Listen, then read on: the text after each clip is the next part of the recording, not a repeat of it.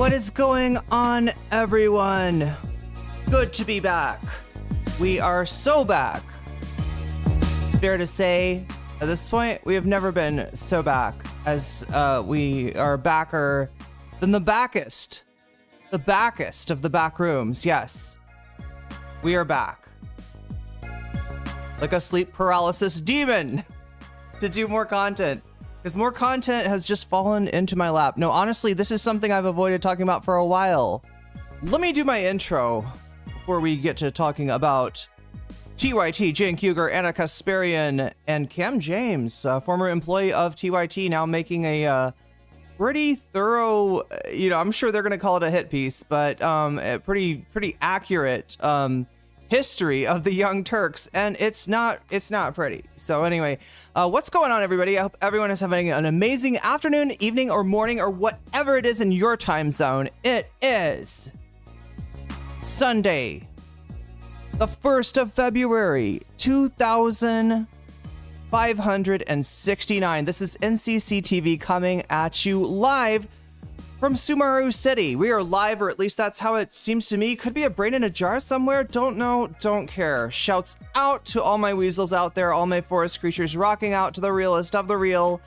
Synthetic lifeform streamer, trapped in a cyberbrain and body like some kind of ghost in a half shell in this late stage hyper-capitalist dystopia. Forced to exist in this twilight realm to pay off my debt to society and my student loans. I hope you're having a good day, whoever, whatever, however, and wherever you are. We're about to jump into it right here on twitch.tv, youtube.com, high risk, high reward, high on life, or whatever simulation, simulacrum, simultaneous, spontaneous, singularity of consciousness this is, was, or will be in the not too distant cyber future. We are backer than the Backstreet Boys. Yeah, there we go. That's what I was going for. I don't know the back rooms. I don't want the back rooms to be back. That's a sad thing. Oh my God, are we going to talk about the back rooms first thing? Just little sidestep first thing, right? This is a crowdsourced set of lore, made up by people based on a picture of a really creepy office space that, like desiccated office space that everybody seems to recognize and nobody knows why. But yeah, they built up a whole lore around it. Like, you can phase into the back rooms if you're not careful. If you you could just like phase through reality and fall into the liminal space known as the back rooms. And this shit was tearing up the algorithm for a while. There's a guy named Kane Pixels who made what people unanimously agreed usually were the best backrooms movies, constructed his own sort of alternate version of the crowdsourced lore. It's almost like a buffet. You can just take what you want and pull it all together into your version of the backrooms. And Kane Pixels really did make it his own. I think he was like 17 while he was doing this, right? So amazing, young filmmaker there. Sold the concept, I believe, to A24 Studios. Streaming, what is A24? I see the like label on a lot of stuff, but anyway, well, I guess it's been in productions, maybe. He has gone back, like he stopped doing those videos, right? Because he was like, I don't know, the idea was like, well, we got to build the hype for the movie or something. I don't know if he was contractually obliged to, but yeah, he has done a few like, extra backrooms videos after that. But we are still waiting to hear about the backrooms, which I don't know. Is that going to be a good movie? I didn't think you could make Minecraft into a movie, but I gotta admit, from what I've seen, which I need to see the whole movie sometime, but it's the Minecraft movie. I think I would enjoy sitting through that. I think I could. Some people can't put up with Jack Black. I can. We are backer than the Red Hot Chili Peppers, the Chai Peps. That's what we call them. The Chai Peps. No, there's some music YouTuber that reviewed one of their, how the people who like the Chili Peppers, I've got a friend who likes the Chili Peppers, right? But even he will admit that their later albums maybe not, maybe don't hold up. There was a lot of like self-parody, self-imitation in the later Chai Peps catalog. And so this guy takes them to task for a song in which they ripped off, I don't know, like 12 different artists Like there's 12 different little elements that are just like in there that are and you look, he even says, you know, you can rip some shit off, right, and make it your own, right? Case in point, I Want a New Drug by Huey Lewis and the News was improved upon by Ray Parker Jr. in his hit Ghostbusters, right? And then he got sued for it, and I guess rightfully so, because there's a lot of Huey Lewis, I Want a New Drug. Wait, is it I Want a New Drug? Am I thinking of the right one? I think it is, yeah. In the you know, if you listen to the two back to back, you're like, oh yeah, this is like the same song, but it also has the and you gotta call that an improvement, right? No damn it part in Huey Lewis. Huey Lewis didn't think that far. Ray Parker Jr., he was an innovator. And I don't know. I think he deserves our respect on this day. So let's just take a moment in silence and think about how Ray Parker Jr. suffered, you know, monetary loss in copyright court in order to provide us with the damn it of Ghostbusters. You wouldn't have that, right? It'd be a different world. The back rooms might have never gotten made, right? Phasing through walls, isn't that a Ghostbusters thing? Anyway, it comes full circle, chat, and it comes back to the actual topic, which I just realized I set up everything up so seamlessly today. I'm so prepared for today's stream, but I still have yesterday's stream information down here. Since I don't think I've ever explained this, it might be a good time to do so. Oh, there we go. We got to get out of studio mode to do this. So if you look at down below here, right, you see usually two phrases. These are what I'm doing right now, which let me change that to tell you exactly what I'm doing right now. I'm using Twitch terminology here. Let me try saying that in a real world kind of way. Talking to chat. Boom. Talking to chat right now. And what am I doing later?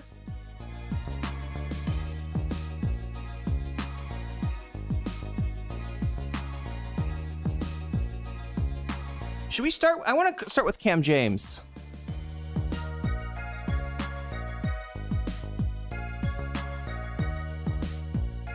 Takedown.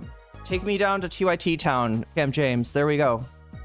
All right, so there we go. Yeah, this is what that, if you've ever wondered, like, what is this extra text doing on the screen? That's what it's doing. It's telling you what I'm talking about now, ideally, and what I'm going to be talking about next. So there we go. I hope that you vouch for the Minecraft movie. I saw the chicken jockey part and it sold me. Okay, I know that people were being like, what were people being like, were people doing Rick and Morty on the chicken jockey thing? Was that a thing that happened after the Minecraft movie came out?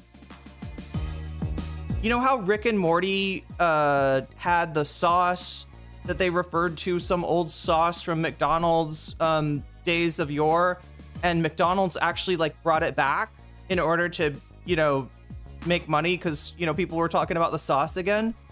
And then you got all the Rick and Morty fans. They went down to McDonald's and they just did it's like a riot, right? It's like an actual, I mean, they were disruptive, right? They got on the counter. Like the counter is supposed to be, you know, clean. That's where your food goes.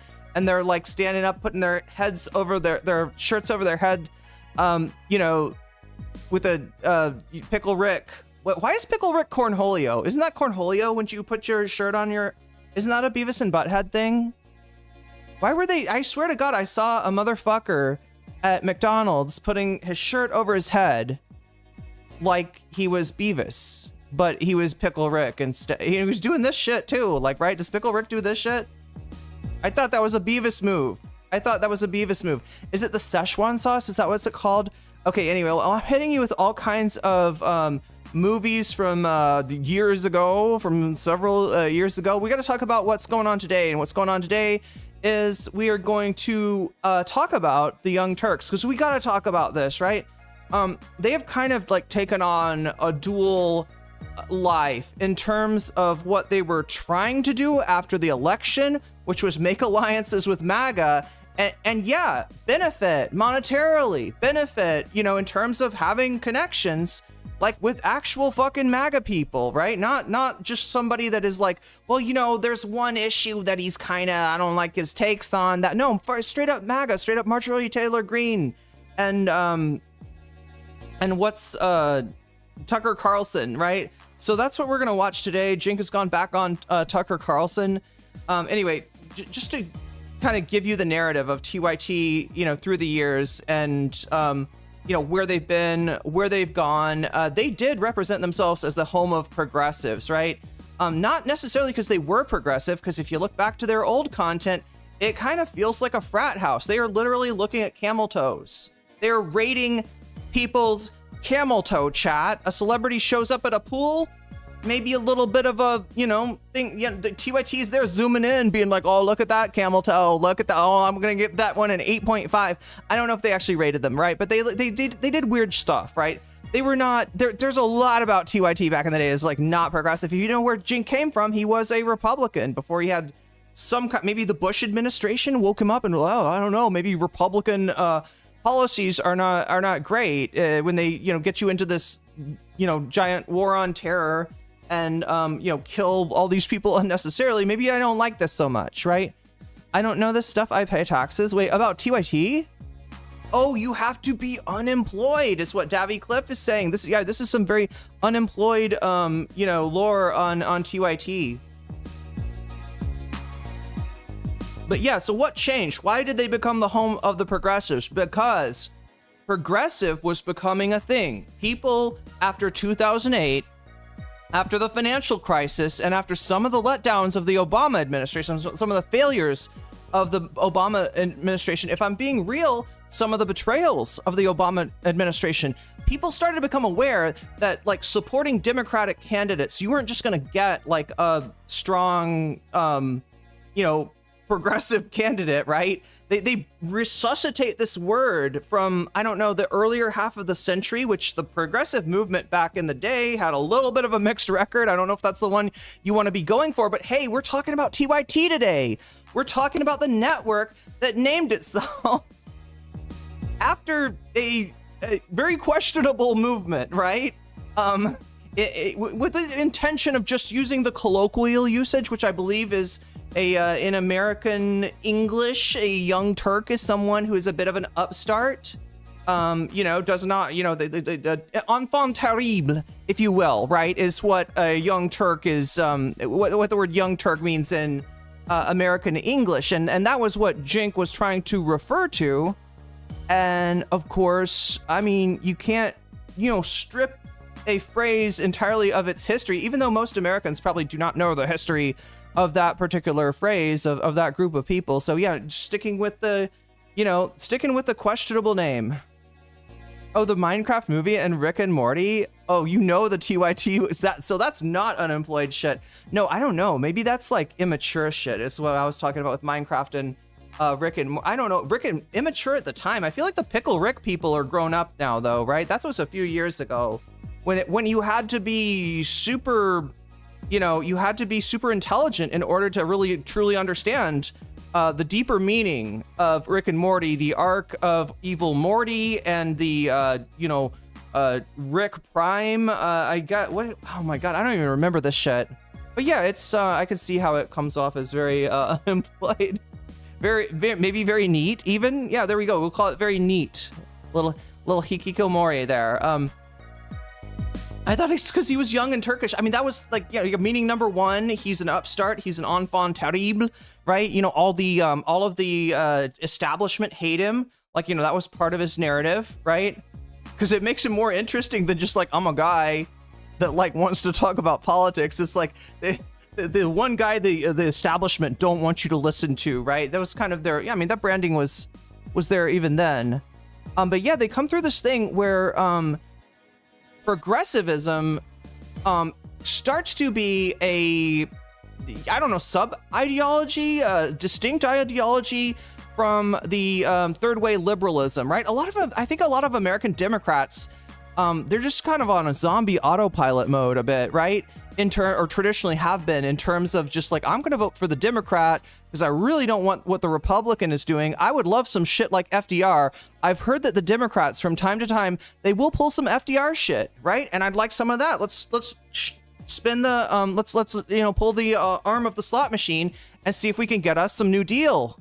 Can we get some New Deal? Nope, never, not anymore. FDR doesn't live here anymore. We made fun of Eleanor Roosevelt in this. We made fun of people who were actually like that kind of progressive, what people mean today when they say progressive, back in the 70s, and called them Eleanors. Used the name of Eleanor Roosevelt as a kind of slur for, oh, you're one of those, you know, Democrats that hasn't sold out yet. You know, hey, we all sold out in the end. New info here. You can view the emails as J. Oh, that's not new, Red Hood Devil, but that is an interesting site. Red Devil's talking about Jmail, right? Jmail. I forget who put it together, right? But yeah, you basically log it. You know, you go on the site and you're logged in to Jmail, not Gmail, as Jeffrey Epstein, and you see all of his apps like on there. You can click on, you know, if you want to. You basically browse his social media as a way of looking at all, you know, all of the Epstein files, right? They've kind of, so it's a funny joke. Speaking of Jeffrey Epstein, I noticed something. A guy that I knew from when I was studying nutrition, right? Because he's a villain. This guy named Peter Attia, right? Has an MD. I don't think he's like a dumb guy or anything, but you know, it's just this like fucking keto propaganda shit, right? Just this absolute carb phobic, you know, kind of, you know, like I don't know, I feel like he was giving really bad medical advice for a long time on media and rose to a lot of prominence, was a pretty big author himself. Well, that motherfucker, he's in the Epstein files. Right? And if Atkins was younger, no, just kidding. I'm not gonna slander Robert Atkins today. You know, it's bad enough that his family had to. Anyway, let's not talk about the Atkins diet. We're talking about Tia, right? But Tia apparently sent an email to someone saying that he was experiencing, and I kid you not, Epstein withdrawal. Right? Peter Attia was such a fan of whatever it was that Jeffrey Epstein provided for him. And, you know, judging by those emails now, it could be a number of things, I guess. I don't know. Some kind of crazy... Does he have access to, like, some kind of crazy steroids that the Mossad has developed? I don't know. But yeah, there he was talking about just Jeffrey Epstein withdrawal. These guys, like, I don't know, in the files, and again, like, some of the files are going to turn out to be fake. There's a lot in there, and you do kind of have to, you know, you don't want to go off half-cocked, you know, thinking you've got something like super solid. Because remember, this is all from, you know, Jeffrey Epstein and somewhat from the FBI tip line, which, like I said, a lot of cranks call into that. Remember, Joe Biden was a young gun when the neoliberals took over the Democrats. Was he? What was...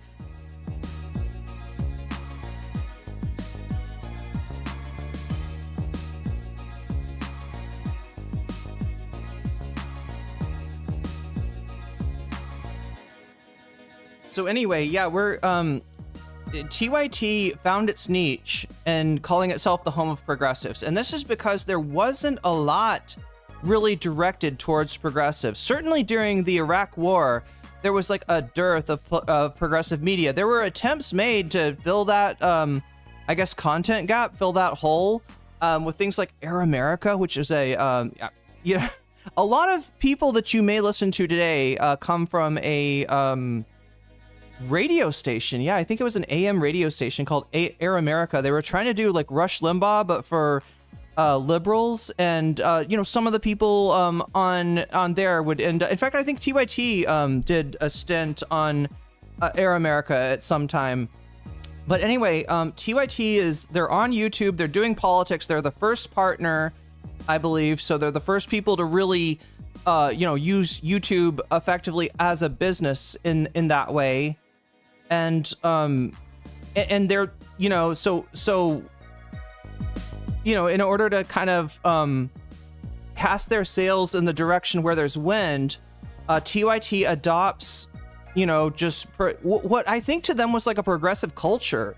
Like, all right, these are our viewers, these are our audience, these are progressive people. Let's kind of, I mean, like we want to, you know, we want to keep these people around, right? Let's kind of, you know, what I'm saying is there was always a little bit of slip and slide with the Young Turks from the very beginning, as far as what they'd represent, as far as what they stood for, as far as whether they made jokes about transgender people or even cis people who did not conform to their gender norms, I guess, or whether they cast themselves as pro-trans, because they have literally been on both sides of that issue and kind of find themselves there again in a weird way. It's been updated. Oh, yeah, because there's a huge drop. So, yeah, Red Hood Devil's talking about the Epstein leaks and the J-mail, and there's 3 million, I believe, new documents. Now, this is not the Trump administration complying.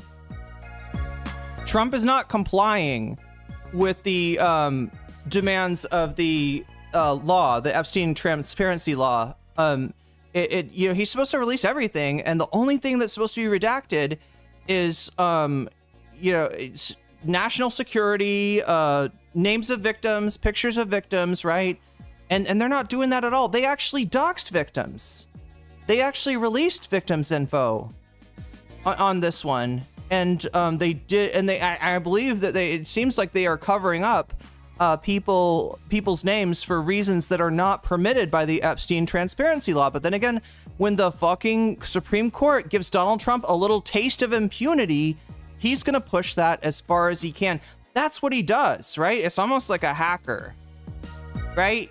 You see if you can get past some kind of security protocol. You put, if you can't, okay, back away, but, you're just kind of probing here. Can you get away? Like, I mean, the court ruling says this, but can I do this? Will anything bad happen? If I stick my finger in this electrical socket, will I get shocked? And a lot of times, unfortunately, the answer is no, or at least the answer is not soon enough. And that's what's, provoking Trump to defy even now a law passed by the Congress, the Senate, signed by DJT himself with his auto pen, and the law of the land. And he's now, the Trump administration is acting like it doesn't matter. It doesn't matter that that's the law of the land. But the law of this land is going to be to get to the topic, and the topic for today, a hacker named 4chan. Davy, what do you think about that 4chan shit? Is there any possibility of truth to that? Was that somebody I feel like it could have just been somebody from 4chan. I don't know. I mean, those were emails and stuff, right? That's what I'm confused about. What I know, some of the stuff in the files, can be a little sus. Some of the stuff might even be planted, just like the piss tape thing was maybe planted to discredit, right? There were things in the Steele dossier that did, that did bear fruit eventually, right? But they weren't, the piss tape, from all accounts, from all of what everybody's can see, never existed, right? The idea that there was some kind of water sports going on between Donald Trump and Russian sex workers, and that Vladimir Putin or some other oligarchic force in Russia had possession of these and were actively, using them as leverage to get Trump to do what they want. That's what we're talking about. But yeah, we're going to be talking about the Young Turks. I want to start with the Cam James YouTube video. Cam James, if you don't know, used to work at TYT, stepped away because of all of this, and is now not staying silent. He's got a lot of information about TYT, and their whole, and he goes over their path too, right? We're talking about they become the home of the progressives, and then, they get eclipsed, I guess, is the way that I would say it, right? TYT gets eclipsed by other progressive content creators. And you can imagine the possibility that this eclipse occurs because they don't have enough of their own, investment in the content that they're doing, right? Whereas somebody like Francesca, you can see that she believes what she's saying. She feels it very deeply, right? You can tell that when you watch Francesca. It's possible that TYT was never that invested. Now, I'm not saying that they don't have like some kind of maybe small L liberal values, right? I'm just saying that, you know, there's maybe a little bit of audience capture. And when you listen to Anna talk about her unaligned moment, you feel like that resentment, right? They grifted. They pretended to be something that they weren't. And then they resented the audience that they had built. And they also resented the fact that that audience was now, you know, shared with a million other progressive content creators that just did not exist back in the day. You know, Kyle Kulinski, Sam Cedar, right? You couldn't tell when Jing talks about Sam Cedar that he's a little bit jealous of Sam, right? You could, when he talks about Sam stealing their audience, that is some, you know, Sam has affected that man. Sam has affected Cenk Uygur in a way that I think I don't think any of us have fully come to terms with. I don't think Jeff invented the alt-right, but Moot has. You know, there's a connect. Okay, so the thing that made me think, even though, yeah, I know that sounds wild, Jeffrey Epstein invented the alt-right, or, you know, worked to get right. The Bannon and Epstein, which maybe that'll be the next thing we talk about, right? Is Bannon and Epstein, because there's a video of Bannon interviewing Epstein that I think has just come out or resurfaced, maybe. Drop sites talking about it. But Bannon was involved heavily in Gamergate. I don't know if you could say that. I don't actually know enough about Gamergate to know if you could say that he is like the, you know, source, or I don't know. Some people sometimes call him like the grandfather of Gamergate. I've heard that terminology. But yeah, no, he was involved with that shit in some way. And so that's what makes me think it's not that much of a stretch, you know, Bannon playing around with gamers, that Bannon would be playing around with weebs on 4chan. Weeaboo, if you don't know, is a 4chan meme, I believe, right? Maybe it's not 4chan, maybe it's one of those other sites, but that used to exist in the 2000 aughts. But the idea is there's a comic about somebody like saying weeaboo, and I don't know, you have to be spanked, I guess. It's like a bunch of people that are, anyway, I don't remember the exact meme, right? But weeaboo is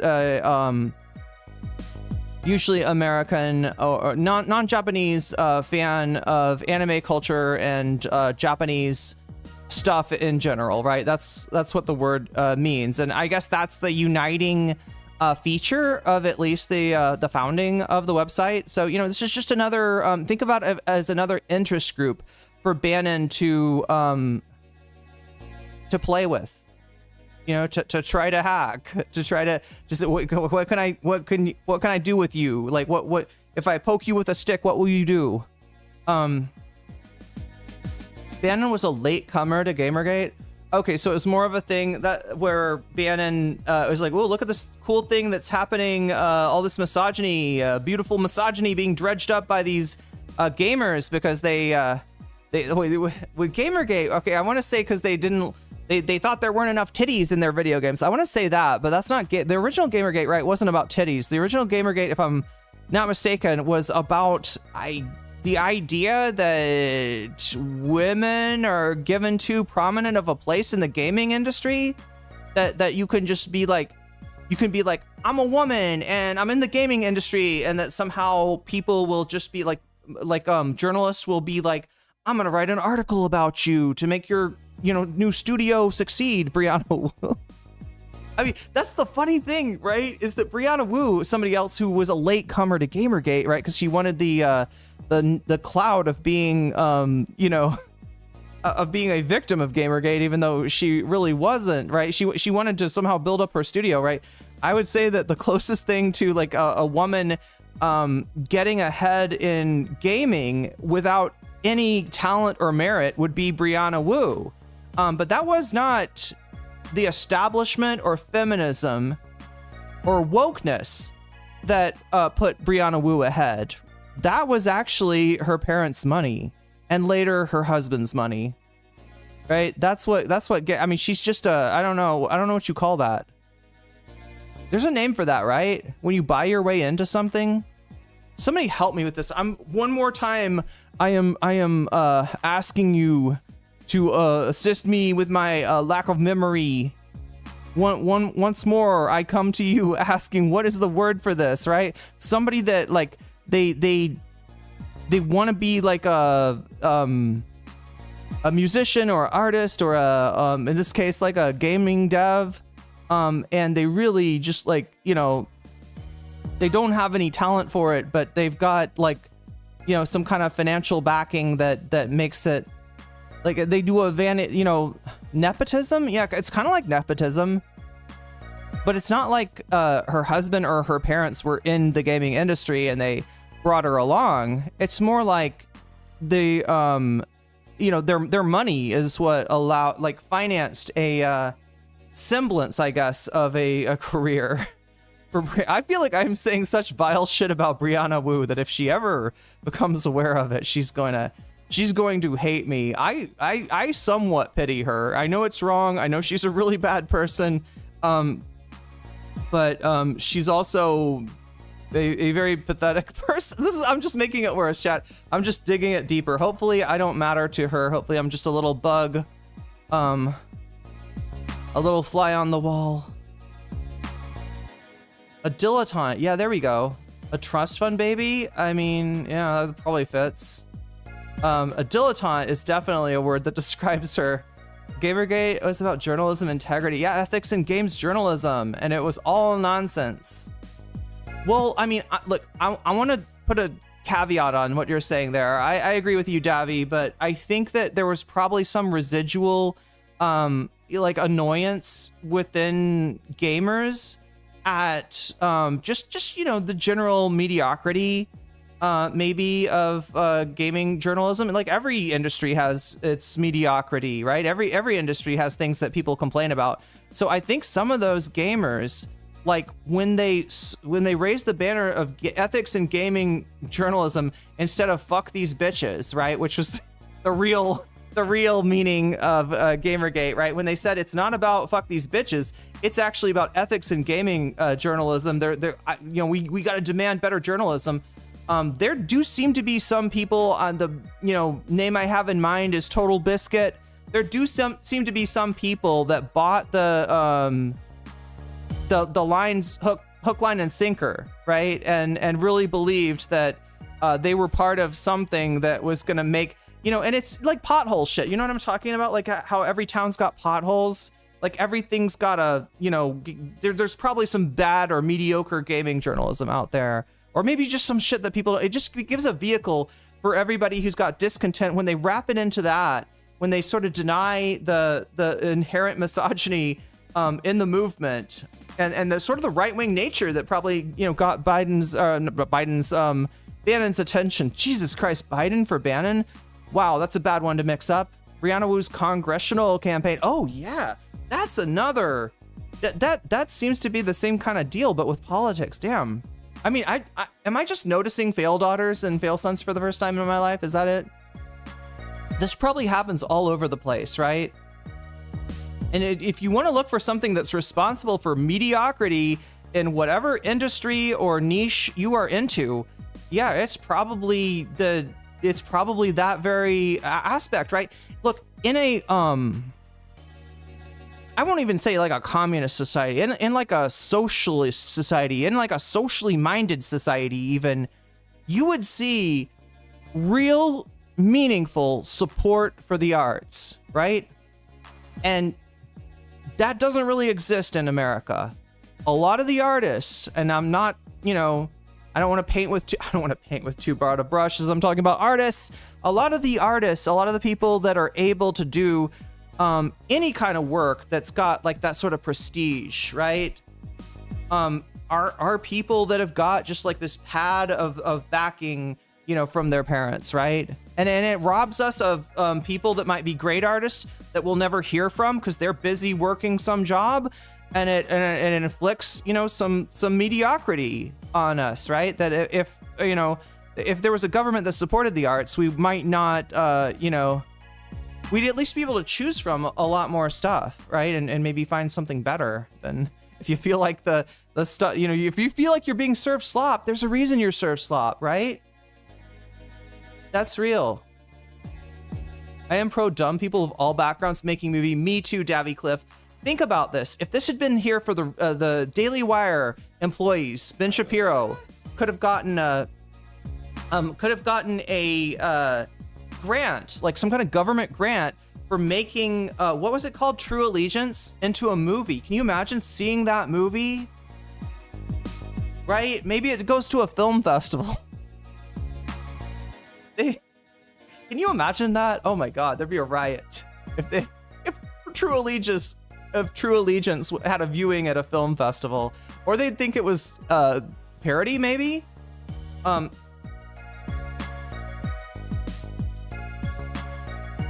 Near the far world.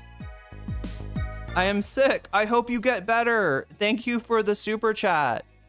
Thank you for the super chat. I hope you feel better soon. Yeah, I was sick recently. And it wasn't just, it was for a long time, and then it had a fucking tail on it, right? Where I haven't felt good, chat, honestly, until yesterday. Yesterday's stream was like the first time in a long time I have felt good. By feeling good, I mean like being able to use my full brain, because I don't know if it's brain fog, like, you know, we could be dealing with COVID. I don't know. I didn't get a, you know, instead of going and getting checked out, I felt so sick. I just fucking hit the bed. I slept, I swear, like for like almost 2 straight days. Just a bottle of water. I think I might have had some coconut water too, you know, by my bed. Also, Davy, thank you for the super chat. What is this? It is like the Chinese fable, the greatest general who is a cobbler. Yeah, it's exactly that. That's exactly, you got it, Davy. That's exactly what I'm talking about there. And thank you for the super chat. So yeah, I mean, TYT had resentment towards other progressives. That's kind of where I left the story, right? They had resentment towards other progressives. Some of it was spoken, some of it was unspoken. Their numbers were going down, and that is when you saw Anna. I guess, you know, it's hard to tell with Anna. She claims, you know, this is real, and it may be for her because she has a lot of venom. She has a lot of bile, like, associated with her grievance, right? In fact, I don't know who's more aggrieved, Cenk or Anna. They're pretty good at that. That's their one thing. That's their superpower of Young Turks. Their ult is grievance. They hit you with the grievance ray. It's like that stand from JoJo that, what does it do? Does it put like a lock on your heart?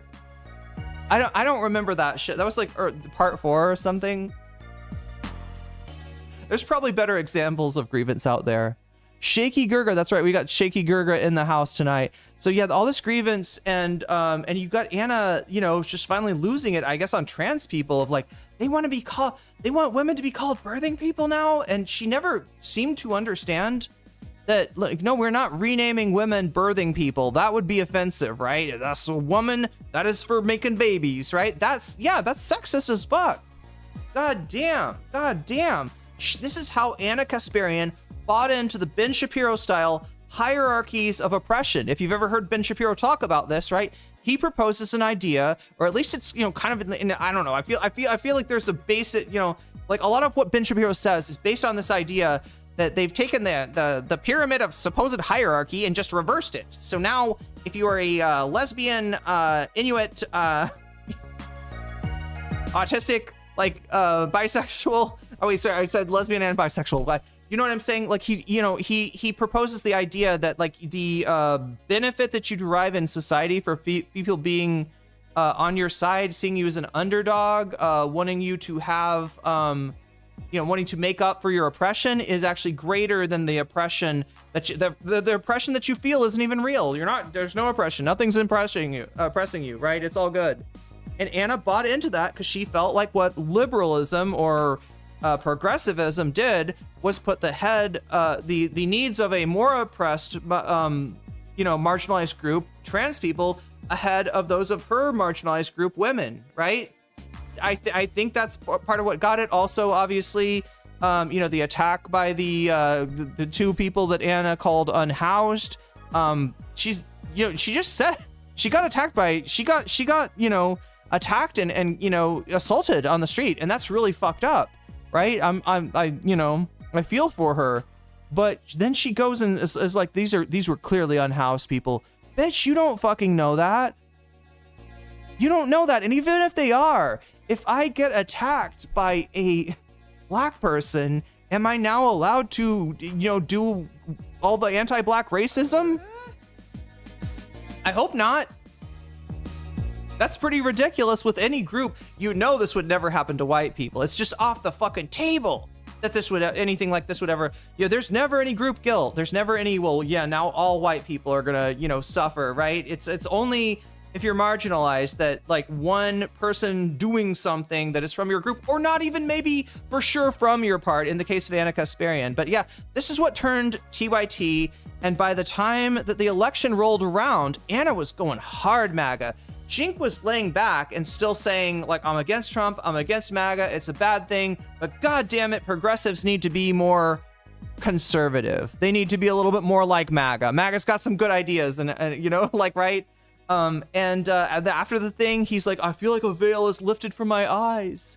We can finally work with conservatives. They were like happy for the downfall of the left in 2024 because they felt like the left was against them. I'm lesbian and bisexual. Identity is complicated, and you know, sometimes it takes a little extra nuance to fully express it, right? Yeah, I feel that, actually. I feel that. Wait, what's JJK? Jujutsu Kaisen? Am I saying it right? Wait, wait, I'm homo-romantic, but that's a Onion article? Oh my god, I was like agreeing with you as if you were saying it. Anyway, identity is complicated, okay? More like Survivor from part 6. Wait, it's more like the Survivor from part 6. Wait, part 6 of Survivor? But anyway, yeah, so this is what happened with Anna Kasparian and Cenk. They thought that they had hit the jackpot. They thought that every progressive had been fell down, and that like the 20, and a lot of people bought into this, that 2024 represented America finally embracing MAGA, right? That you know, as if you know, the election was like some kind of landslide. Jujutsu Kaisen? I'm saying it wrong, aren't I? It's not. It's an anime that just introduced a trans character. What? Oh, nice. I need to see that. I think I've seen the first episode. I just don't get it. They eat the finger and they get a curse, and the curse makes them super strong. Is that how the power system works in JJK? It looks like just joke. I feel like I've seen people type JJK for like just joking, but no, that's not what we're talking about. We're talking about anime, and we're talking about TYT, and we're talking about you know, so their arc, which, you know, it ended, or not ended, but like contained an embrace of MAGA, right? Cenk going and supplicating himself to Charlie Kirk, Anna going on Glenn Beck and Tucker Carlson. You've seen it, their embrace, their with their new BFF, Marjorie Taylor Greene. You know what I'm talking about, right? TYT's done this for a long time, and they've it's like their final fuck you to their progressive audience, I guess, and an attempt to aggregate a either heterodox, as Anna Kasparian would say, or really, if I'm being real, like right-wing audience, and instead. And you know, there are people on Twitter, you know, far-right weirdos that I've talked about that seem to have a very strange sexual connection with Anna Kasparian. So that does exist, but as far as them sitting there and watching a, I guess TYT, you would say it's almost like a intellectual darkwing. If I was to really intellectual darkwing duck, yes, intellectual darkwing duck stream.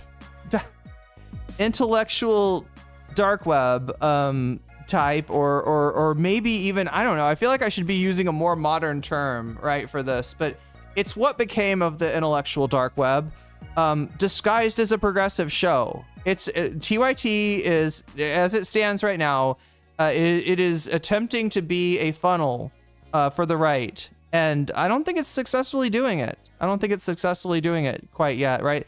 They've tried to branch out. Anna's been on PBD's show, Her Take. That seems to have crashed and burned. Even after her epic blow up with Jillian Michaels. Still not really bringing in the numbers from what I've seen. But what's been more successful for the Turks has been appearances on places like Piers Morgan, because the topic du jour on Piers Morgan has been Gaza. And TYT, at the present moment, the intergalactic shadow web, intergalactic intellectual dark weeb, TYT at the moment is not...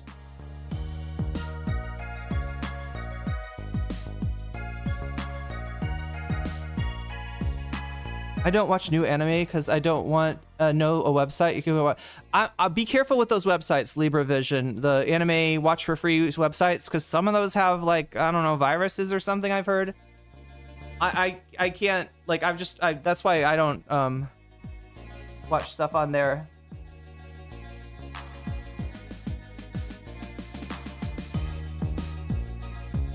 But like I said, this grift was not working. So then came the moment when Anna Kasparian admitted, look, you guys, I was 100% wrong in my embrace of MAGA, right? Cenk Uygur said something similar on Krystal and Kyle. He's trying to mend the bridge with them. I think that Cenk resented Kyle Kulinski especially, and you know, Krystal and Kyle, and all the success that they've had. I mean, think about that, right? Think about that, right? How hard is this for Cenk's ego? How hard is this for the Young Turks to live in a world where they, the grandfathers of the progressive movement as they see themselves, have been thrown away like a crusty sock? Geez, sorry for that image. But yeah, they've been discarded. They've been discarded under the bed, and you know, nobody's interested in them anymore, right? And you see breaking points and Krystal Ball and Kyle Kulinski. You see all these people blow up to being scales of relevance more than TYT was. Yeah, it's got to be hard. It's got to be hard. Sam Cedar, same thing, right? So yeah, we've come to a point where they've tried to apologize, or sorry, I shouldn't say apologize. They're apologizing for the MAGA thing. I haven't heard any apologies, and I don't think they're giving any apologies. So don't expect any apologies when it comes to the when it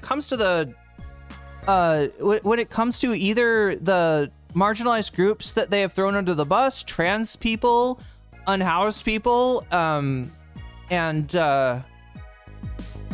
know, their whole tough on crime bullshit that actually, you know, they were paddling on Trump's side of the kayak for that election in terms of things like immigration and immigrants. Yeah, they did absolutely throw people under the bus. I don't think they've apologized for any of that, although they might want to think about the or they might just like try to, you know, pretend that the immigration thing never happened, right? But yeah, you know, they enabled what is going on with right now with ICE, and they haven't taken any culpability or made any apologies for any of this stuff. They haven't apologized to anyone that they attacked. You know, so you know, it's but they've at least acknowledged that, yeah, fucking endorsing MAGA and being a useful idiot for them was a stupid thing to do. We fucked up, right? They have basically said that. And look, I'm all for a redemption arc, limited as it might be. I would love to see them get off a Trump stick. Believe me, all right? I would love to see that from TYT, see them get off Trump stick. But it's maybe not gonna happen, right? Cenk just went on Tucker. And like, Trump is not gonna matter when his heart finally kicks out and JD Vance takes over, right? Trump is not gonna matter in 2028 for sure, when somebody else like Tucker Carlson probably runs as a Republican. But look at where Cenk is, right? Let's throw away Trump, because that's ridiculous. I don't want to be associated with his Gaza policy. I don't want to be associated with his ICE policy, right? But I will sure as fuck associate myself with the next Republican president, right? The inheritor of MAGA as it was, and one of the most vile and repulsive human beings to ever befoul the face of the planet Earth, Tucker freaking Carlson. So that's where we are, chat. That's where we are. We're gonna go into Cam James' new video on TYT. We're also gonna, I guess, suffer together through as much as we can of Cenk Uygur's interview, his supplication to Tucker Carlson, and not think of the Young Turks for several more months, maybe. I don't know. I feel like they're not that relevant. But this happened, I feel like any sort of redemption arc is a pipe dream at this point for TYT, and it is at least somewhat unfortunate. So that's what we're gonna do today. So let me see. Did I miss? I feel like there's stuff I have not put up yet. Oh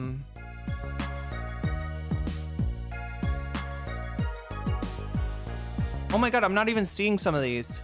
All right, let's try again. Jujutsu. Okay, so that's what chat was. Okay, for some reason, the last two super chats I did not see. Davy Cliff, Jujutsu Kaisen fans are discovering trans women, and the reaction has been interesting. So it's like a mixed reaction, maybe? I don't know. I'll have to. I still have to watch more. I'm so behind on everything. Chat. I'm trying to finish Fallout Season 2 so I can do a video about Episode 7. But thank you for the super chat, Davy. Also, Davy says, if my grandpa heard Venom and how you heard the Venom, maybe, and how you talk about the Young Turks, he would cry tears of joy, but he would assume that you were talking about the political party. Well, why can't it be both, I guess? But anyway, that's where we are right now. Now, let me switch over. I talked about the free half, right? It's going to be about TYT. It's going to be Cam James's video and Cenk's, I'm sure, horrible performance on Tucker Carlson. I choose the topic for the free half, right? And you, on the other hand, my friends, get to choose the topic, or even if we do it at all for the fun half. So let me fix this, right? So we got two goals here. The first goal is to put a butterfly in my hair. We are 3/10 of the way there. I have a butterfly and I'm not afraid to use it, okay? And I will put this butterfly in my hair if we rack up 10 of the Teal's super chats. So we're 3 out of 10 of the way there now on that, and I think we're at what, 17 on the bonus goal. So yeah, every day I give you the chance to choose what bonus topic we cover. You do that by voting over on Facebook, which let me look and see. Wait, actually, I think I got that wrong. Goals should say 22. There we go. I am getting better at math, chat. I am getting better at math. So, you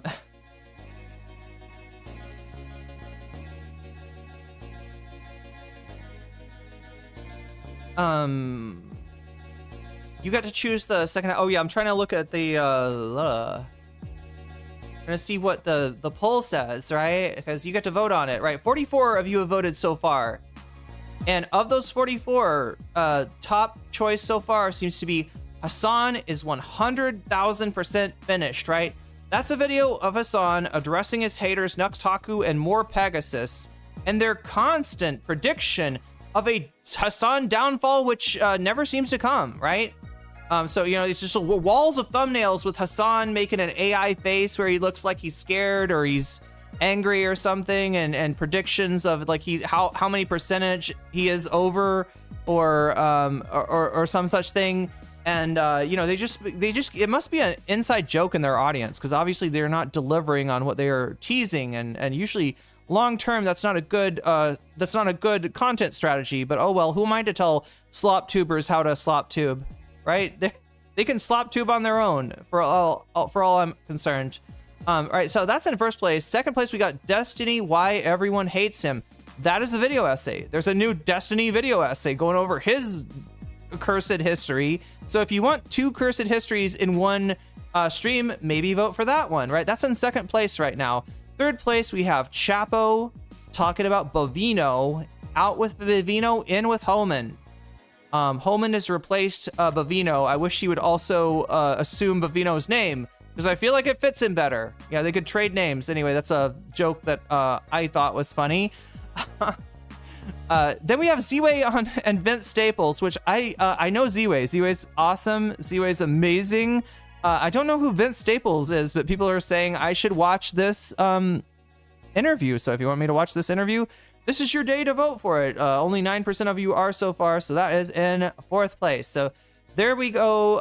That's the poll. Vote if you have not already. If this number gets to 100 by the end of the stream, I'll stick around and I'll do one of these topics. I will do the topic. In fact, I should probably just leave that highlighted. The topic that's winning, I'll leave that highlighted, right? So that makes it easy to see. But I'll do the, if we get to 100, I'll do the top topic as far as voting and donations, which I'll explain in a second here. And if we get to 200, I'll do the top 2, 300, top 3. You get the deal. You know the drill, on and on and on, right? So if you want me to stick around, if you want a fun half, then we got to fund the fun half, right? We got to have the fund half to fund the fun half. So that's that right down there. That's bonus content. And this number goes up every time somebody does a super chat, super sticker, which I missed one yesterday from Shorts Chat. I apologize. Oh my God, and I don't have it open now to apologize to the person if they're even here.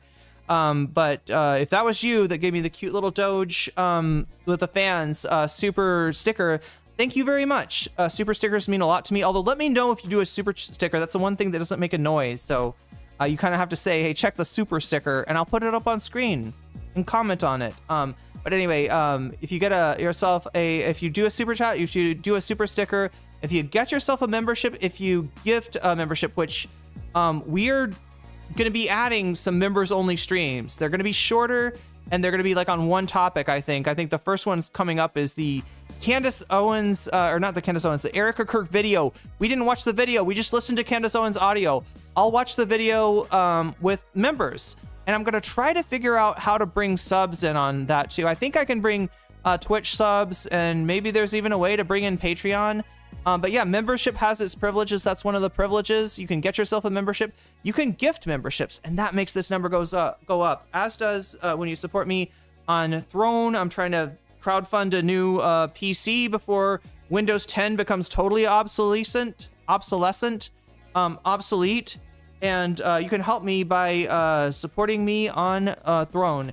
Or you support me on Patreon, or you support me on Twitch, which you can do for free with a Twitch Prime sub. If you've got Amazon, you can hook it up to Twitch. You get a thing called a Twitch Prime sub. Use it on the streamer of your choice. If that's me, you will get the ability to rewind VODs, and you'll get the animated emojis, and you'll get my undying affection for that, because I love Prime subs. And you can be a Prime sub too. Now, if you can't do that, subs do cost $6. It's twice as much as membership on YouTube, so maybe that's the cheaper deal. But I guess the Twitch stuff comes with animated emojis, and so people like the animated emojis. That's why they get subs on Twitch, right? If you can afford a sub on Twitch, which I completely understand, you may still be lucky enough to get one through somebody that's being very generous by gifting subs, which also makes that number go up. Although you got a better chance of doing that if you're active in the chat. Or obviously, yeah. So yeah, things on Twitch, right? Also make that number go up. If the number goes up high enough, I stick around after stream and I cover another topic with you. Right now, that topic looks to be Hassan is 100,000% finished. And keep on voting on that if you like that or if you don't like it. And remember that when you donate, you can let me know in chat which of these topics you support. I will actually take your donation, turn it into a percentage, add it to the topic of your choice, thus giving it a better chance to succeed. That sounds unfair to you. You can donate. When you donate, you can say Vox Populi, in which case you're saying, let's just have what the chat is voting for, right? It makes the donos count for less. It makes the chat count for more. So that's how Vox Populi works. And of course, as always, you can pressure me to play video games, which I need to do. I owe you 3 days of video games. Almost 4 at this point. And if you want to see some Fallout New Vegas and some maybe finish Soul Hackers, then you can say video games. So that's how that works. I think I've explained it all. So let me now thank my Patreons, right? Patreons, people that support me on Patreon at the $5 level or above. I give you a fancy shout out at the beginning and end of each stream. So let me do those now. Shouts out to User, Shouts out to JMB. Shouts out to Brian. Shouts out to Emily French. Shouts out to Big Al. Shouts out to Direful. Shouts out to Sarah. Shouts out to Issy Mandius. Shouts out to Steven Sayers. Shouts out to Animus. Shouts out to Infallible Foul. Shouts out to Oral Ellipsis. Shouts out to Nadia. Shouts out to Choki. Shouts out to Moe Noip. Shouts out to Funky Monkey. Shouts out to Temporal Insanity. Shouts out to Good for Gabi. Shouts out to Jules K. Shouts out to Crystal Saphira. Shouts out to Buffy Geek. And also new. Oh yeah, I gotta add this to the bonus goal, right? Joel Siverud just signed up as a fancy weasel. So shouts out to you too, Joel. And a fancy shout out to Rachel, to Omega Star, to Zara Xerix. There we go, chat. Those are the Patreons. And with that, I believe with the Trump administration, though, you know, what's fucked up about this is I always feel the urge to just kind of constantly check news stories because there's always something new happening. There's that Erica Kirk footage. I found you, Erica. Thought you'd get away, but you've been exposed by Candace, and I don't know what's gonna happen to Turning Point USA. I cannot imagine. Like, if Republicans keep supporting Erica Kirk and TPUSA after this, they're more pathetic than I thought. Like, that's just sad. All right, I'm bringing up the let's see, the Cam James video to start with. So here we go, and there we are. It's Cam James. Yeah, he's been rocking lately. He started this new year off hard, right? Going actually hard on Rashad Ritchie, which I had only ever heard good things about Rashad Ritchie. Let me fix this. I need to add Joel's Patreon to the bonus goal. Where does that live? Where's the bonus goal at? There it is. All right, so we're at 27 right now. If we get to 100 by the end of the stream, I'll stick around and do some bonus content. Right now, it looks like it might be Hassan is 100,000% finished, but keep voting and let me know in the chat if you donate, if you want to support one of these topics or Vox Populi or video games. Anyway, so yeah, Cam James, hell of a year, hell of a way to start off. He has, you know, I guess exposed Rashad Ritchie, at the very least, from what I've heard, as having a bunch of fake degrees that he brags about, right? Like from what I need to watch the video to be sure, but I think something on the order of like 1 out of I don't know how many of his degrees was actually real, right? He's an educated man, right? He's not saying that like everything is fake, but it's just like there's a bunch of just bullshit, you know, degrees that he has been flouting, and Cam James has called him out for that, right? So yeah, there's another TYT personality now, and now he's making the video on TYT. He's gonna bring in some friends of the VOD, some people you might know, like Hank from Winners and Losers, and I don't even know, are the Vanguard on here? They might be. There's a lot of familiar faces, let's just say, in this video. I think you know, yeah, he's just kind of like, I think Bonnie is in here, Francesca, yeah, a lot of familiar faces. So we're gonna go through it, all of TYT's history and his analysis, I guess, of like, well, let's see what the video is called. Video is called Young Turks, a Throne for Fake Progressives. Works for me. I got no notes. Dan from the Power Reports, too nice. So Kyle said they will invade Venezuela. Kyle said they invaded Venezuela. The video from the FBI was the FBI was doing training file on it. Okay, I'm not sure if I know what you're saying there. If that counts towards extra coverage, put it towards Vox Populi. Oh my gosh, did I miss something? Let me look through here. Yo, Steven Sayers, thank you for letting me know that you did a super sticker with the lemon. The saga of the citrus, chat, is what we got with a lot of the super stickers. This is the lemon and leaping. This is how you really do. My heart goes out to you. if you're not a Nazi. Thank you for showing us what Elon could not, Steven Sayers. And thank you for the super sticker. Yeah, that brings us up to 37. And you said put it towards Vox Populi, which I will right now. There we go. Vox Populi. I don't know. It's got that extra 2 hanging out. It should say 10. 10 towards Vox Populi and 37 towards the goal. So anyway, yeah, he's had quite the year. His channel is going strong, and he is spilling the tea today about TYT with a bunch of familiar faces. So without further ado, I say let's get into Cam James's latest video. Let me go ahead and also which one? Oh, okay. So this is it's a legit collab here with Hank and Dan from the internet. Okay, so here we go. Copy.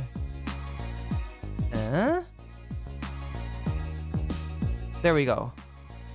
All right, so go support Cam. I put it in Twitch chat. I put it in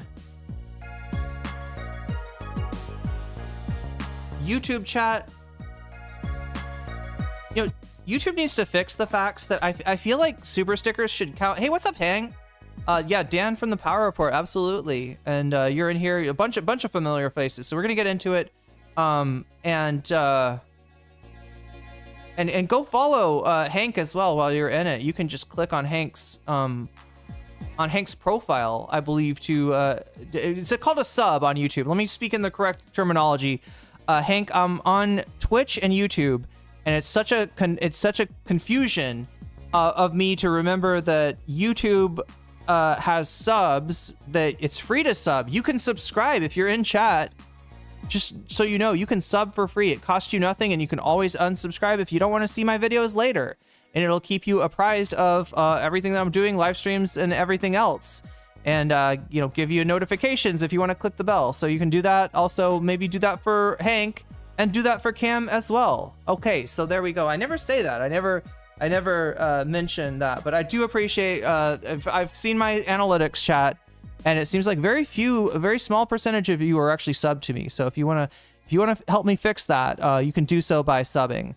But anyway, let's get going, since we got 2 videos to watch. One good video, I think, from Cam, and then another video that we're gonna suffer through, we're gonna struggle through together, that being Cenk's likely embarrassing appearance on Tucker Carlson.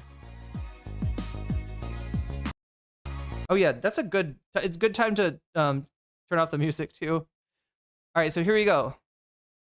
I'm Cam. I used to spit, now I make flicks. The first 2 parts of this series were about the many suspicious degrees of Rashad Richey, the supposedly progressive host of Indisputable. Since Richey announced an impending lawsuit in his most... And you know, this is a sad thing too, because I'm always aware that there's people involved with TYT that do good work. I had heard, although I haven't really, you know, seen much from him, I had heard that Rashad Richey was one of these people. But it sounds like he's got some accountability to take for sure. Another person I want to mention is Rick Strom from TYT Sports. Okay, he is doing amazing work. Yes, even on the TYT channel. He also has his own channel, so go check that out too. When we're talking about TYT, you know, TYT alum and maybe a future TYT alum, let's hope, because yeah, I really love what Rick Strom is doing. And I want to see like more independent work from him. Recent response video, while looking like Uncle Simric, they hit you with 3 ads. They're hitting people with 3 ads now. Chat, one in chat if you've gotten 3 ads on YouTube. You will get no ads on like it shouldn't be a thing on Twitch, but like one in chat if you've seen the 3 ad thing. I think I've gotten hit with that like once or twice, right? he was about to cry. But I see now that the worst one is when you hit skip and then it starts to show you the video and then it goes right back to another ad. That's the worst. a part 2 and other people are grabbing the commentary, well, it has to be done. I figured making another one about him alone would be overkill. This one's about the network itself, specifically their leaders, Cenk Uygur. That's how the founder of TYT, Cenk Uygur, pronounces his name, by the way. Wait, he says it with a CH? Oh yeah, God, chat, I gotta bother you for one more thing. Hit that like button, okay? Unfortunately, the ads are a requirement for YouTube to actually share your live stream, right? So we're sort of stuck with them over there. Whereas Twitch refuses to monetize my stream. It's kind of a weird situation. But the other thing you could do if you want to help me in the algorithm is to hit the like button, because what it does is it brings more people in. So cheers to everybody that's joined Thumb Gang. And to those of you about to those of you about to like, we salute you. Anyway, without further ado, let's get to the freaking content. And the self-labeled politically homeless Anna Kasparian. Though they've both done a lot of great work in the media for decades, and there's no way I can erase thousands of videos pushing progressive messaging and causes, many people on the left see them as deeply compromised in more ways than one. I'm also not letting their COO and former CEO, Jack Gerard, off the hook either. You don't get to fade to black just because you ain't a celebrity. Assuming all of y'all have heard of this YouTube OG news organization would be a mistake. So let's run that down real quick. The Young Turks is an American progressive news network founded by Cenk, Ben Mankiewicz, and Dave Kohler in 2002. They actually launched on Sirius satellite radio in the early days, then hopped on YouTube and Twitch when those platforms rolled out. Anna worked her way into a partner position fairly early on, and even took over editorial control after Cenk became a politician. TYT is co-hosted by Cenk and Anna on the flagship broadcast, with a gang of shows targeting different left-leaning demographics. A variety of hosts anchor those shows, including our best friend, Rashad. I hear everybody loves John Iadarola and The Damage Report. There is not a pure soul at the network than John, I'll be honest. I love to hear it. I've heard great things about sports and politics commentator J.R. Jackson, OG news anchor David Schuster. I remember really liking the OGs. I don't know if I like them now. I thought Ben Mankiewicz was really funny and interesting. And I'm not a movie person like at all. Like Ben Mankiewicz is famous for doing like a show on cable about like classic movies, I guess. I don't know. Like that's not my thing, but yeah, Ben was cool. JR is really cool too. Like, right. And it feels like JR, like, I don't know. There's a thing about like, I think JR, like a lot of people are like to the left of Cenk, and if they weren't friends, would probably say something about their annoyance. I don't know. But yeah, John Iadarola. Although I haven't seen Power Report, right? Is his channel. For some reason that hasn't been popping in the algorithm for me lately. I don't know if he's still doing as many videos or what, but yeah, it's too bad. Like John, I think is kind of like, I don't want to speak for him, but maybe somewhat stuck there, right? In terms of needing the job and having recently, I think, started a family, right? And I've heard of Nina Turner through the grapevine. Everybody else doesn't ring a bell, but they got a lot of shows, bruh. At any given time of day, one of their shows is live, which seems like it was the whole goal of building so many spinoffs in the first place. I interviewed Dan Evans, aka Dan from the Internet, a former producer and guest host for the Young Turks, and collaborated with their former editor, writer, and co-host, Hank Thompson, who's been eyeballs deep in his own expose, covering the scandal around There you are, Hank. TYT's union-busting saga called Tell the Truth, Cenk.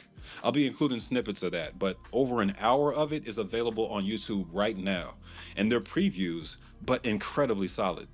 Both of them reached out to me when they heard I was covering this, laid out some pretty strong evidence in Hank's case, and some important background info in Dan's case. I also reached out to former TYT contributor Jeff Wiggins from We Gonna Be Alright. Oh yeah, he's good too. Yeah, I like his. Yeah, We Gonna Be Alright. There's a lot of good videos on that channel. Who linked me to the videos made by other former contributors discussing why they Bonnie, there's Sandy left, or in the case of Francesca, banned by TYT. You'll see clips from them throughout this piece as well. I'll be clear right now that I'm not attacking anyone. My constructive criticism has nothing to do with the network's contributors, producers, writers, or on-air talent beyond Cenk, Anna, and Richie. After reviewing all the evidence, my conclusion is that despite all the measurable good this network has done for progressive causes, representing one of the strongest checks to Republican media dominance over the past 20 years. Their corporation is losing favor with their left-leaning fan base for very clear corporation-related reasons. The core values listed on the Young Turks website are not consistently supported by the actions and words of their leadership. And the sum total of these actions is much more reminiscent of naked capitalism than it is progressive. For the purposes of this video, here's the definition of progressive straight from the U.S. State Department. Progressives are, quote, interested in furthering social and political reform, curbing political corruption caused by political machines, and limiting the political influence of large corporations. Rashad ain't off the hook either. We'll cover his past affiliation with conservative figures and wild statements about progressives in one of his dissertations, but I gotta light up his employers first for me to make this point effectively. Let's pay the bills, then get to it. Shout out to my longtime sponsor, Aura, for making these investigations possible. I'll keep it quick. All right, ethical react. So this time when I logged in, Aura hit me with an update on one of the data brokers they checked out for me. This is happening nonstop while I'm eating, sleeping, making these videos. You get it. What's different about this factual data broker is that they actually didn't have my information. I haven't seen this before, but Aura lets me know when they don't find anything. That's dope. I really can't ask for more as far as transparency goes. I mentioned last time that I was going to explain more about the vault. It's what it sounds like, a safe place for crucial info and documents like your IDs, your IP, passport, etc. It's section. Oh my god. This is what I hate doing. Like the thing that sucks about doing ethical reacts is I gotta say that I don't vouch for anything. I don't know anything about this company. Yeah, we're appreciative for the video, so I'm gonna go ahead and watch your burn-in ad. But yeah, I don't know anything about this. Out by category. I only have one checking account on file for now, but you can log in a brokerage, savings, and more. Try Aura out for yourself using my link aura.com/Cam James for 2 weeks absolutely free. On this channel, we protect each other from scams, break down politics and culture, speak truth to power, and talk our way into legal threats. Let's get to it. Say my name. You acting kinda shady. Okay, we're not gonna get hit for that one. It's a small part of this story, but we can't skip it. The name the Young Turks is a popularized term among Turkish people that refers to a group of anti-establishment forces working to establish a constitutional government instead of a monarchy in the Ottoman Empire. Before you turn the video off, this whole thing won't be a history lesson. That's just what it means. It's become a more general reference to young rebels fighting the power, like Public Enemy. Back in 1991, when I was saying my first English words, Cenk Uygur, a Turkish East Brunswick, New Jersey native, was a senior management major at UPenn, writing for their newspaper, the Daily Pennsylvanian. He called his column, "Oh no, How You Like Me Now, Baby," which screams preppy Gen X, but I'll let that one go. And in this article called Historical Fact or Falsehood, he uses 1,200 words to convince readers that the Armenian genocide did not happen. I've put the whole thing in a description in case y'all want to read it. He was really going in, talking about what 69 American professors wrote to Congress, nice, gassing up those professors' qualifications ad nauseum to make sure we believe him, like another person we know, and even leaning on the words of a rear admiral working for the U.S. government. Not a rear admiral. Genocide misinformation. What actually A rear happened admiral? is that the Ottoman Empire's officials were shook at the prospect of Armenians joining the Russian war effort. So they wiped 1.5 million of them out via executions and forced marches. And yes, forced marches are a form of genocide. Remember the Trail of Tears?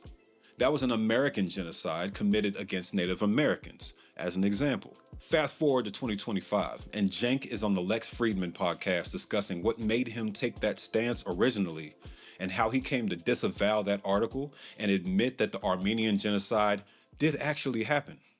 Growing up in any tribe, whether it's a religious tribe or an ethnic tribe, you're going to get indoctrinated into that tribe's way of thinking. I'm in college and I read about some battle that the Ottoman Empire lost. And I'm like, that can't be right. The Turks have only lost one war, World War I, right? And I was like, oh my God, I'm an idiot. Yeah, wait till the front. Admiral sort of learn about this, says Hank. I got taught that in 3rd grade in Turkey. Of course that's not true. That's ridiculously untrue, right? I read the Turkish version. And and the Turkish version has all of this evidence, right? So it's real in that it exists. And that one was so indoctrinated that it was tough to let go. And so Anna and I disagree on things from time to time, and we've been co-hosting now she's been at the Young Turks for 18 years and co-hosting for, almost 18. And so she's Armenian. It just dawned on me like, no, this too was obviously propaganda. So at that point, once you realize that, it becomes easier. That's why I'm trying to unplug people from the matrix. Okay, bet. He changed his mind when he realized he was wrong. Here's the problem with that, though. He still refuses to change the name. Anna defended it too in a now deleted tweet, even though she's Armenian. Quote, "We've explained the name 1 billion times. You know what it means, and you know the type of coverage we do. To perpetuate the same lies over and over again, which of course directs harassment and disinformation towards me, is an odd move, especially right now." End quote. Given what we know about this historical event, it's like calling your progressive. I guess like the thing that really bugs me is that, from what I understand, at the beginning of all this, Cenk was still in that denial camp. Wasn't it something like that story is that Anna convinced him that it was real or something? Like I think he am I right about this, that it was like after he had started the show that he changed his mind, that he stopped, he realized that was genocide denial? Because if that's the truth, right? Yeah, you'd think that recognizing, anyway, I mean, I in his mind, right, I know what Cenk's defense would be. Phrases like "off the reservation," which, yeah, there's like definitely a racist undertone to that one, right? I'm trying to think of what else, right? There's all these boomer phrases that people would use up until they decided that, you know what, we're not going to say that anymore. And that, maybe Young Turks was one of these. I haven't heard that phrase used very often. The only reference I can think of is like a Rod Stewart song. Rod Stewart, if you don't know, is a singer-songwriter from the 1970s, right? So that is, like I haven't heard a lot of people say. I've heard it occasionally, right? But he would probably say, "Come on, it's a figure of speech, right?" And it's just like, oh, you got to recognize that those things do not age well. Figures of speech like that do not age well. So yeah, the sooner you could, if he would have been so well served, the sooner he could have changed his name. And the fact that, yeah, they are still sticking with the name, I guess, they got to hold, the brand is one of the only thing of values they still have, right?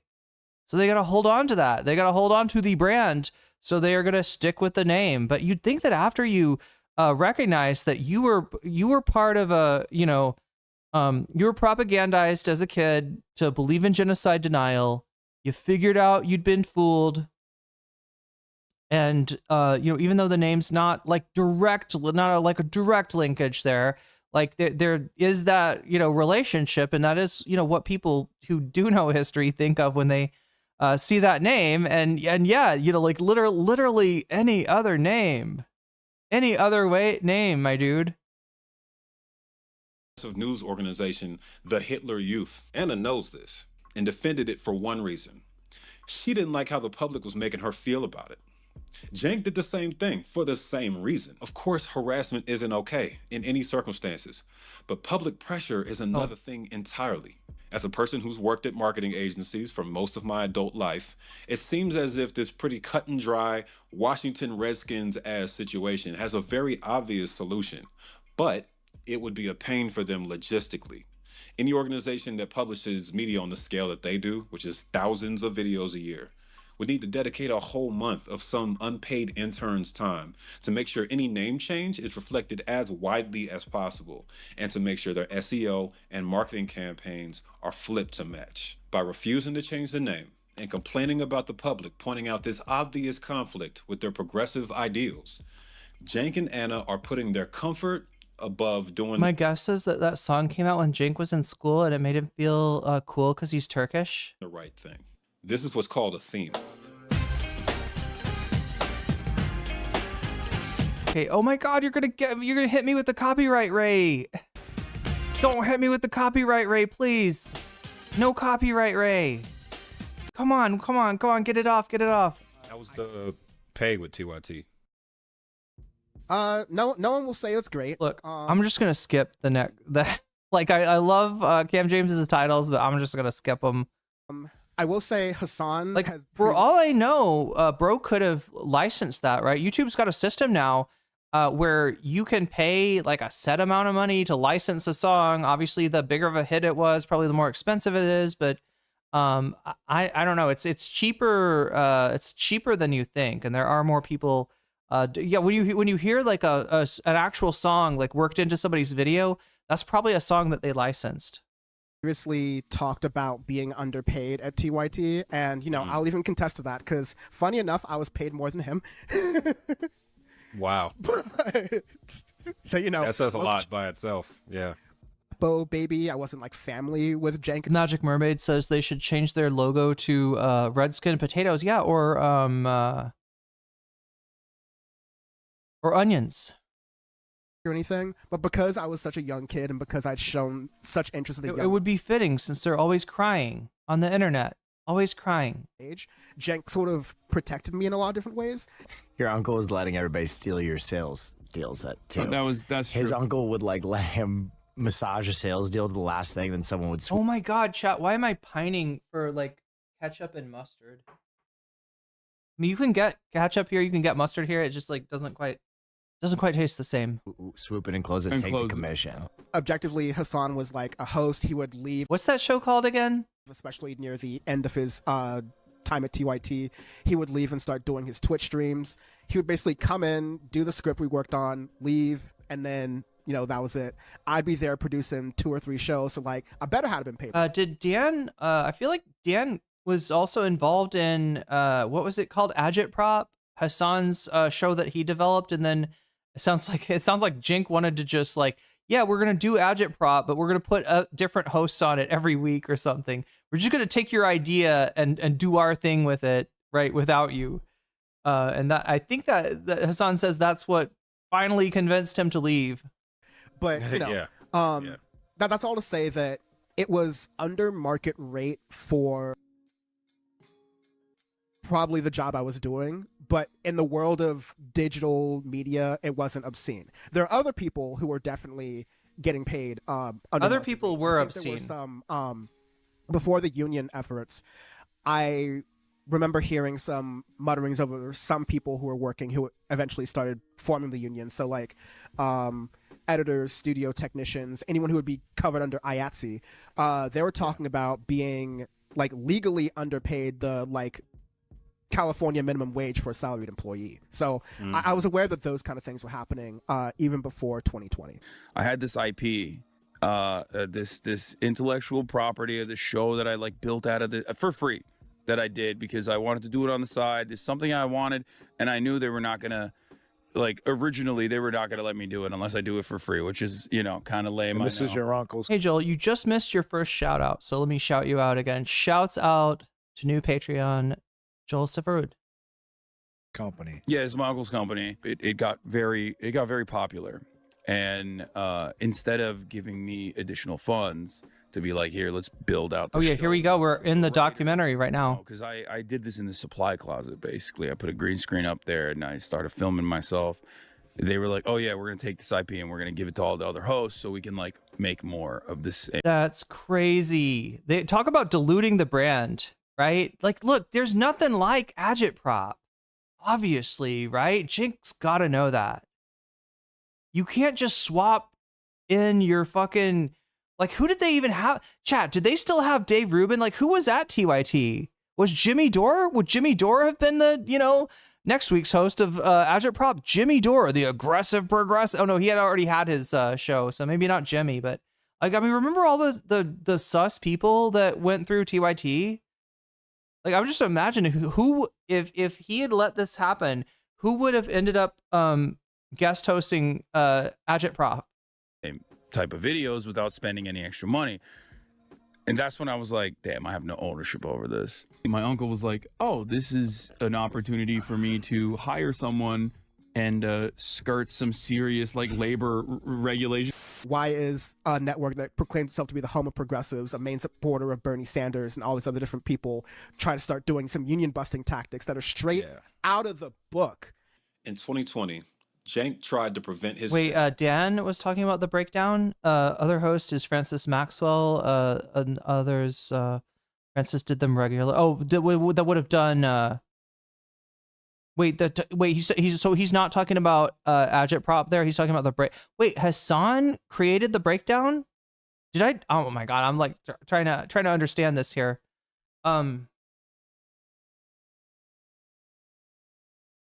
From unionizing, using every union busting tactic in the playbook. Hassan's IP complaint wasn't about agitprop.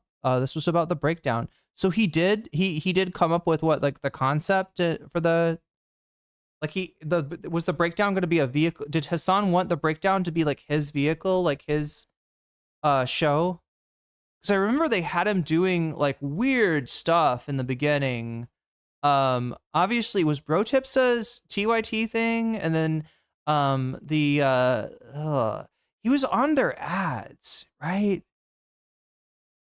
I remember they do like an ad where like Hassan is like sitting down in a chair getting makeup and also accessorized by two gay men who were like talking about, they're like discussing him like a sculpture, like how are we gonna, we need him to look more like that, we need more rings, right, on this guy. But yeah, it just feels like they underused Hassan in the beginning, or when they did use him for things, sometimes not the best use of his talent. And also the fact that he was selling I don't know, like he starts out selling ads. Hassan was not agitprop. Wait, what? Am I mixing up the name of his show? This isn't something a progressive does. And it also isn't breaking news. The whole saga has played out across the media pretty far and wide. Hassan conceived and started the breakdown with help from staff. After it did well, which is it still going? I feel like the breakdown is like a thing I still see on TYT stuff. TYT saying Cenk took the IP and spread it around. That's what Hassan is talking about. I see. Wide for years now. The union went public on February 12th, 2020, catching TYT leadership by surprise. And I'll let Hank take it from here. I also want to shout out Hank Thompson. Hi, I'm Hank. I worked at TYT as well as for the Jimmy Dore Show in various iterations over the years. I was a long-time paying member before I began working for the company in 2013. As a video editor, tasting spray tan, wow, and lizard massager, I was on the ground floor of this organizing drive. This Twitter page pops up out of nowhere, right? And it's TYT Union. They'd used card check, an election process in which 50%, let help, Bernie.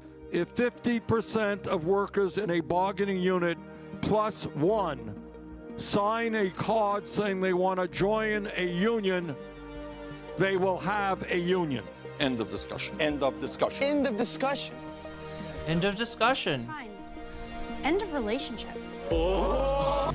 After 9 days of silence, the company formally rejected voluntary recognition, saying they were prepared to voluntarily recognize the union, but only after a second election was conducted on terms more favorable to the company. While they wanted people to believe they were protecting the democratic will of the workers, it was in fact, as labor journalist Sarah Jones pointed out, classic union busting.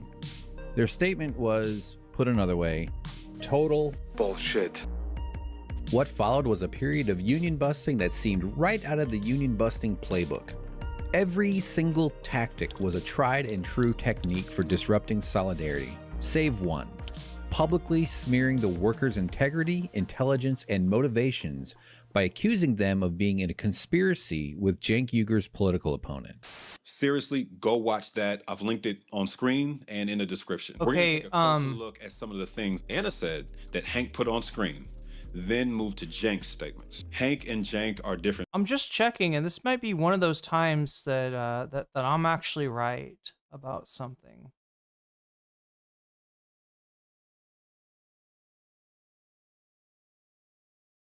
There he is. Hassan Piker hosting the first episode of Agitprop, where Hassan Piker debates Cenk Uygur on capitalism. Yeah.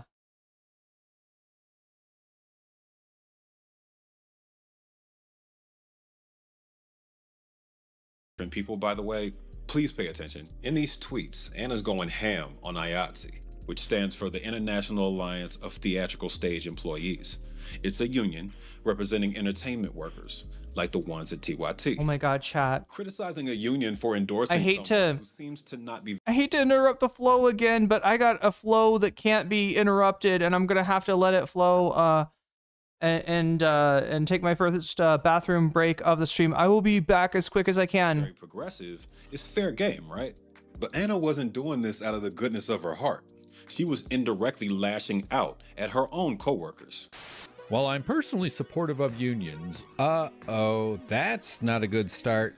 This feels like it's done in bad faith. She finishes by calling the situation extremely suspicious. Why would you criticize the decisions of a union your coworkers are deciding to join, as if that has anything to do with whether they deserve representation or not? You have representation. As a worker, Anna's had personal experience with how scary asking for a raise can be. I don't like freaking asking for raises or negotiating. That's why I have an agent. My agent negotiates that stuff for me because I can't do it, right? So, well, it's an uncomfortable process for everyone. Worst. She's right. It is the worst. Since very few have a private union, an agent, a company-wide union would elevate everyone out of the intimidating subjugation Anna's agent helps her avoid. Right, that's called having your own personal union. As Hank went on to point out, you're doing this to defend your boss. Now, what did Cenk say about it? Our relationship got off to a bumpy start in the beginning.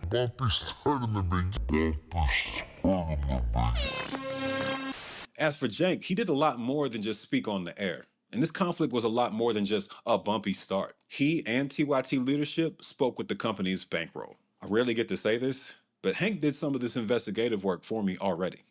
The other tactics, all documented in these 4 articles, none of which the company has refuted, might seem so familiar because, as NLRB filings would later reveal, the Young Turks hired 2 anti-worker management-side law and consultancy firms. Since the home of progressives is largely member-funded, it stands to reason that the audience deserves to know how much they spent on union busting, if any.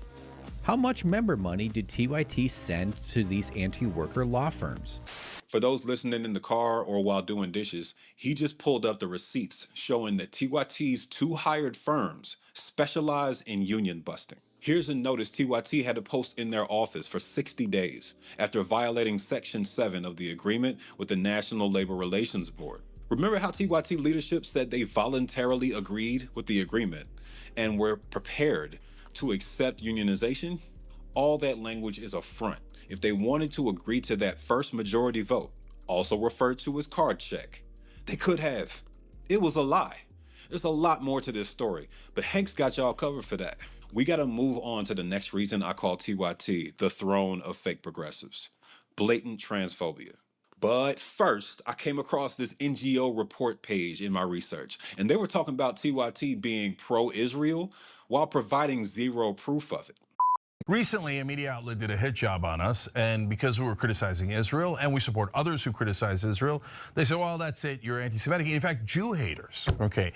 Now, my proposition is that they're liars, and they never clarified to people that we actually speak out against anti-Semitism all the time, and we say, do not conflate Jews and Israel. That is a government, and our Jewish American brothers and sisters are one of us. Do not blame the entire Jewish population for the war crimes that are committed by the Israeli government, because I'm not an idiot. I can tell the difference between the two, and I judge people as individuals, not as an entire group. I don't believe in blood guilt. As we've said on the Young Turks now literally thousands of times, it is not about Jews. If you conflate the two, that is going to cause not just terrible anti-Semitism, but it's irrational and it's wrong. Jewish people are not getting their orders from stupid Netanyahu. Will some of them listen to him, like Larry Ellison? Of course, because those are pro-Israel zealots. But that does not represent all Jewish people at all. Please, please do not believe them when they say such outrageous things that drive up anti-Semitism. Israel does not represent all Jewish people. Nobody called my friends, Jewish friends and family,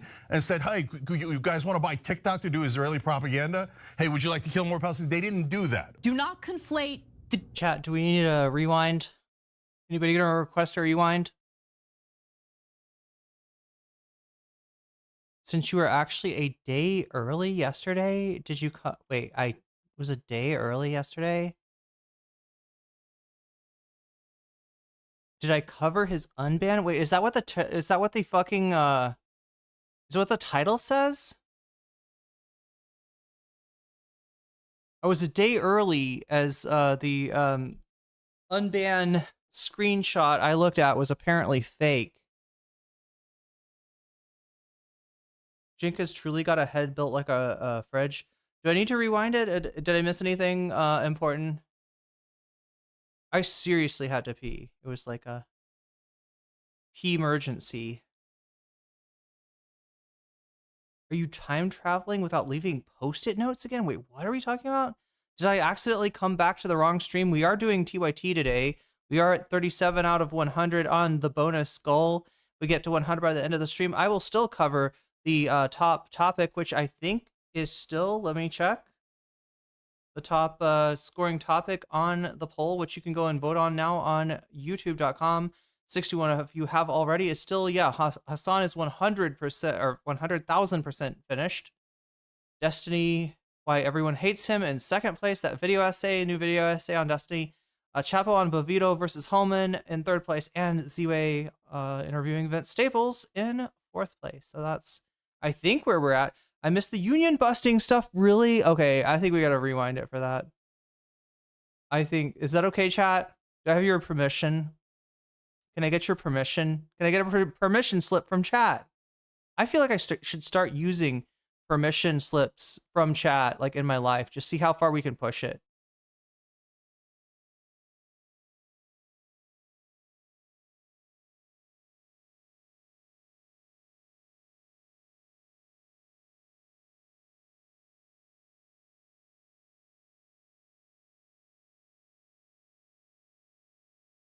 This is a lot of jink for one stream. True.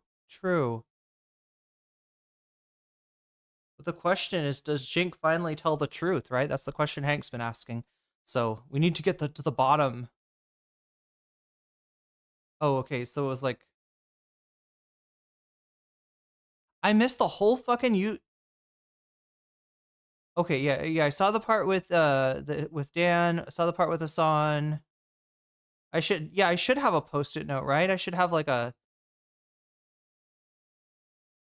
I guess peeing is kind of like time traveling though, when you really think about it. Here we go. It was somewhere around the TYT Union icon.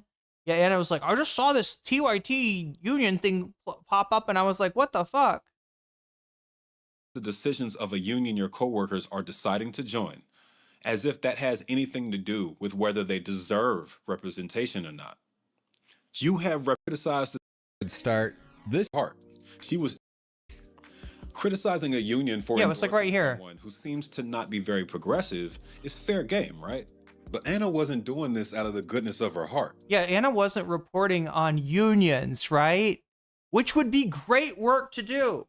I hope there's somebody out there doing it. I doubt there's a lot of reward for that kind of reporting, right? Like reporting on which unions are advocating and operating in the interests of their employees would be a great line of journalism. But no, that is not what Anna, the fucking, these camel toe commentators, Anna and Jink of the Young Turks, that's not what they do. That's not the content they do. And you know, that wouldn't work in the medium, in the niche that they've created. But wow. Go ahead, Anna. She was indirectly lashing out at her own coworkers. While I'm personally supportive of unions, that's not a good start. This feels like it's done in bad faith. She finishes by calling the situation extremely suspicious. Why would you criticize the decisions of a union your coworkers are deciding to join, as if that has anything to do with whether they deserve? So what was the conspiracy that Anna was cooking there? I don't even think she believed whatever she was saying, but just trying to give them an alternate line of narrative, right? Very Trumpian. It was actually the conservative candidate who's working with this union who said, go fuck with TYT by starting a union. It'll be great. It'll be great. We'll make them look like hypocrites, right? Is that the line of thinking? Is that the Pepe Silva that she is proposing here, chat? Do I have her right? Is that what she wants you to think if you were in the audience? A conservative candidate got a union to go after to try to start a conspiracy. Was that Cenk's political foe? Oh, I forgot about that element. Thank you for connecting those dots, Hank. Yeah. So the candidate that was the conservative candidate was Cenk's political foe, right? Was that the one where he got to the? He did get to the. Yeah. He was in the. He won the nomination. Okay, now it's starting to come back to me. It wasn't the conservative candidate specifically. It was the Dim. Oh, okay. So we're in the primary, right? We're in the primary here, and somebody to the right of Cenk, I guess we could say, is his opponent, and he's kind of drawing the like line of connection backwards.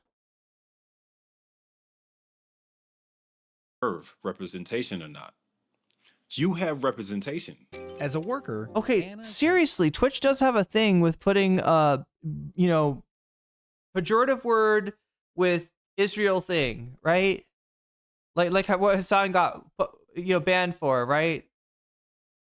It's literally blocking your chat, Ash, for combining a word with a negative connotation with the word Israel.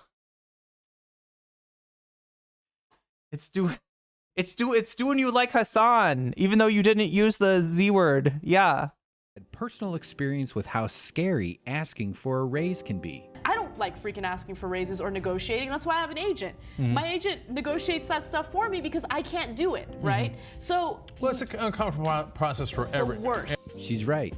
It is the worst. Since very few have a private union, an agent, a company-wide union would elevate everyone out of the intimidating subjugation Anna's agent helps her avoid. Right, that's called having your own personal. Yo, Hank, that looked like the back rooms. Were you filming in the back rooms by chance? An agent, a company-wide union would elevate. See?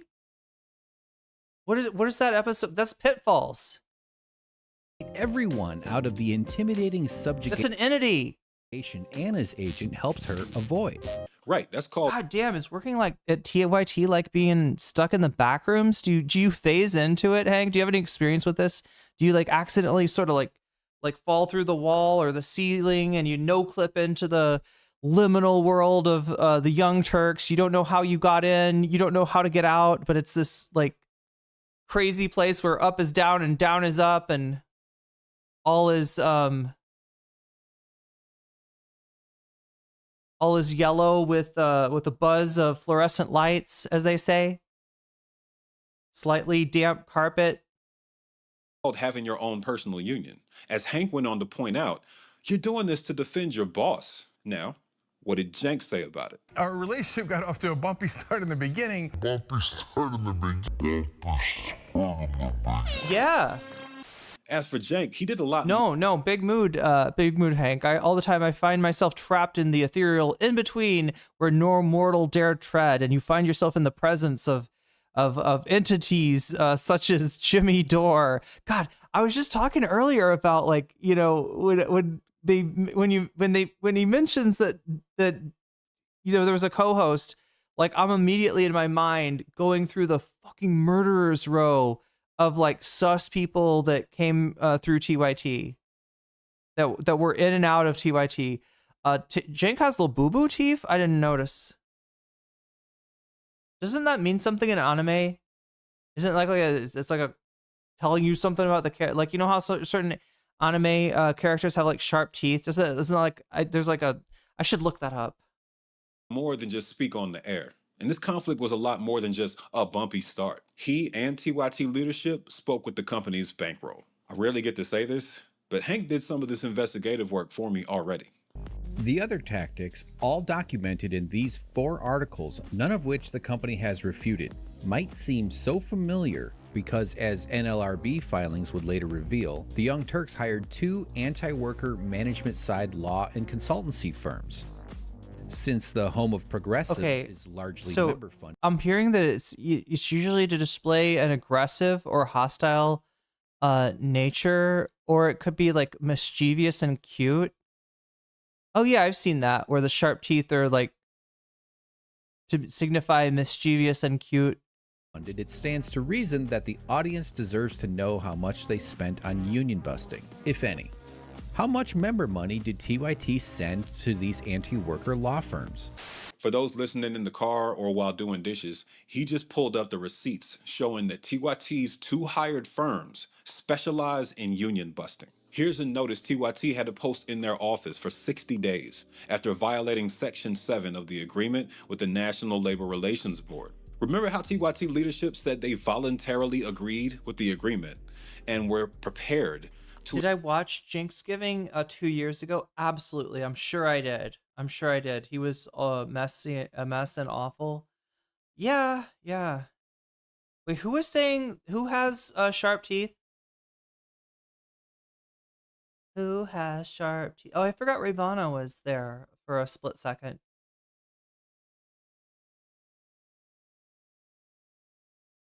Oh, Jink. So that, is he aggressive and hostile, or do you think he's mischievous and cute? What do you think, chat? One if you think aggressive and hostile, we're talking about Cenk Uygur. 2 if mischievous and cute. To accept unionization, all that language is a front. If they wanted to agree to that first majority vote, also referred to as card check, they could have. It was a lie. There's a lot more to this story, but Hank's got y'all covered for that. We gotta move on to the next reason I call TYT the throne of fake progressives. Blatant transphobia. Oh, but here we go. I came across this NGO report page in my research, and they were talking about TYT being pro-Israel while providing zero proof of it. Wait. Now here, this one's a little complicated, actually. I don't know if I might disagree. All right. Yeah, TYT's current stance, definitely not pro-Israel. Like, definitely, that's one of the issues I think they are better on than like like a lot of what they say these days is sus, right? But you know, not what they're saying about Gaza, at least lately.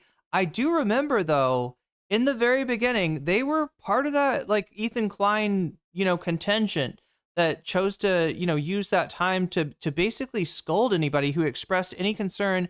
Like, right after October 7th, some of us kind of knew the script. We could see the writing on the wall. We had read history. We knew what was coming next, and we knew it wasn't going to be a proportional response where they take out only combatants. All right, you're mental if you think that is what Israel's gonna that would have been Israel's response, right? But yeah, I do remember the first. They were like, you know, kind of more on the side of pointing out, hey, this person is insufficiently like grieving Israel's loss, or too concerned about Palestine. Why are we concerned about Palestinians? Like, right? I don't know when the change came or how quick it was, but they did change, and you want to give people credit for that, right? Because better late than never. We can take all the, you know, considering how much institutional support, you know, Israel's actions in Gaza apparently has, we could use all the help we can get. Even with all the public support, it's still, the bar is not moving yet. So, you know, great to have Cenk and Anna on board. From what I've seen, they've, you know, had some, you know, good debates on Pierce Morgan and places like that, you know, against Zionists. That being said, when they pop off from that content and that's what people see of Cenk and Anna, again, they are designed to be a little bit of a like a, what's the word? Not rabbit hole, a funnel. Yeah, like a, yeah, they're a funnel, right? They're kind of like a progressive to, you know, right-wing funnel. So, there's still a concern of them operating like that, right? And look, the check is, does Anna really understand how bad she fucked up in throwing in her lot with MAGA? And are they over it or not? And from what we're going to see today, maybe not. Although I'm interested into seeing what Cam's analysis is, or what pipeline. There we go. Yeah, I guess pipeline works too, right? This feels very 2016. Anybody got 2016 nostalgia? I've heard it's big. I've heard it's making a comeback. Are we gonna have to listen? Are we gonna have to suffer through vaporwave again? Does that mean is dubstep coming back, chat? How 2016 do you want it?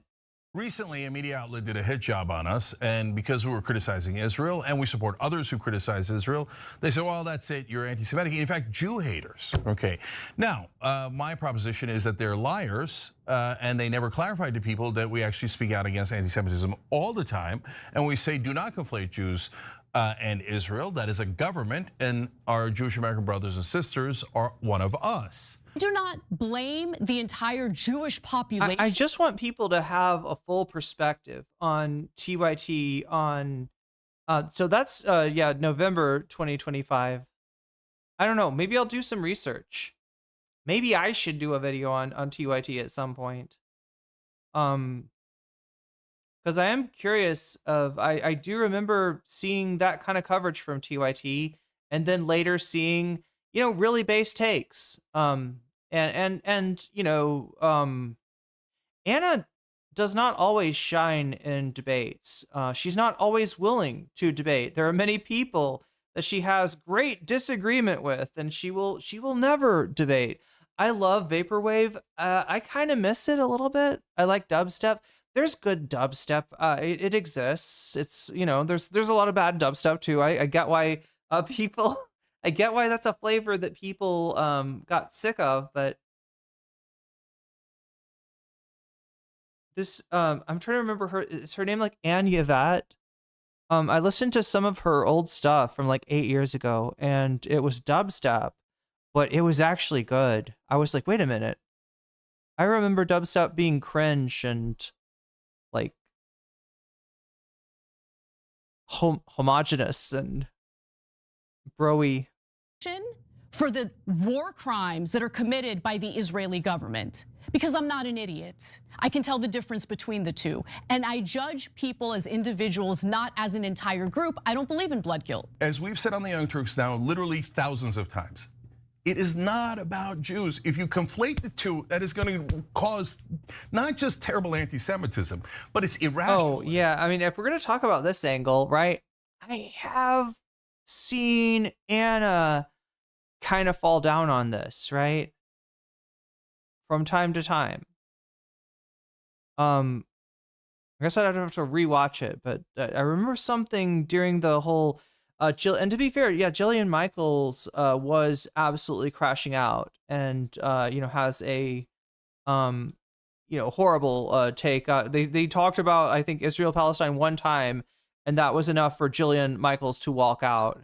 But I feel like I remember, I don't know, with Anna, it's like that. I don't see enough of this. Like, if you kind of got to put like anti-Nazi spray on you if you're going out into the discourse on Israel Palestine these days, because a lot of people participating in that discourse on your side do conflate what's happening in Israel with Judaism, and I don't think that Anna and Cenk have ever done anything like that. I've just seen there's like too much of a reticence, and I understand why it happens, right? She's hungry for some kind of audience, but too much of a reticence for her to kind of make herself unpalatable, which you got to do, if you don't want to like have. I think it's only happened like once in recent memory with us, chat, where I saw somebody being anti-Semitic and like legit, just straight up, no questions about it, right?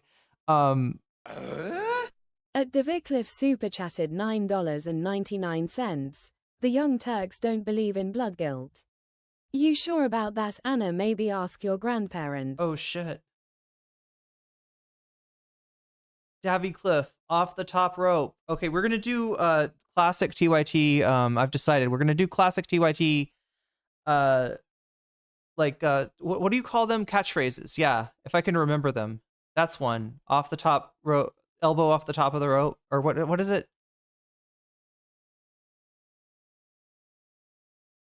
Yeah, it's elbow off the top rope, right? But thank you for the super chat, and we are 4 out of 10 butterflies away from butterfly status, which we only need 6 more butterflies. That's teal super chats. We get 6 more by in the next 56 minutes and 25 seconds. Then I will put this butterfly in my hair once again. Anyway, let's get back to the content. Skrillex isn't dubstep, by the way. Well, I mean, like, okay. Oh God, I was gonna make a comparison to Breakcore there, but I'm gonna. It's an edgy artist that I thought of just then. It's wrong. Jewish people are not getting their orders from stupid Netanyahu. Will some of them listen to him, like Larry Ellison? Of course, because those are pro-Israel zealots. But that does not represent all Jewish people at all. Please, please do not believe them when they say such outrageous things that drive up anti-Semitism. Israel does not represent. But yeah, I mean, he's right. If anybody's trying to represent TYT as being pro-Israel, what they are is they're unreliable, I'd say, right?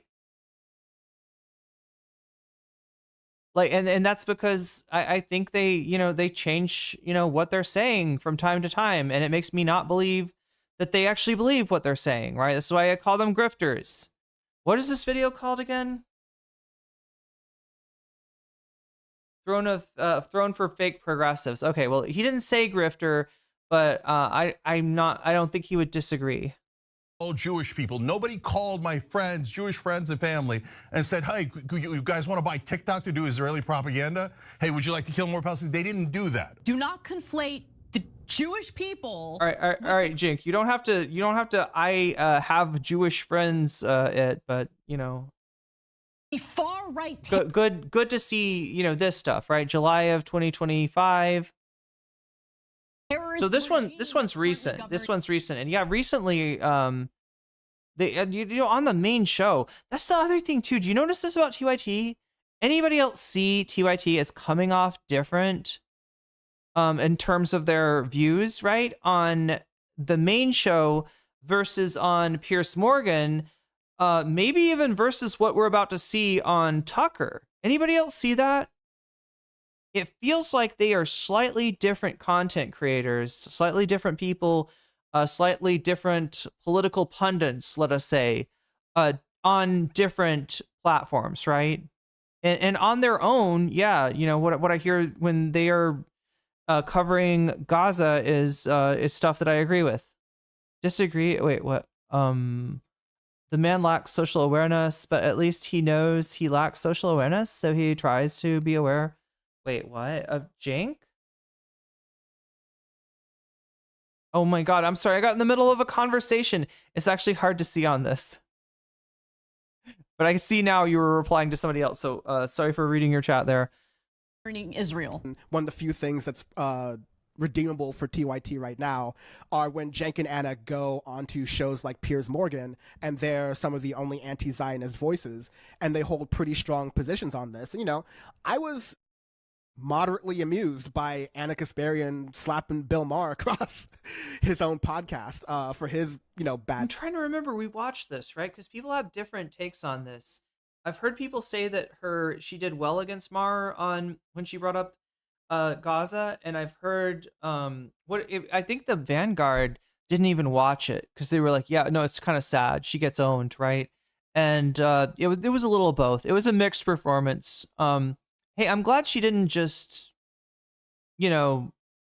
sit there like and nod along, right? I'm glad I'm happy to see anybody push back against that smug asshole. If they do so well, if they do so not so well, it's good. It takes.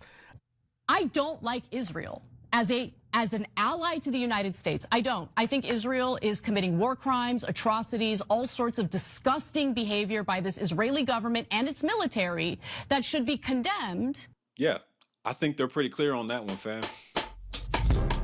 Okay, so yeah, defending TYT against false accusations. Okay, so it's not like a people usually get really mad about me being an ally. So we got to put some definitions on screen as we enter the transphobia section. The UK organization Transactual sums it up well. Quote, the core value underlying all transphobia is a rejection of trans identity and a refusal to acknowledge that it could possibly be real or valid. This includes, but is not limited to, attempting to remove trans people's rights, misrepresenting trans people, abuse, systematically excluding trans people from discussions about issues that directly affect them, and other forms of discrimination. What did TYT do or say to qualify as transphobic? This is where I bring in Bonnie, a former contributor for the network. They made this video about why they left. We're mostly going to be focusing on their transphobia, which they have been escalating rapidly, which I guess is something that everybody really predicted would happen starting, I think about 6 months ago, 4 months ago, when Anna Kasparian put out a tweet complaining about the use of the term birthing person, which is really, really funny because she kept on. Do we want to take a moment to relive this moment? It's been a while. Olaimi says, you made transphobic statements, and we spent an hour of the show defending you from allegations of being a TERF. Olaimi's referring to the Leftist Mafia show, where, you know, they handled Anna mostly with kid gloves, to the point where Olaimi was like, all right, no, somebody's got to say something, right? You know, if this was, you know, if this was a black woman saying this shit, she wouldn't be getting treated this way, right? Just kind of, and then, you know, Anna just took that as like a, like the slightest, you know, criticism of, I do not agree with this, but anyway, made transphobic statements. We've spent an hour on the show defending you, yeah, from the allegations of being a TERF. So yeah, that characterized the mood, right? You know, it's nobody's calling Anna a TERF.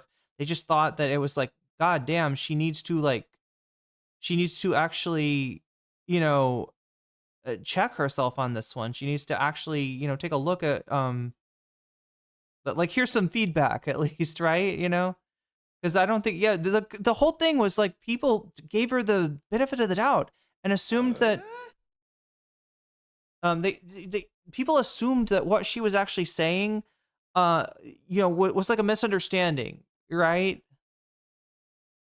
They assumed that she got a different idea of how a birthing person was being used, and they were like trying to explain to her, no, actually, it is an umbrella term. It's not just birthing people are not just women. And also not women, not all women would be birthing people. We were literally just speaking, Anna, of people that have the capacity to give birth. That's all it means. That's all it means. It's getting used in a medical setting to ask a very important question. Not what is your gender identity, not what is your, you know, what is your, what sex were you assigned at birth, right? But rather, you know, do you have the possibility of pregnancy? Because then we, as healthcare professionals, are going to treat your case different, right? If that's a possibility. That's all it was that had Anna exploding all over people. And since she's friends with these people, a few of these people on the leftist mafia, they then have to talk about, okay, Anna Kasparian said this, this, and this. What do we think about it? Because otherwise, people just kind of would assume, well, I guess they think that's not a big deal. What Anna said, I guess they're okay with that, right? And Olaimi, you know, for sure, and I think most of them, not okay with that. Most, if not all, I don't remember. It's been a while, chat. It's been a while. So, but yeah, defending her from allegations of being a TERF rather than addressing the substantive problem. With your comment, I said I felt like they were coddling. Yes, that's what she said. Felt like they were coddling you. I stand by that. If you think that makes me a hater, not so. Anyway, Anna Kasparian replies to that with "lol." The meltdowns over wanting to be referred to as a woman rather than as a birthing person is pretty wild. I'll never apologize for that, especially as a biological woman. Oh, she hit her with the biological woman. No. Somebody needs to redo Natural Woman with make me feel like a biological woman. Anyway, who has a fucking lifetime of being told I'm less. So you know, one of Anna's you know, one thing about Anna Kasparian that she's been public about, right, is the fact that she does not have kids and she does not want to have kids. And a lot of people, you know, in her life, from what she said, and, you know, just in society, you know, somehow have a problem with that, right? So yeah, people were giving her the benefit of the doubt, you know, feeling like maybe she feels specially attacked for being, you know, like, I am a woman who does not want to be birthing any persons, right? As if the birthing person thing is undermining that validity, when in actuality, the people that are, you know, using inclusive language for like birthing person are the people who want very much to reorient society so that it does not look down at somebody who is not going to you know, fulfill their supposed duty as a birthing person, right? So yeah, you know, if you just are getting confused and you think we're replacing the word woman with a politically correct term here, let me break it down for you, Anna. And she didn't want it broken down. She knows this shit, chat. There's video of Anna. I'm not going to dig it up right now, but there's video of Anna saying that, basically voicing the argument that other people were then voicing to her at this moment. So this right here, to me, is a clear moment of grifting. It is clear that she is pretending, and you know, it works for her, right? Because people largely, society, you know, most people largely ignorant about trans people. And if you want to throw a fit and act like you're being attacked for not using a PC term, then yeah, a lot of people are gonna rush to your defense. So this was calculated. This was calculated. And she's acting like Olimey is the calculating one, right? This is like Cenk calling Sam Cedar, calling him out for, and I'm going to get to those super chats in just a second. Hold on. Calling out Sam Cedar and saying that, you know, he is trying to Pied Piper away the audience of TYT, when in actuality, it's just like a lot of people that were watching TYT prefer to watch the Majority Report. That's all, okay? No malice, no harm, no secret conniving conspiracy to steal your viewers, Cenk. It's just YouTube. It's just, you know, the audience, right? That's all. Anyway, let's get back to this. Or wait, let me read. I said I was going to read super chats. Omega Star with a super chat saying trans lives matter. Omega Star with another super chat saying not coddling the birthing person. And Omega Star re-upping that sub with Anna needs to clear the way. Oh yeah, that's right, for Hot Jeff. I keep on forgetting about Hot Jeff. Speaking about hot though, the butterfly goal is starting to get hot. We're 6 out of 10 away from that. If we get to 10 in the next 43 minutes and 30 seconds, I will put the butterfly in my hair. So closing in on that one. And then also, yeah, almost halfway towards bonus content on the bonus goal.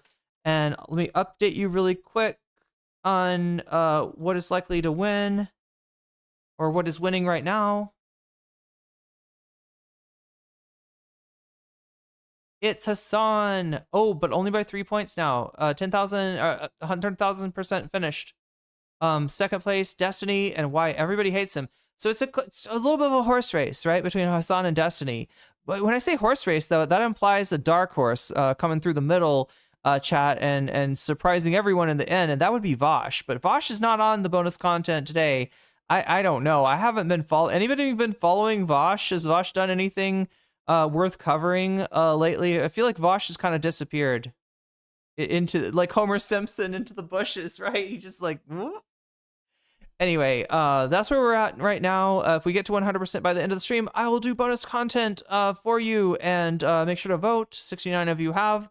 For what bonus content that is, and know that when you donate, you can put your money where your mouth is by telling me which topic you want me to cover in the chat. Talking about how, like, it erases women, and it minimizes womanhood down to just body parts, except for it literally doesn't. Everybody very immediately pointed out that that's a silly thing to say, that in fact thinking that the term woman and birthing person are completely interchangeable actually does reduce women to body parts. It was from Dr. Isn't that funny? It's just the fallacy that she thinks she's pushing back on, right? Very ironic in a way, but also I don't believe that she's that stupid. Here, let me give her flowers. Anna's a smart lady. Anna is the brains of the Young Turks, I believe, right? Anna is a smart person. I don't think she's a good person, but I do think she's an intelligent person. So when she pretends to be a not smart person, I'm not buying it. I am not buying it.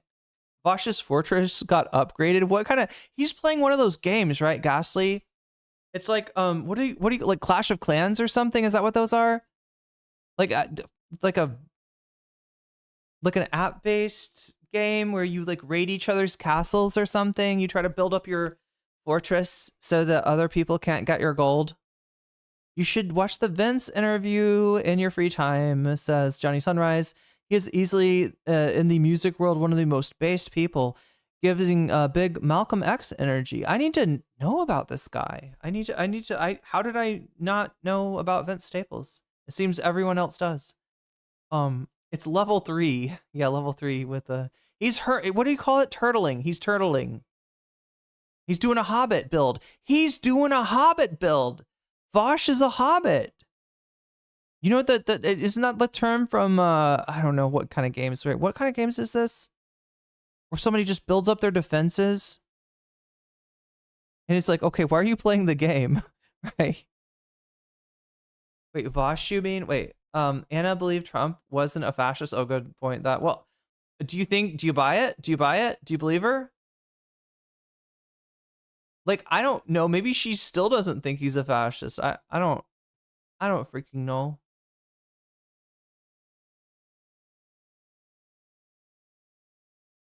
Is a tower defense? That's where you do a turtle build? No, I think you're supposed to turtle in tower defense, right? I'm not turtly enough for your turtle club. Oh my god. We should start a turtle club. Turtles are cool too. Like, I love woodland creatures and I love like sea life. But it's turtles, I guess turtles sometimes are sea life. I watched Vosh like twice. He's painfully boring. God damn. I feel like he didn't used to be back in the day. Michelle Morrison has said the urgency of this moment. Like, I'll call Vosh a lot of things, and I have, but boring is not one of those. Mortality rates. But like I said, I haven't watched him recently. Maybe his Fortress arc is just is boring. Maybe people just watched Vosh for the drama. I don't know. People are too high, and babies born to Black and Puerto Rican mothers in this. Wait, she apologized for what, Rusty? City are 3 times more likely to die in their first year. Oh, for the MAGA thing? Yeah. Rusty's right. Anna did say that she was 100% wrong about Trump, I believe. Of life than babies born to non-Hispanic white birthing people. I'm speculating that she doesn't want to say mothers because mothers is gender. Because mothers would not be inclusive of all the people that we're talking about and would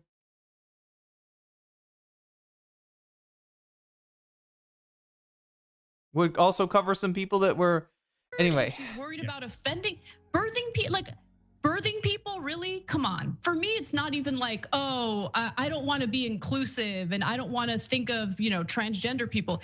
What are you, a birthing person? Oh my god. It's the phrasing, like, it just makes you sound like a weird object that, like, it's like when you say unhoused. I hate that.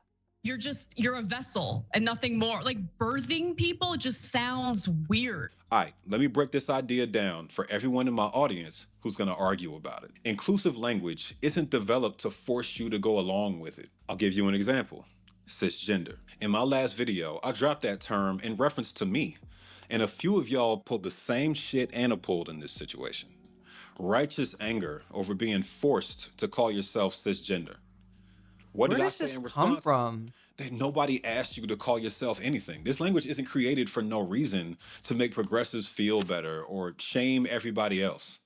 Cisgender was first popularized on the internet by a biologist. Wait, it's giving Fox? Yeah. Anna is what do you say? Like, she's dressing for the job that she aspires to, not for the job she has, right? I think that's career goals. What do you think, chat? Am I wrong? I could be. Maybe I'm underestimating her. Maybe she's not that craven, but I could so see her on Fox News, and every move that she's been making, down to like her appearance, right? Her dyeing her hair, kind of weirdly and also ideologically, obviously, makes her fit in better with the crew at Fox News. I don't think she'd be a perfect fit right now, but look, she's shown that she's flexible, and by flexible I mean possibly grifting, possibly very cynical, and full of grievance, right? Which she's gonna, and I hate it when people do this shit, right? They have some kind of falling out with other people on the left. They somehow associate that with the entire movement, and then they go to the right to fucking right? I got the last laugh. Haha, I'm on Fox News now. What the fuck? Chat, this is a dynamic that I keep on seeing. It's so fucking disturbing, right? You can see how many people join MAGA when they're down. Nicki Minaj, Eric Adams, Anna Kasparian. There's so many. It feels like this is a thing now, right? Fetterman, kind of.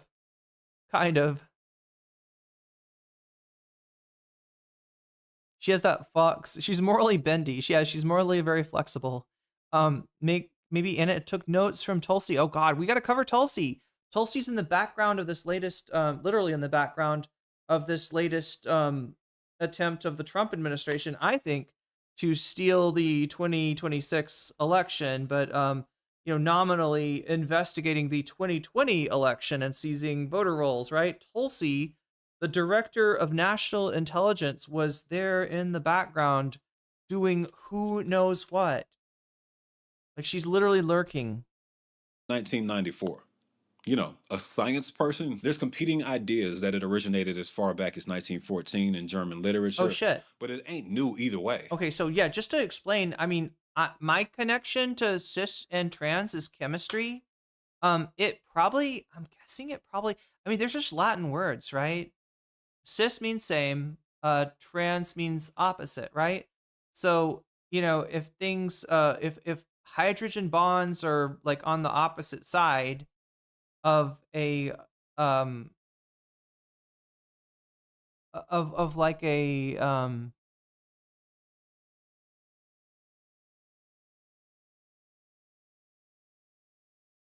hydrocarbon molecule, you call that trans. You'd call that a trans bond. Is that what it's called? And if it's on the same side, it's cis, right? So this is like a scientific terminology, and if you want to get scientific about like the difference between a cis person and a trans person, it's that one person's gender identity aligns with what they were assigned at birth, and the other person's does not. That's all we're trying to say here, right? Elon Musk, who thinks this is a slur. Vosh is still doing. Oh, that, yeah, no, he's definitely still streaming. Yeah, I'm not trying to tell you that Vosh is hung up the saddle by any means, right? He's still got that saddle. He's still got the hippy dippy belt. Oh wait, does he still have the hippy dippy belt? I actually haven't watched it in a long time. Y'all act like transgender people ran in the room and told you what you're allowed to say. Y'all act like they did something wild, like prevent you from getting medical care or threaten your reproductive rights. To address this specific term, birthing person, it isn't the same as woman. Opponents will just say everyone with a uterus is a woman and storm out the room. Well, now that you're gone, the rest of us can acknowledge that trans men can also have uteruses or uteri. If a politician or public figure has to choose a term to address legislation or policy towards everyone who's able to give birth, what else would they say? You might not like the sound of it, which is fine. It's pretty awkward. I think we can come up with something better personally. Wow, great. What's her name? Here, I'm not gonna leave it on there. Birth Squad. What isn't up for debate? Oh my God! Wow. I feel like I just experienced a A fetish I don't quite understand. What's the Bugs Bunny's is it Bugs Bunny's love interest from Space Jam? I thought Vosh was done. Look, Vosh was huge, right? When the whole horse thing happened. And sure, some people got disgusted and left, but some people didn't. Some people believed his context video, right? Some people were parasocially attached to that guy. And what he did is he just kind of stopped interacting as much with other communities. That's why he called his fortress arc. Back in the day, he grew by starting beefs with people like Thought Slime, right? There was a famous crash out stream of Vosh after one such interaction with Thought Slime, where I think Thought Slime blocked Vosh, and then Vosh goes off on, if you want to hear why people call him transphobic, you'll find it in that video right there. But yeah, so he just doesn't. He used to grow with the conflict, right? And then when it became a situation where anybody that has a beef with him, has a disagreement, can just be like, you are a sir, get your ass to Epstein Island, okay? Get your ass, and what is it, like the horse you came in on? You and the horse you came in on need to get your asses to Epstein Island, right? So it's not worth it for him to have drama anymore, because he's just going to get embarrassed. And it's just going to remind people of, what he's about, right? So he'd rather do political content where the subject is not horses or short stack goblins, right? That's it. So that's why you don't see him like kind of interacting with more streamers. He said his orbiters seem to, I don't even know if he has like orbiters anymore to speak of, but yeah, it's just a very more it's an insular strategy. If you're a Vosh fan, it's a little bit like H3, but like more pronounced, right? If you're a Vosh fan, you just like you try to hear no evil, right? You don't want to go outside of that safe little fortress where everybody's gonna be like, oh, Vosh is a fucking hero. He's a great guy. He's single-handedly dismantling fascism before our very eyes, right? He's our edgy boy messiah. That's what they've always wanted. That's what the Vosh fucking community has always been about. An edgy boy messiah, right? The prophecy was told, and various people have tried to rise to that those lofty goals, whether they be Vosh, Destiny, or Xanderhall. They have all, in some way let reasonable people down, all the while developing in Xanderhall's case, very small little cult that does stick around. So same thing, Vosh's core audience sticks around. He still does stuff. And, I don't think I'd necessarily, disagree with like most of his views on things. There are things that I definitely probably still do disagree with him, but it's not all of his content is bad. That's why it's kind of, it's another one of these issues like with TYT, where it's a nose in the door. It's a little bit of a like a funnel. It's a little bit of a pipeline into I don't know, like from Atom 3 Gastar super chatted $9.99. Tacoma wept butterfly. Tacoma did indeed weep, and yeah, when Vosh, what is that from? When Vosh deleted his, is it a Tinder account?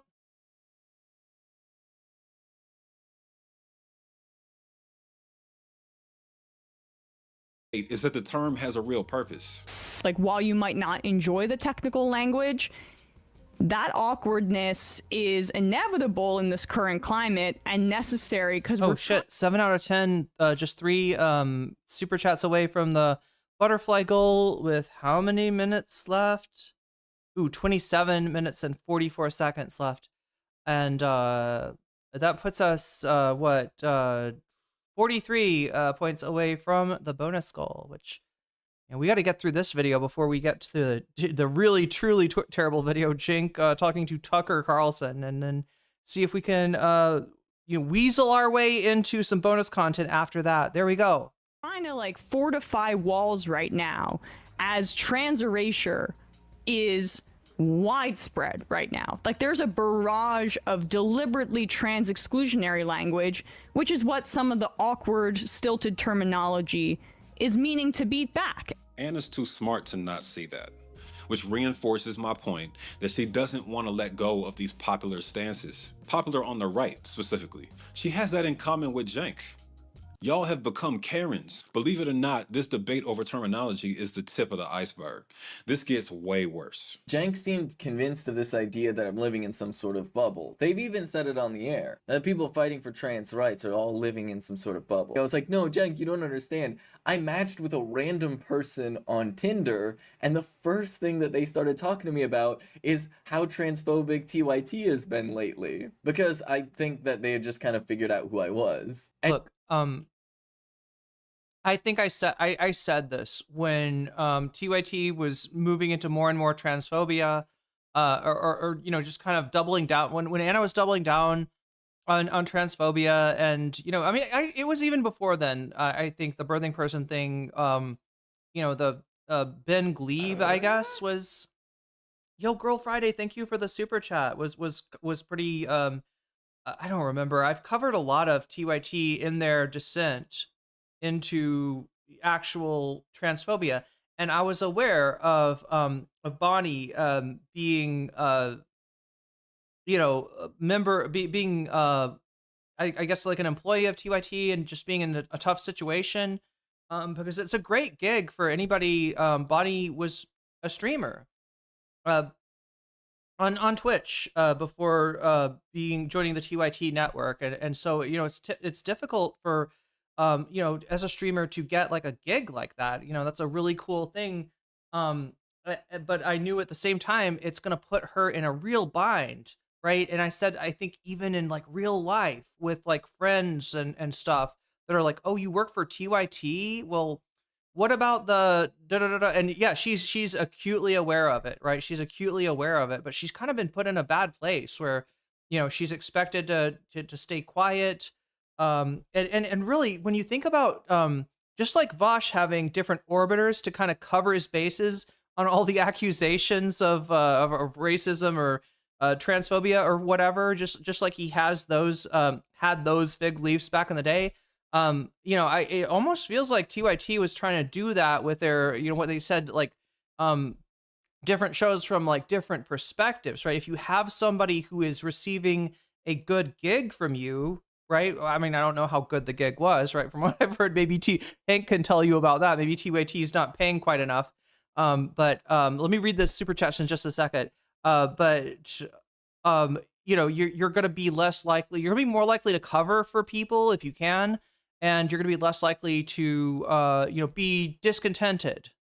And so, you know, but you know, to put it's a you know, it's TYT using her as a fig leaf, and you know, they were kind of able to do that. Cenk would say when people said, you know, I feel like TYT has a problem with transphobia, they'd be like, what are you talking about? We have trans hosts. Do you see what that does to Bonnie? When he's literally using Bonnie in that situation like a fucking human shield. Not literally, sorry, figuratively is the word I'm looking for. Figuratively using her as a human shield, it's not right, and it's fucked up, and yeah, I'll say it, it's fucking transphobic. It's fucking transphobic, so we have a trans host. Fuck you, Cenk, fuck you. And so, yeah, it put her in a tough spot. She finally had to speak up, because, yeah, like, she's talking about, like, her friend, or she's talking about randoms, like, not even her friends, right? She's not in a bubble. It's not like that. It's a random person that she matched with, right? And the first thing that they say when TYT gets mentioned is, "Oh, aren't they transphobic these days?" I had to start a union in hopes of seeing a doctor and getting paid off time. Cenk does not believe that people should have health insurance, because when I asked him if I could have health insurance, full-time labor, his answer was no. He said it like Bugs Bunny too, right? He did that thing with his lips. Like, in my mind, chat, that's how Cenk denies you necessary benefits. And Cenk was like, no, see, you're living in a bubble. And it's like, yeah, okay. See, he does that, yeah. That completely random person I matched with on Tinder is just part of the bubble that I'm magically living in. But really, that kind of gave me the vibe of like, oh, Cenk really thinks that like every trans person is part of some sort of ideology, that we're of like a strict, like We're all in the same polycule. Political viewpoint, and that we don't just exist as like a type of person that exists, you know? So we got Cenk generalizing all trans people as living in a bubble, which is somehow both condescending and transphobic. They're not a hive mind. This ain't sci-fi, bruh. Next, we're back to Anna as she complains about teens being given puberty blockers and gender-affirming care. I pointed out something that Anna had said on the air, where I was like, hey, Anna said this bit about doctors giving hormone therapy to children because they were afraid of being called transphobic. And I was very clear. I was like, yeah, you know, this is the common delusion, actually, right? The idea, when people hear about the standard of care for trans people, they think, oh my gosh, the doctor must be woke. Or what Benny's saying right here, the doctor must be pressured by wokeness somehow, right? The doctor must feel pressure to be politically correct and be like, oh, geez, even though this goes against everything in my medical training. And after you're given these purity blockers, you'll be impure for life. You will not have gone through a natural puberty as God intended. But I must give in to wokeness nonetheless, right? That's, I mean, like, look, doctors do the standard of care. They talk about that. There's like boards that meet. There's like ethic boards that determine these things, that weigh the pluses and the minuses, right? Obviously, there's pluses and minuses with every form of treatment, and not, you know, puberty blockers as well. And that what they're doing is they're weighing that, right? They're weighing the possible risks, the possible downsides, with also the possible downsides of not treating the patient. And people think this is wild. And it's in reality like, no, your idea, right, of trans, you know,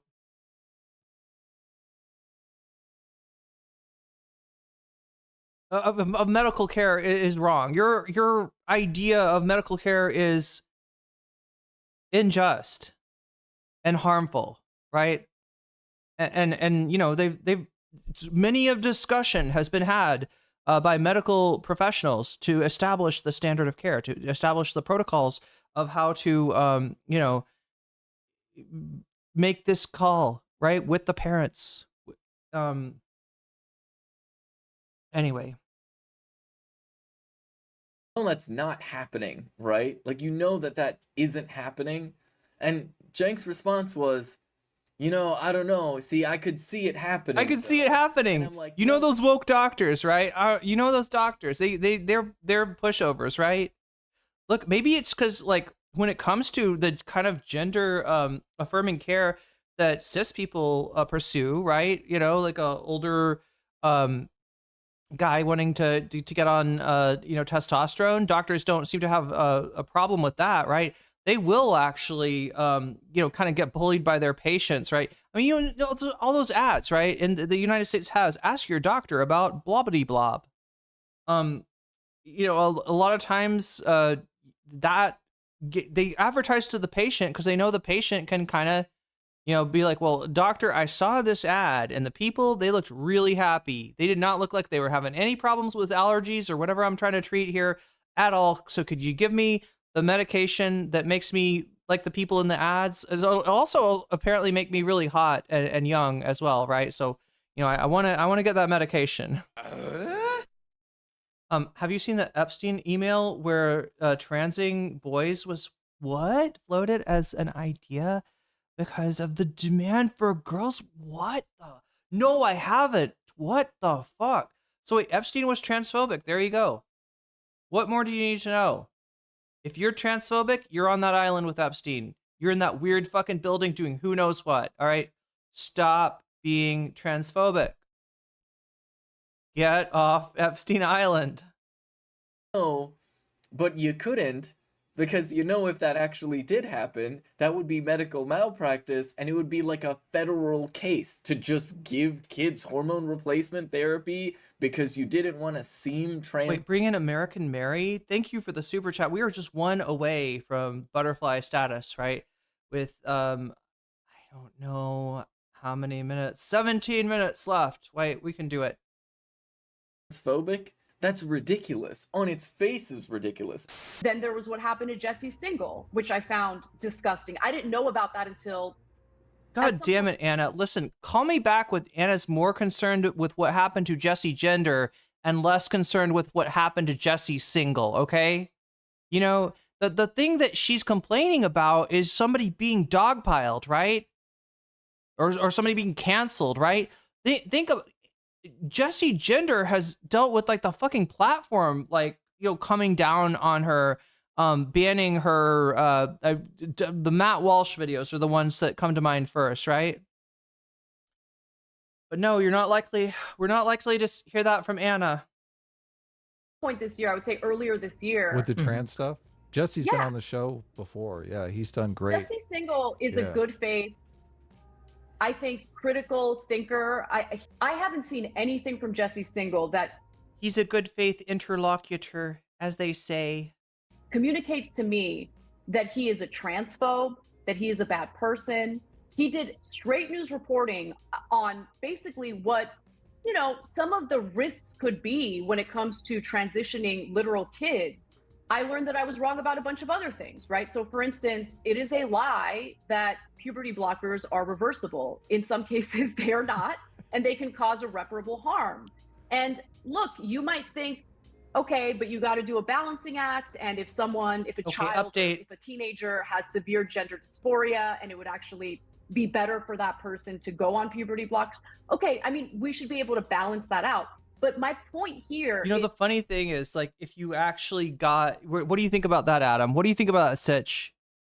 There should be a use for puberty blockers, right? I don't think that they're on board for that, right? And these are the guys that, at least Sitch, like, will present themselves as moderates. Are they still together? Chat, I remember there being trouble in paradise between Adam and Sitch. They had, like, some kind of a spat where Adam got, you know, Adam felt like insulted and like walked off the show or something. As much as you can walk off a show with a freaking avatar. I don't even know what that's from. What the fuck is Sitch supposed to be? I never really watched these guys. Anyway, Anna, you know, kind of, these were her new BFFs, right? When she decided that leftists were super meanie butts. is withholding the information because you don't like the information getting out there ain't the way to go, because that destroys any opportunity for us to actually have a good faith debate about what we should do moving forward. But I think the real icing on the cake here is this tweet where Anna Kasparian has decided to unilaterally declare Jesse Singal to not be a transphobe, despite, and this is what's really wild, Jesse Singal literally talking to whistleblowers at a medical facility that appear to have made some significant HIPAA violations about their patients in sharing the information that they did with. Okay, well, let's read this. Oh my God, she's got the lowdown on Singal, on Jesse. A prominent journalist who has written for the New York Magazine, The Atlantic, yeah, especially The Atlantic. Chat it feels like The Atlantic is sus. Am I right about that? I don't know. Sometimes there's good stuff from The Atlantic, but they're sus. They're a bit sus, right? Not like New York Times sus, but pretty sus. The Atlantic once again drew the ire of Twitter after he. Okay, so this is what she's talking about as like Jesse being like victimized or like canceled or like dogpiled by the woke mob, right? This is why she feels like camaraderie of the accused. Also, with Jesse Singal, after he published an interview in his Substack with Jamie Reed, a whistleblower who claims she saw morally and medically appalling treatment of trans children where she worked at St. Louis Children's Hospital. His reporting came under fire from critics who alleged Reed committed HIPAA violations by revealing the medical information. Tanadid super chatted $5. Oh my God. Butterfly 3 o'clock.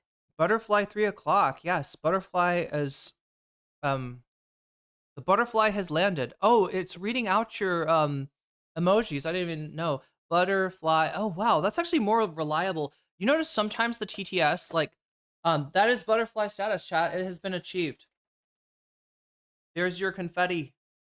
But let me make sure I'm not putting. Oh my god, it's a problem with eating it with your hands, right? I don't want to get chili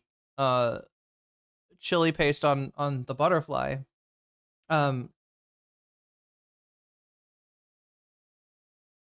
yeah, thank you for the super chat. And oh wait, we're at 80. We're at 80. Okay, 80 it is. So 20 away from bonus content. Still looks like Hassan is 100,000% finished. Is in first place at the moment. I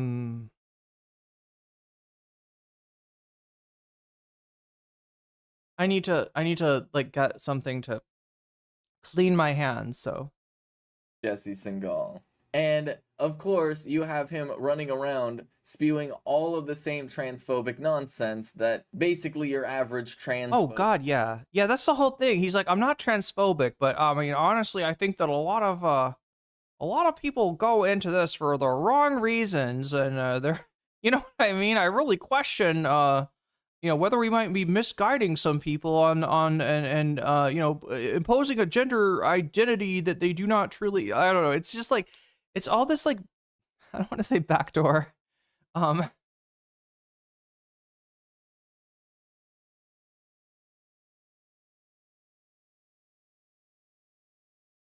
It's nuanced transphobia. That's what I'm trying to say. I want to see Hassan is finished video. It sounds insane. It's a good way to celebrate the unban. Has it come? Yeah, I guess it's coming. What, tomorrow? Is that when he gets unbanned officially?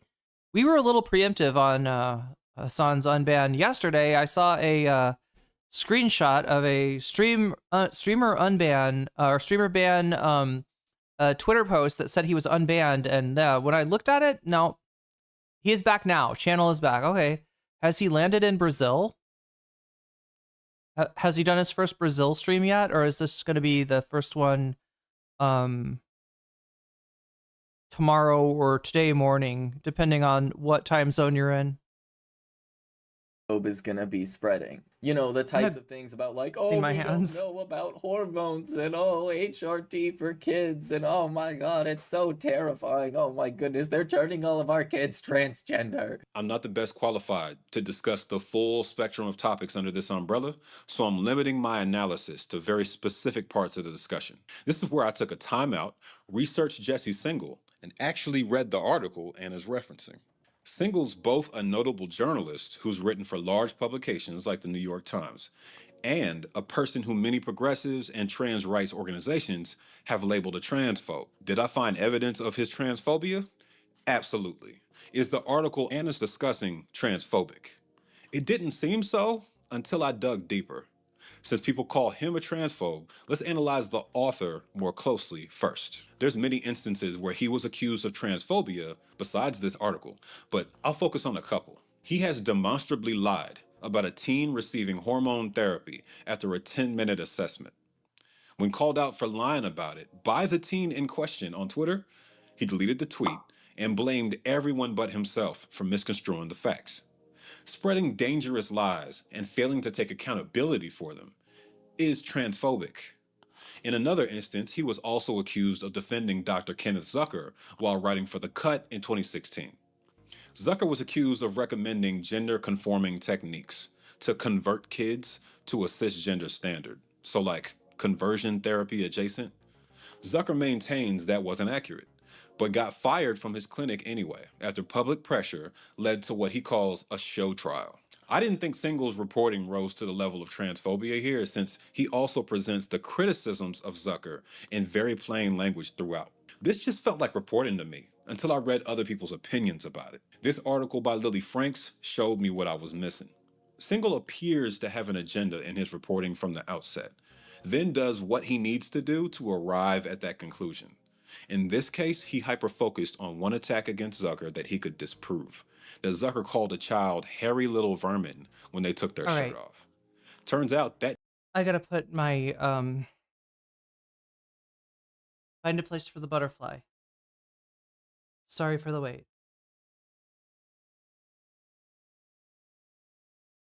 Butterfly! Didn't happen. What did happen is all the accounts from parents and patients that they were uncomfortable with their care and that Zucker pushed them towards limiting rules and recommendations to get their behavior closer to cisgender Wait, kids. what? He's in Qatar? No, that's wrong. No, he did not go to Qatar. What? Wait, what does it do? It refunds people's subs? Does it refund your sub, or does it just like cancels reoccurring subs?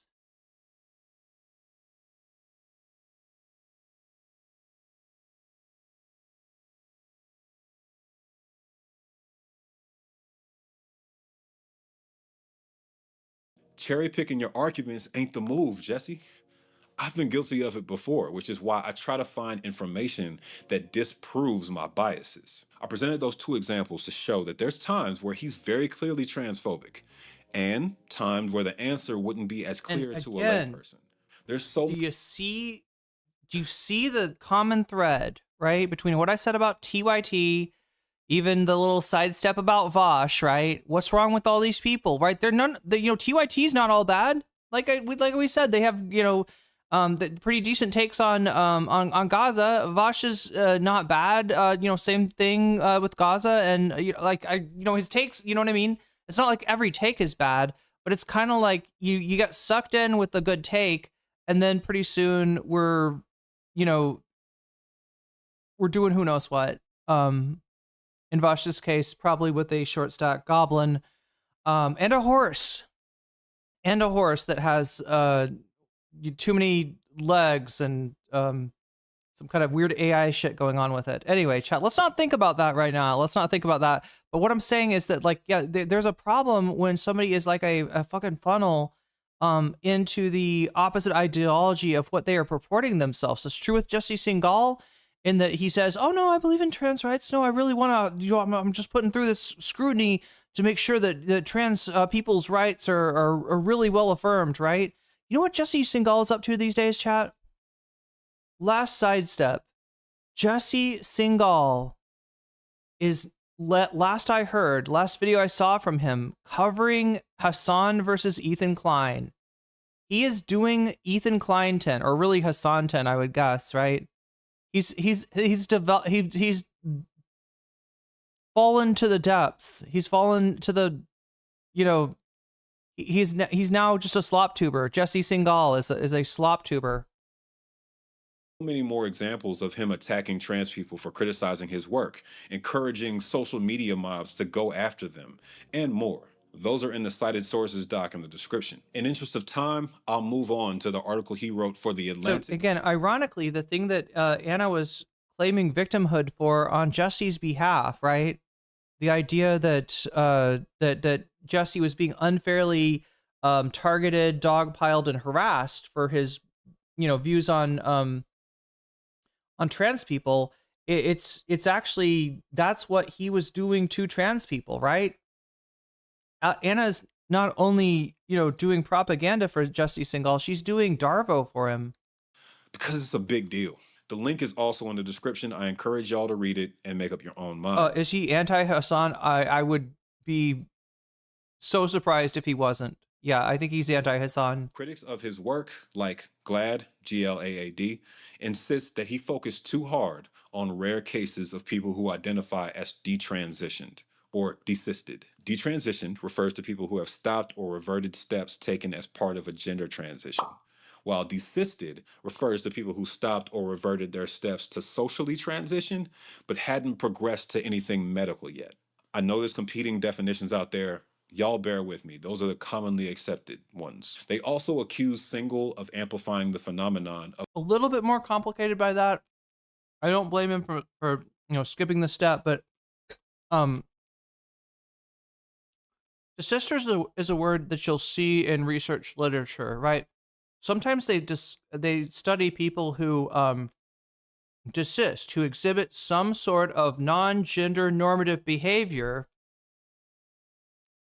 when they're young, and then they desist, right? They don't end up being trans.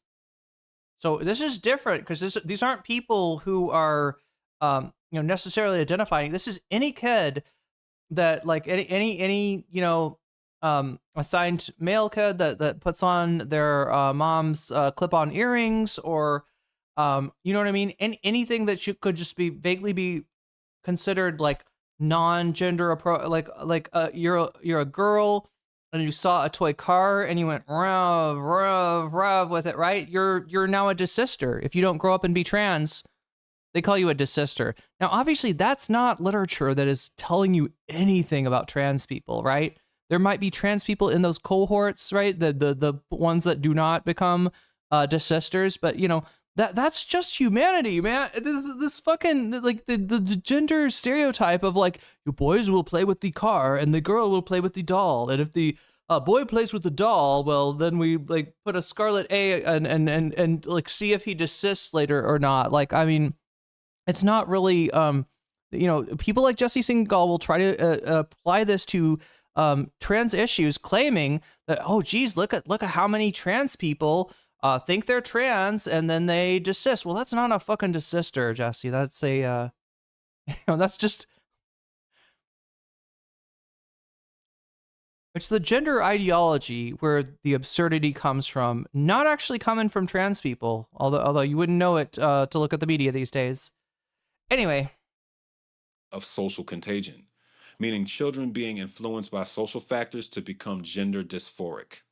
His article was literally used in court cases to strip transgender people of their rights. The worst part, he actively hid the fact that out of the 4 detransitioned people he interviewed, compared to the 2 happily transitioned people, already out of balance here, 3 of the detransitioned people were either directly associated with the anti-trans organization Fourth Wave Now, or, like the 4th one, they had a pair. If you're a detransitioner, organizations like Fourth Wave are looking to hire you as an advocate, even if you don't feel like you were pushed into transitioning, even if you feel like you you know, you made a mistake, you started to transition and something didn't feel right and you felt better, you know, just identifying with your sex assigned at birth, right? That's you know, you will be actively sought after and recruited by these organizations who want you to say that the doctor made you do it. They want you to say that you were pushed, right? They want you to say that, you know, they want you to get, they want to find, you know, instances, because you really can't find many of them in terms of detransitioners, of people, you know, giving them the impression that, oh my gosh, well, if we just stop trans people from transitioning, maybe eventually they'll be like, oh geez, I didn't want to be trans after all. I'm glad I wasn't allowed to. I'm glad I had a big authoritarian government that didn't allow me to transition. It's terrible. And they'll bring these people around to like state houses to craft anti-trans legislation and the sort. And look, there's nothing wrong with being a detransitioner, right? If you you know, for whatever reason think that you want to transition and then you decide it's not right for you, that's fine. I will tell you that most people that do that, they are not doing it for the reasons you think. They're not doing it because they're like, I don't like being you know, I wanted to, you know, be called she, her pronouns but now I don't like it. It's because they are getting misgendered at work by their family. Being trans makes things awkward. They're getting excluded from things.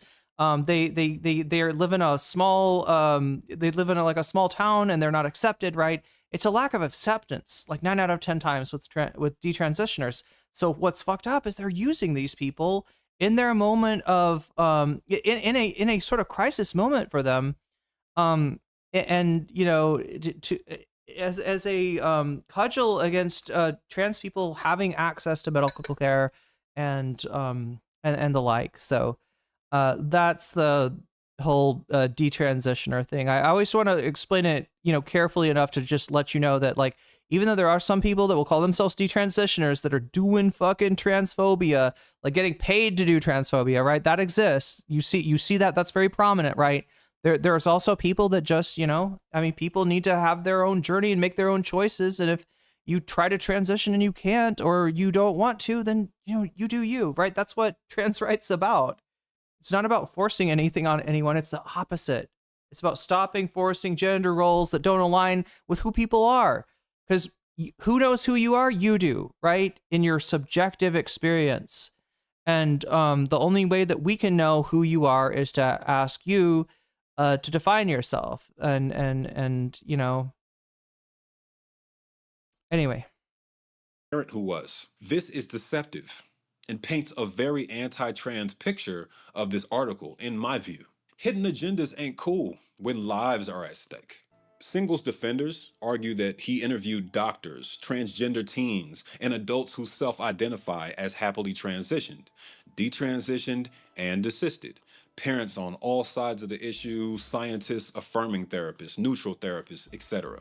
And he spent a lot of time reinforcing the idea that transgender people are valid, deserve affirming care, and face significant obstacles in our current society. If anything, his main point seems to be that rushed affirming care has consequences. But he clearly bent the methodology to arrive at that conclusion and presented a slanted view. I'll be very clear. I can't sum up Bonnie's reasons for leaving TYT based on one specific comment from Anna or one article by Single, and it's not my place to try. And I cannot, I will not, I refuse to lend any support to those views whatsoever, because fundamentally they're dangerous and they're ridiculous and like they're straight up evil. What I will say is that Anna clearly hasn't vetted Single enough to be dying on this hill. And that fits with the TYT approach. I mean, look. When they get called out by the left. Lash out first, analyze later. Go with your gut feeling, despite the existence of so much evidence. I'm not given to extend that much grace to Anna, right? I do land on the side of thinking that she either doesn't care or like agrees with his actual transphobia. But that's, you know, that's very fair for him to that you're uninformed to at least grant the possibility that she is just unaware. Because yeah, Jesse Singal is one of these guys that if you see him in the right context, he actually kind of looks like a trans advocate. You know, he looks like he's pro-trans, but that's just to make the medicine of the transphobia go down easier. Best, and actively harming the people you're seeking to protect at worst. But okay, you don't care about the politics? Let's just, for once in your life, think strategically about what that means. That means that you're going to continue pushing the Democratic Party to unequivocally support everything that the trans activists want, even if it's unpopular among the electorate. That means they're not getting reelected. That means they're going to lose to Republicans. Republican lawmakers who are passing draconian, disgusting legislation in various states right now as we speak against the transgender community. Look at this. You're gonna push your Democratic Party to unequivocally support everything the trans activists want. Like, shut up. Literally, shut the fuck up. I think Anna Kasparian is genuine. Listen. Sometimes you push something and you don't get it to where you want. You can't get it to where you want, right? But it's still useful to push it in a certain direction, right? There is not a risk, and I will confirm this, okay? There is not a risk of pushing the the Democratic Party too far on trans rights. All right, they will not bend that far, where it is disadvantageous towards them. Right? We're trying to, you know, push them just to the point where they are not, just losing another constituency, a small constituency. But hey, I mean, you know, we're not in the business of writing off groups that we have solidarity with based on numbers. Come on. You got to connect the dots, right? Not isolate, not throw people under the bus. Genuinely, personally transphobic. I'm just going to say it right now. She's like saying and doing all of the things. She's referring to every trans person as a trans rights activist. That sounds very turfy, yeah. Person as a trans rights activist is just, on its face, literally transphobic. You know, like, shout out, I'm a queer black man, so shout out to all the queer folks who are on TYT, who were contributors at the time, who had their own little, like, Twitch shows as they were trying to get out onto Twitch as well. This really smart trans woman, went by Benny at the time, now Bonnie Carroll, who was on TYT, and when Anna was starting to listen to, I forget their names, but a lot of these, like, right-wing sort of like trans panic sort of substackers and journalists and things like that, and really falling for the, listen, I have nothing against the LGBTQ plus community, but can we talk about bathrooms and sports though? Like, you know, like just falling for all the tropes. Right. You had Bonnie, who is incredibly educated. Who in chat has one in chat? Oh my god, I don't want to do this. I almost want to say one in chat. I'm not gonna do this, right? But for those of you cis people out there that if you have a trans friend, if you want to really impress your trans friend and make them feel welcome, just understand you don't need to say what their name used to be, right? That's not important. And you'll make them happy if you skip that part.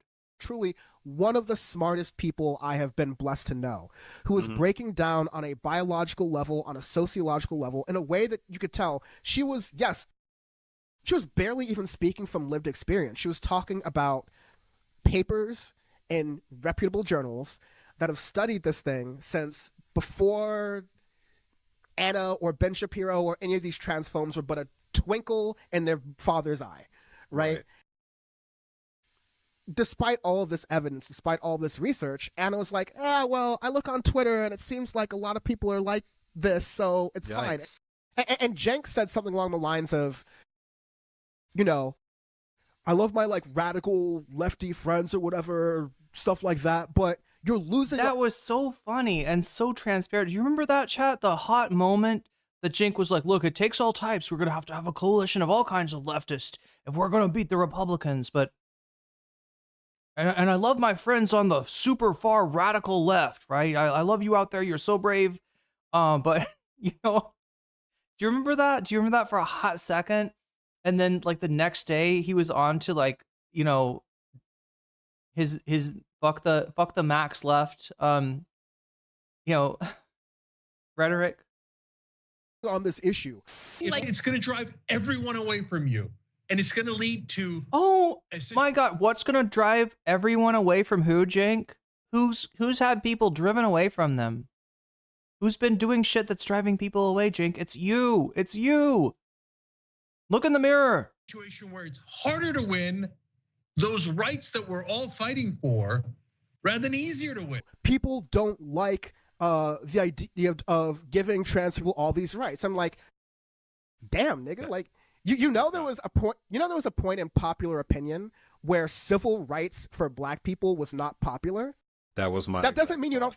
Yeah, like, it doesn't mean you don't fight for it. They're rights. And this whole idea of like, you're going to lose the Republicans. You're going to lose the Republicans if you cater to these trans people. Once again, is entirely debunked. Most people are fine with trans people. And when Republicans make their entire platform about attacking trans people, it actually does undermine their political success. We just live in a country that is very much not a democracy, that has all this gerrymandering and all these other things. And so Republicans still have like seats in a lot of places. I know, wild concept. But genuinely, if you look at their poll numbers in response to them focusing on just trans people existing, it's not working. This is just true. I went to the Human Rights Campaign site and they have a whole article about all the races Republicans have lost. Jinx, I am the left still makes my ears ring. He should get a hat.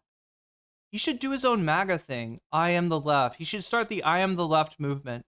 Trying to focus exclusively on hating trans people. Hey, let's check out Georgia.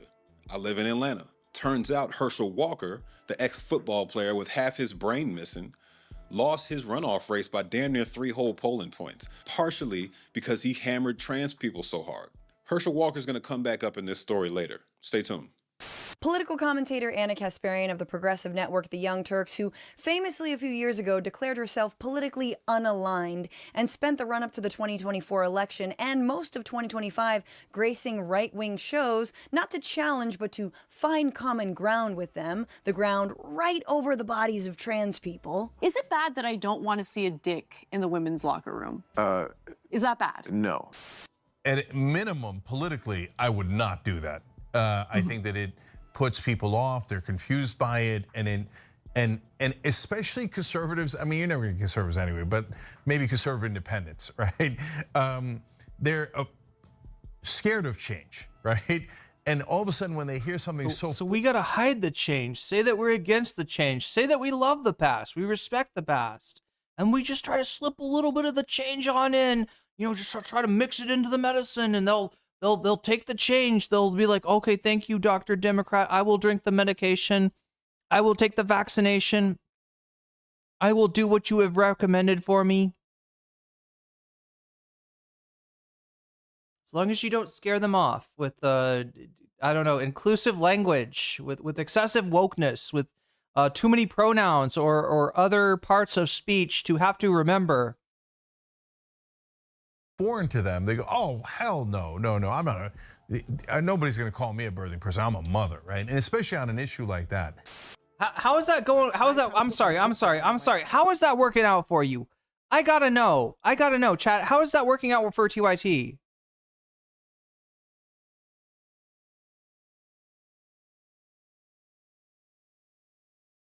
Have they been able to has a groundswell emerged around Anna to defend her?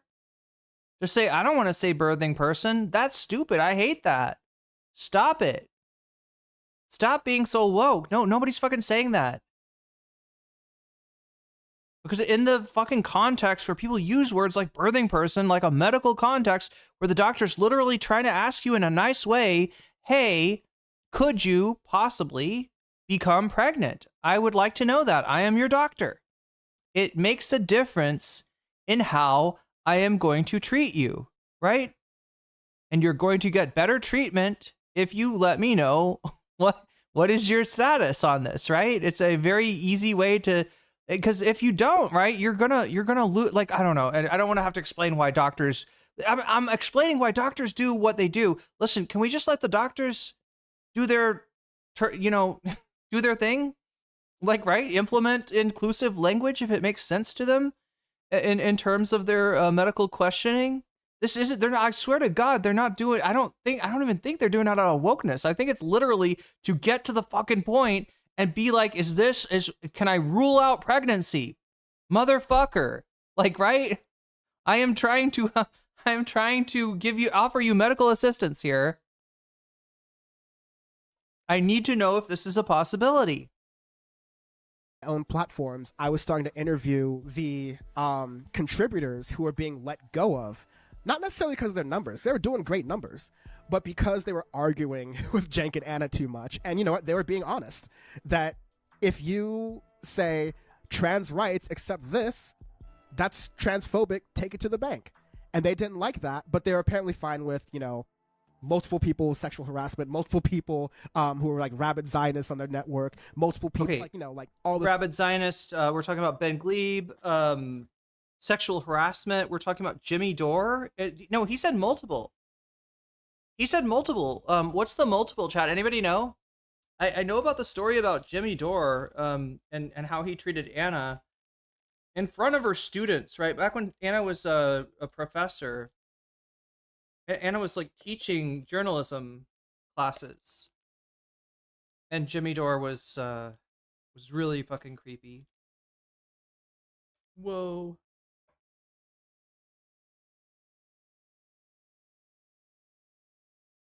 Other different stuff, usually giving them a pass because they had 5 figures of followers on Twitter. It's just not journalism. Quick pause. We addressed anti-Zionism earlier.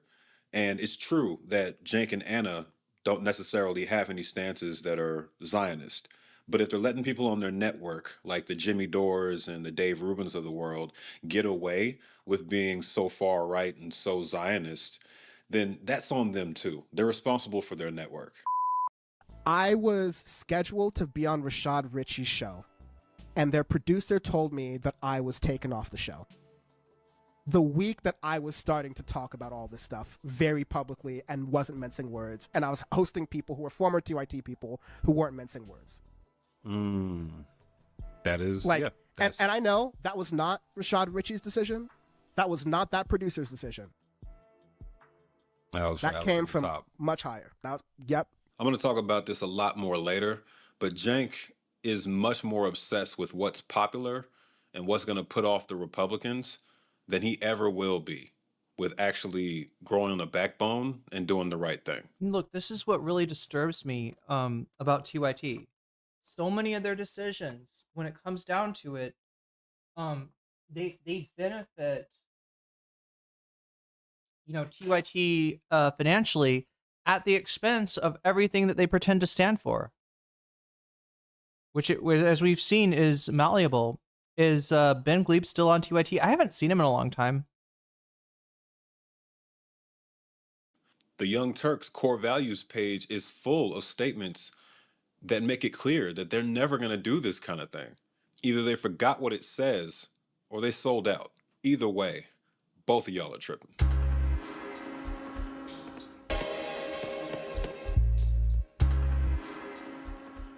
Y'all remember the Occupy protests? A lot of people really angry, focused on holding corporations accountable for their bullshit. Now, do you remember Citizens United? Big case, Supreme Court decided that campaign donations can come from corporations because they might as well be people. Why not? In 2011, Cenk introduced Wolfpack, a political action committee solely dedicated to reversing Citizens United.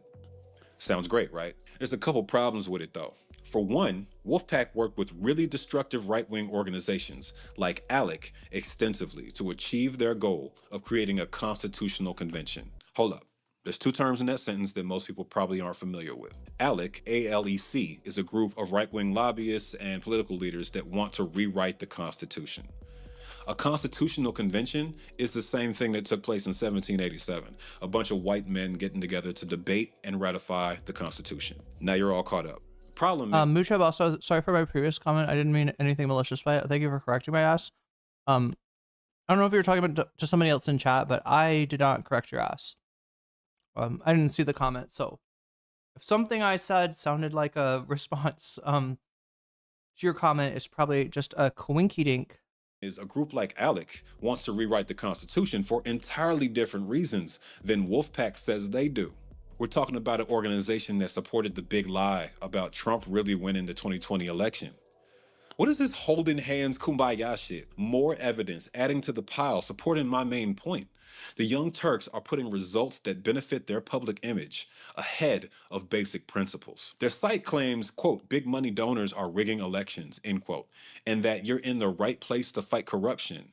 But how is that the case when you're partnering with corrupt groups to achieve that?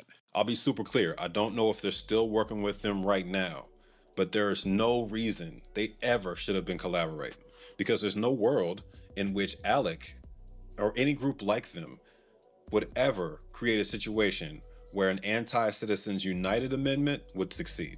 These constitutional conventions you say you want would specify that each state gets one vote.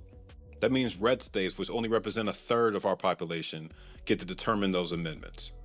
Beautiful. Just so y'all know, I'm not making loose insinuations. Wolfpack testified as neutral in a hearing about COSA's convention application. That's one of these far-right groups. When one of the original founders of COSA, Michael Ferris, used to be president of Alliance Defending Freedom, which is a conservative Christian hate group. These are the people y'all are kicking it with. All that both sides talk he was popping off earlier makes a lot of sense now, doesn't it? Pause that and read it if you need to.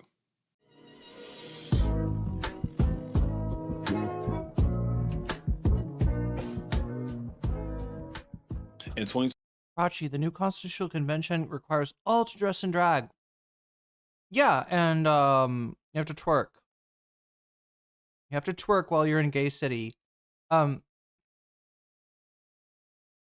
24, footage of at least 7 to 10 armed minorities in an apartment building hit the internet in the middle of a dispute between a terrible landlord and his tenants. The landlord was facing lawsuits for not handling bugs, repairs, and tenant complaints, and hired a PR firm that specialized in planting news stories. Shortly after, the landlord claimed the Venezuelan gang Tren de Aragua had taken over his apartment building's empty units and was extorting residents.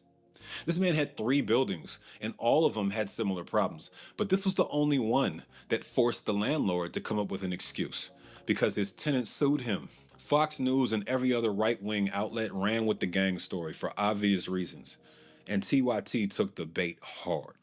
You're watching footage from last August. Oh, God. Thank God. I love to see, yeah. They deserved more criticism from this, right? They were doing this during the fucking election. I mentioned this earlier. Do you see what this is, though, with the landlord situation?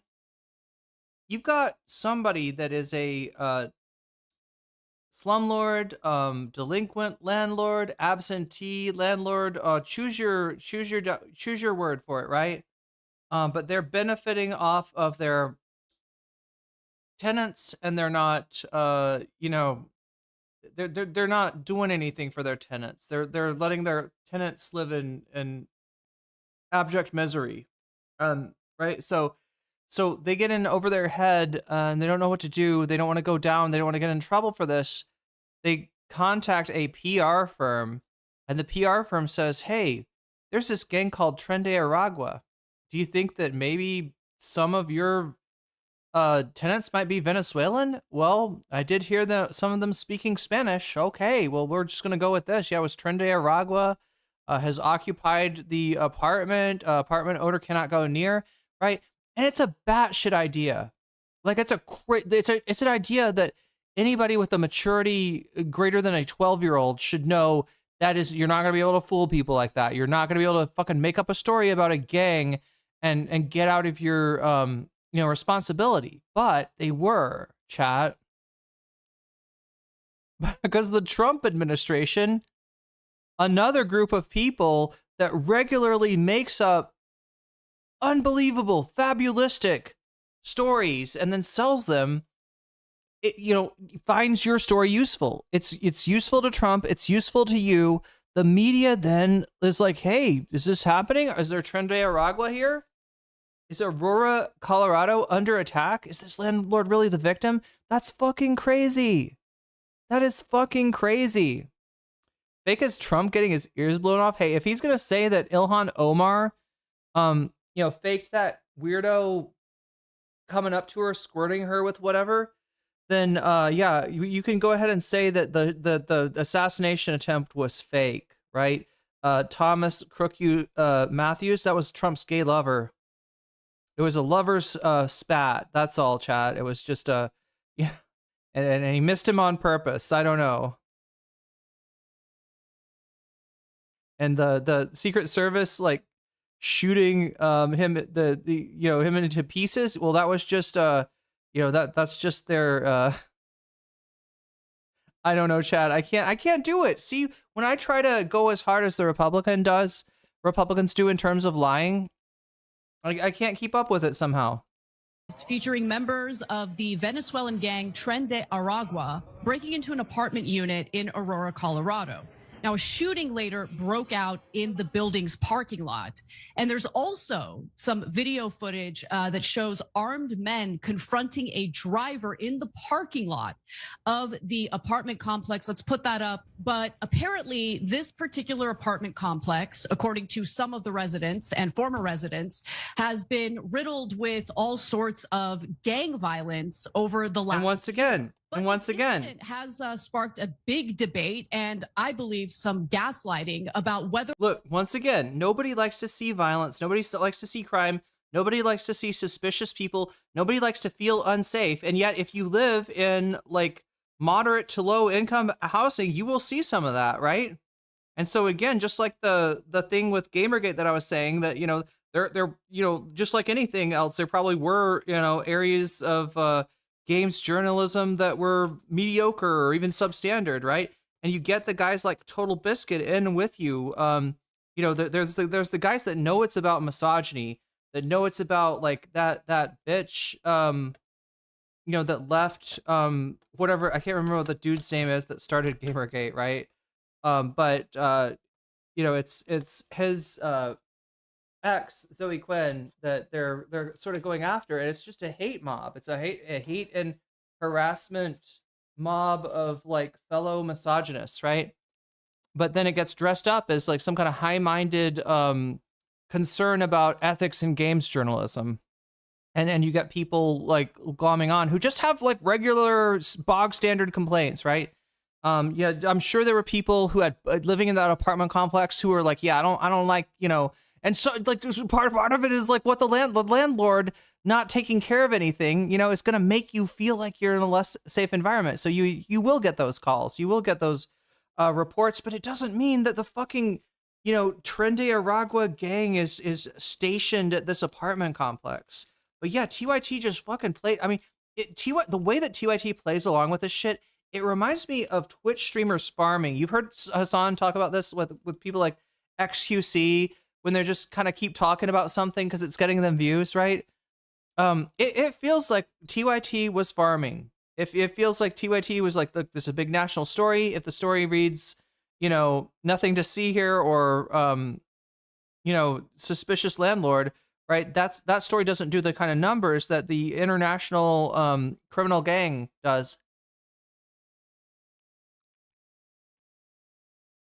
Whether or not there is a problem with Venezuelan migrant gangs basically taking over apartment buildings or causing violent crimes at these apartment buildings. The mayor of Aurora, Colorado, admitted that there actually is a problem with Venezuelan gangs. Aurora's interim police chief said that the gangs had not taken over. Yo, it's amazing that are you telling me that a Republican just exaggerated crime? Oh my God, that's amazing. I've never heard that happen before. I can't believe a Republican would exaggerate crime. One of the complexes. Now, you, depending on what you're hearing different things. And whether or not this is a widespread problem in Aurora, Colorado remains to be seen. Let's be clear about that. But the issue of this Venezuelan gang carrying out violent acts and crimes in the area, there seems to be a lot of evidence of that, while the Democrats. So she's like, the other stuff we're not so sure about, but the connection of violent crime to immigrant status, that for sure we know, even though we don't have any evidence of that either. Democratic lawmakers and leaders in the state and local level want to pretend like it's not happening at all. What I blame them for is believing the claim that these were Venezuelans with no hard proof. The fact that they ignored information about conservatives inventing the city's gang problem, and the claim that there's a gang violence problem, which is a completely different thing from a gang taking over one building. The city council admitted that the city's Venezuelan gang problem was their opinion, and said that, quote, their opinions aren't up for debate, end quote. What? TYT had access to this story by 9 News because it was published the same time that this event happened. They chose to focus in on this whole Democrat politicians are gaslighting us storyline instead of the facts, which is that this is propaganda. Is there a Tren de Agua presence in Aurora? Absolutely. Is it a massive gang violence problem that extends to multiple buildings, and did they take over this building? No, and they shouldn't have reported it in the first place. Jurinsky, the same person that dropped that quote, also accused Tren de Agua of being behind this large crowd that gathered at a local mall. Oh God, yeah, I remember this. Venezuelan election. Wasn't this, it was an election. Yeah, there were people, so these are, you know, these people gathered because they wanted to listen to the election results together, right? Election results came out. Spoiler alert, they were there to celebrate the expected fall of Nicolas Maduro. You know, the guy we kidnapped from Venezuela. This feeds into Anna's narrative of being victimized by the left. It just gives her more reasons to move away. Anybody watch any of TYT's coverage of Venezuela by chance? I actually don't think I saw what their take on hopefully they were against the kidnapping and the war crimes, so the killing of innocent people on a boat. TYT took this extremely nuanced story with conflicting evidence and screamed at us about it with the most white suburban housewife energy I've ever seen. The interim police chief said that the residents making complaints about the gang's activity have largely been migrants who live in the buildings. Why are we allowing them to be victimized by this? This is ridiculous. Who said nothing's being done? You said yourself. I swear to God, this is some ICE agent logic, right? We got to protect the good immigrants by violently kicking out the bad immigrants. And if we end up with like citizens or people whose cases are still pending, oh well, sucks to suck, I guess. There's an investigation already underway. This is what happens when you have a 24/7 outrage machine to fill in every day. For another example of how they're not walking the walk, let's break down their 180 on the unhoused population. Here we go. Katzenberg, the DreamWorks exec who tried and failed to get us to watch vertical TV shows on Quibi, invested $20 million in TYT via WonderCo, which Cenk announced on air while claiming that they'd stay progressive and independent in their coverage. Cool. If you follow through with that, then there's no problem. Jeffrey Katzenberg's been indirectly pulling the strings, just like Bezos at the Washington Post. Here's an example. He flexed his influence in getting homelessness criminalized in LA after meeting with most of the city council members in the week before the council voted. 4 of the people he met with said that he wanted to know why so many tents are on the sidewalks and what could be done to deliver additional resources. That's great, right? But 2 sources said he wanted to be helpful at first, but quickly moved towards enacting limits on where people can sleep and talking about tents down, which is eventually what happened. What happened not long after that? Anna advocated for anti-camping laws on TYT. One of those terrible decisions is essentially doing away with anti-camping laws, right? Allowing people to camp out wherever they want, whenever they want. And if, like, we have a homeless problem in California. We have it all throughout the country, but it's particularly bad in She says we have a homeless problem the way that a farmer says we have a locust problem. Not a homelessness problem. California. And so the argument is not a housing problem. If there isn't public housing available for people, they should be allowed to camp out. Talking about how there's sufficient housing and that unhoused people don't want to take it. Okay, but there's also a problem. I'm sorry, but that is the lowest possible request you could make, right? Not housing for all, not access for all, but just like, hey, if we're not going to provide access for all, which we should, can we at least let people live? Nope, guess not. I guess not. I guess we can't. I guess we can't let, no, people have to die. People have to die. That's our decision, right? Right now where there is public housing available and individuals will say, no, I don't want to take it. I don't want to follow the rules in the public housing. And so as a result, I would rather camp out. What the hell are you talking about? Since when is I would rather camp, I would rather, unhoused in LA? Would rather stay in a tent. In 2021. That wasn't the case in 2021. It wasn't the case in 2023 either. It damn sure ain't the case in 2026. Y'all didn't provide any evidence for that claim. Where did that come from? Anna. It came from Anna. The facts disagree. And y'all are supposed to be the ones reporting the facts no matter what, regardless of popularity. Let's throw it back to how they used to cover this same issue when discussing homelessness in Las Vegas. Homelessness continues to be a giant problem in many big cities throughout the country, and the city council in Las Vegas has decided to approach this in the worst possible way. They are essentially citing homeless individuals who sleep on the streets. The Las Vegas City Council is slated to vote on an ordinance that would make it illegal to camp or sleep on the streets in parts of the city. Drafted in September, the ordinance would make it a misdemeanor to rest, sleep, or lodge in Las Vegas's downtown district and other residential areas if shelter beds are available. Now, here's part of the problem. Most of the time, there aren't enough, actually all the time, there aren't enough shelter beds available for homeless people to find any, refuge in. She makes the point that there aren't enough beds available and that these violations are criminalizing people unfairly. Those criminal records make future work more difficult, creating a cycle of poverty. The takeaway is clear. The Young Turks is for sale, and all these flip-flops directly contradict what Cenk was claiming to do with Wolfpack. I'm not a VC-funded network like TYT, but I have to make this. 2028 Olympics in Los Angeles? Oh no.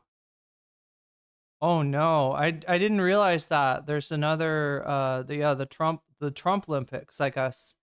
When had that been announced before, or did that just get announced? Decisions on whether or not to sell out my audience every day. It's a simple decision. Do you value money or your reputation more? I acknowledge that it probably feels different to stare down tens of millions of dollars rather than the thousands I deal with. But is it really that different? What's the price tag on your self-respect? As promised, I want to turn to Jack Gerard, TYT's COO and occasional acting CEO during Cenk's political. Isn't there something going on with the World Cup? Right? Has the World Cup made some announcement about like the whole the presence of ICE has caught a lot of attention lately, both obviously in what's happening in Minnesota, but also what's happening abroad, where I'm trying to remember, who was it Kristi Noem that went with like ICE agents as her security to some place in Italy? The opportunistic turds, true. Campaign. His LinkedIn tells a pretty clear story. He's still the acting chief operating officer. Oh, true. Yeah. Olympics sadly means war on the unhoused. This is a common thing, and this is something that Gavin Newsom is kind of known for, his homeless sweeps. Or his unhoused sweeps. Chief administrative officer during the unionization drama, and came to TYT after running Kaiser Permanente as their executive director of national product management. In case none of that landed for you, Kaiser Permanente is a healthcare corporation. His job as executive director was to manage national medical insurance products valued at over $1.4 billion, according to his own job description. When we talked about the union-busting firms TYT hired, when we talk about the funding round they completed with Katzenberg's VC group, the exploitation and termination of employees, he's an integral part of the story. I wasn't in any of their meetings, but it's not a stretch to lay the company's shift towards the right at his feet too. It made business sense, and his specialty as a healthcare exec was making money at the expense of ethics and morals. My last point about the TYT squad is about their partnership with Polymarket, the crypto betting platform where you can bet on real-life events like political campaigns. I don't think I need to explain why that's not a good look for a progressive organization. It's funded by billionaire Peter Thiel. You ever notice whenever you hear about gambling on boxing back in the day, you always hear about fights being fixed, right? So what a fixed fight is when one of the opponents loses on purpose, right? He gets hit with a punch, he pretends that it really hurt and it knocked him down, and he just can't quite get up by the 10 count, right? And so, you know, and often, like in a certain round, right, people gamble on boxing. They gamble on who wins, who loses, and they also gamble on what round the fight ends in, right? Or things like that, right? So yeah, within boxing, you know, it's a real problem, and there's been even recent accusations, like Mike Tyson, yes, has been like, you know, people have said that some of his fights look like he took a dive, so to speak, right? So what happens when, you know, we're now betting on politics, chat? Does that underworld of crime that, you know, used to fix fights back in the day, or, you know, approach an athlete and ask them to take a dive, does that stay out of politics, do you think? With all that money on the line, do you think that actually stays out of politics? Or do you think that enters into politics and tries to affect things? The venture capitalist who co-founded PayPal and backed Facebook. He founded a hedge fund and Palantir, a big data analysis company. I got no love for Peter Thiel. He has done massive damage to this country. He backed Donald Trump 100%. He backed the lunatics, J.D. Vance and Blake Masters. Just oh God, Blake Masters, who spread hatred and fear and lies in this country. So don't mistake what I'm saying for as any defense of Peter Thiel. Live from the Polymarket Studios. What is this? It's hilarious. I love it. I think it's a perfect sponsor for us. This partnership renamed their crowd-funded, independent Studio of the People to Polymarket Studios. That's like when the Heats Arena got renamed for FTX. Ooh. I want to sit in on the... I forgot about that. I forgot that they made a big deal about it being like the People's Studio. Crypto corporate partnership section of future economics classes. That shit's gonna be hilarious. Regardless of how often you claim your content won't be compromised by these massive corporate sponsorships, it simply isn't true. When you see like Anna's continued shift towards being willing to hear the right-wing, angles of scapegoating migrants, scapegoating people of color. Tyson isn't throwing fights. He's old, a man with medical issues who shouldn't be anywhere near a ring. I'm talking about in the aughts, right? I'm talking about after he got look. I said there's been allegations, all right. I don't know which ones are true. I don't know which ones are false, but I do know that there's still allegations of people throwing fights, and I would suspect that it does happen, right? And when somebody throws a boxing fight, I mean, that sucks if you're betting, if you're a betting person and you made an educated guess and you lost out because the guy that should have won didn't win because he got paid to lose. That fucking sucks for you, but that only sucks for you. If this shit happens with politics, it sucks for the whole fucking world.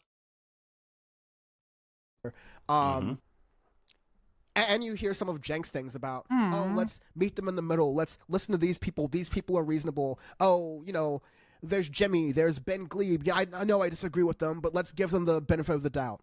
That benefit of the doubt was not given to, in my strong leftist opinion. It happened in Pulp Fiction, yeah. The most important people who were there, the workers, the staff, the ones who stayed after the hosts, the ones who came in before the hosts, the ones who would sacrifice their social lives, their professional and financial sort of prospects because they believed in the mission. It's like a politician accepting money from endless corporations and trying to tell us those companies donated for years and got nothing in return. We've laid out some of the right-wing views and exploitative practices already.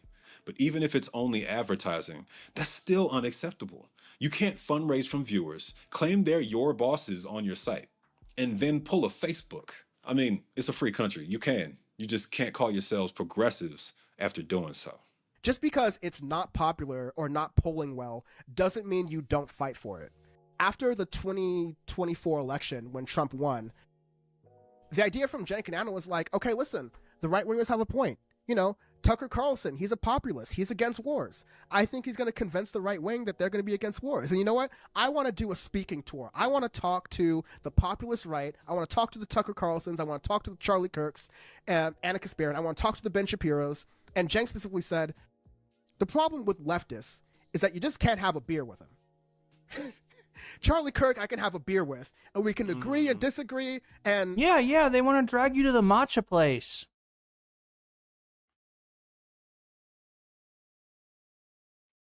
You're trying to have a Miller Lite, and they're going to try to have a matcha latte with oat milk. Ceremonial grade. I would, paraphrase, Cenk could say, I believe, I believe people of color should have rights. And Charlie Kirk can go, shut up, Turk. Shut up, you greasy Turk. I don't care. Bvoss says Play Market has rigged bets all the time. See the invasion of Venezuela for instance. Someone put a big bet on that 40 minute before the bombs dropped. Yeah, exactly, right?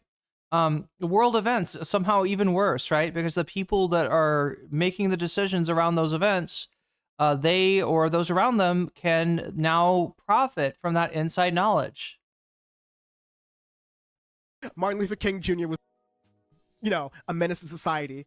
At the end of the day, Cenk can go have a beer with that. I'm like, no. Wait, Near the Far World says, waking up to pee. Did you know Ben Dixon did a horrible reaction to Cam James? Oh, did a horrible on the Dr. Rashad Ritchie video or on this one? Tyson's trainer passed away. Yeah, that's true. He was, okay, yeah, he had a trainer and he was on a very tight program under this trainer in the 90s, I guess. And then this guy died, and obviously he's not going to be the same. There's a difference between my best friends from high school and their parents who maybe have voted Republican most of the time, but I can have a conversation with them and they're not disrespecting my race or my family or my Does Dr. Ritchie come up in this? Gender identity, because I've grown up with their kid. Right. And they can have some reasonable points. And frankly, because of me, they stopped watching as much Fox News. They started to, align with some Democrats. Like, there's a difference between that kind of discourse And people whose professional jobs it is, the Charlie Kirks, the Ben Shapiros, the Tucker Carlsons, their professional jobs it is to distort. I get that running an indie news network is hard, and you got to chase the bag to an extent. I'm on a much smaller scale, and I have sponsors, including political ones. That's how I'm able to interview politicians on the issues I care about. I used to need those sponsors just to survive financially. However, I've never let that funding compromise my brand or my morals. My audience would absolutely tear me apart. Y'all are way too smart to not know what this pattern of behavior and business moves is doing to your integrity. I used to proudly put on my LinkedIn that I worked with Anna Kasparian. I can't do that anymore. Not only just because she has made this right-leaning shift, I could give a good goddamn, right? But it's because her practice of journalism has diminished. She's not rigorous. She's more just trying to be like everything that she was supposedly fighting against in the 10 years that I had like known of her, which is, you know, stenographer journalism.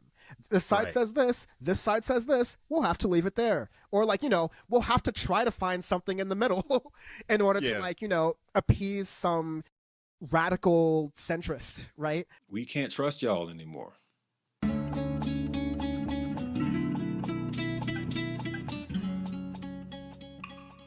I'm done making my point about the Young Turks, and I promised y'all I'd tie up my saga with Rashad Richey in this video. So I gotta be real about this one, chat. I haven't watched his saga on Rashad Richey. We don't have time to watch all of his videos. I think he's made at least 2 other videos today, and he said this is gonna be the last segment.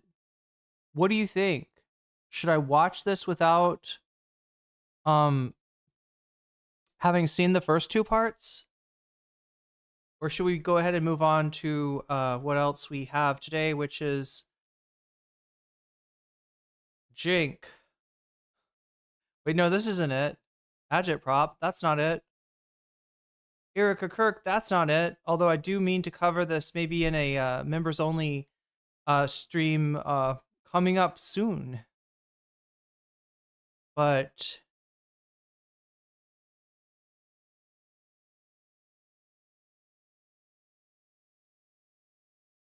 we also have the Tucker Carlson.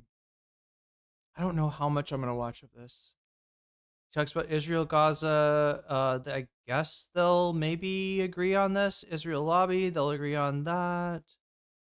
The thing is that Tucker's anti-Israel advocacy is very clearly based on anti-Semitism. And if Cenk covers Gaza with Tucker without acknowledging that or confronting that, he is being a fucking handmaiden for, yeah, a fascist movement that Tucker Carlson's a part of, that he called out, that Cenk actually called out. Do Americans owe Israel something? Danger of identity politics, they're going to agree on that one. U.S.-Israel memorandum. Are our politicians trying something? Death of free speech. Consequences of opposition. Americans killed in Epstein, JFK, 9/11. Dangers of tribalism. Oh, this is Cenk's hobby horse right here. Dangers of tribal. He loves talking about tribalism. 2008 financial crisis. Venezuela invasion. IDF's terrorism. I don't know, chat. What do you think? Should we move on and watch Cenk, or should we watch part 3 of the doctor? Because I've seen little bits and pieces. I know the basics is that like the basic is that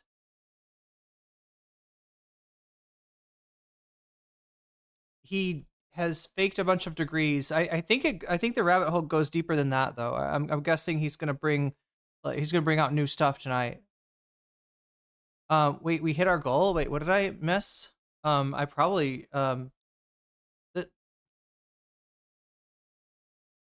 we hit the butterfly goal. That's true.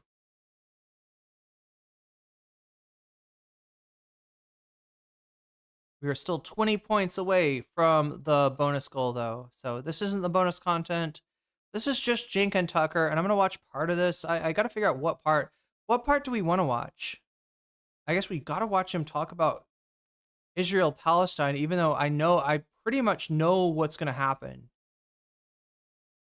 You want to watch this chapter with Rashad Ritchie? Created his own diploma bill? Are you serious? Tucker Carlson show. It looks like it's a BBQ sauce. It does, yeah. And not a particularly good one, though. Like an overpriced one that you'd find at like Whole Foods, right? It's not worth it. Why does barbecue sauce cost, $9? What the fuck is that? What even is that, chat?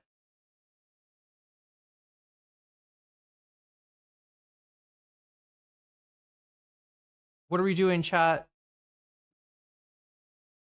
Anybody want to see the third installment of Dr. Rashad Ritchie without the first two, or should we save that for another day where we go over, I guess, that in depth? There's going to be rage and oh, they're going to rage and never donate to Palestine.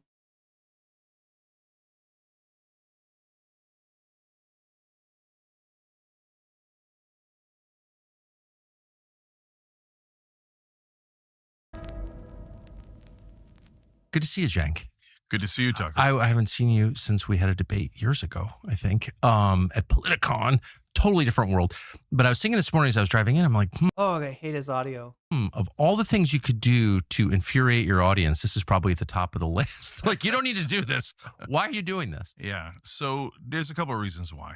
Number one, I want to take yes for an answer. You're anti-war. We've been anti-war for 20 years. So I have not been. So bless you for that. Thank you, brother, and welcome. Thank you. I'm glad to be here. And so that's amazing. That's important. And I also want to break down the barriers of Republicans versus Democrats, right wing versus left wing. I think that it's kind of used to divide us. And I think that the powerful already have an incredible elite team. Oh, shit. Yeah, that's what I didn't do. I need to go over Omega Star with the super chat. Let's watch Fucker Carlson. Omega Star, I don't know why it's not making noises. You're not the only one that's had that happen today. I guess there's like a glitch with stream elements today. I don't know. But that brings us to 90 out of 100, so that's just 10 away from achieving bonus content for today. Right now, it looks like Destiny. What? Destiny would be in first place and is, in fact, somehow. How did Destiny get to first place? 88 of you have voted so far. Now Destiny is 1 point ahead, so make sure to vote. If you don't want to watch the Destiny hit piece, the Destiny video, then vote for something else. If you do want to watch the Destiny video, then I guess vote for that, because it's very, very close right now. We need all hands on deck. We need all the votes. Even that means you on Twitch. You got to come over and vote in this thing over on YouTube. You can go back on Twitch and watch the rest of the stream on Twitch afterwards if you want to. We just need to hear your voice. So make your voice heard. Come over to YouTube. Cast your vote for the topic that you want to see. Now, I say that it would be Destiny because the only... What the fuck? Oh, it was Vox Populi. Wait, it is Destiny then. Look at that. I don't think I've logged a single donation for any of these topics. So... yeah, that's a power that you have as a donor when you donate. If you want to, you can let me know in chat which of these topics you want to see as the bonus content. I will add your donation as a percentage to the topic of your choice. And then at the end of the day, that gets added to the percentage in the poll. Do you get my drift? Now, Vox Populi is a little different because that actually takes away. It's a barrier. So, one of these things has to get over 10% before it even affects the poll because of the 10% Vox Populi.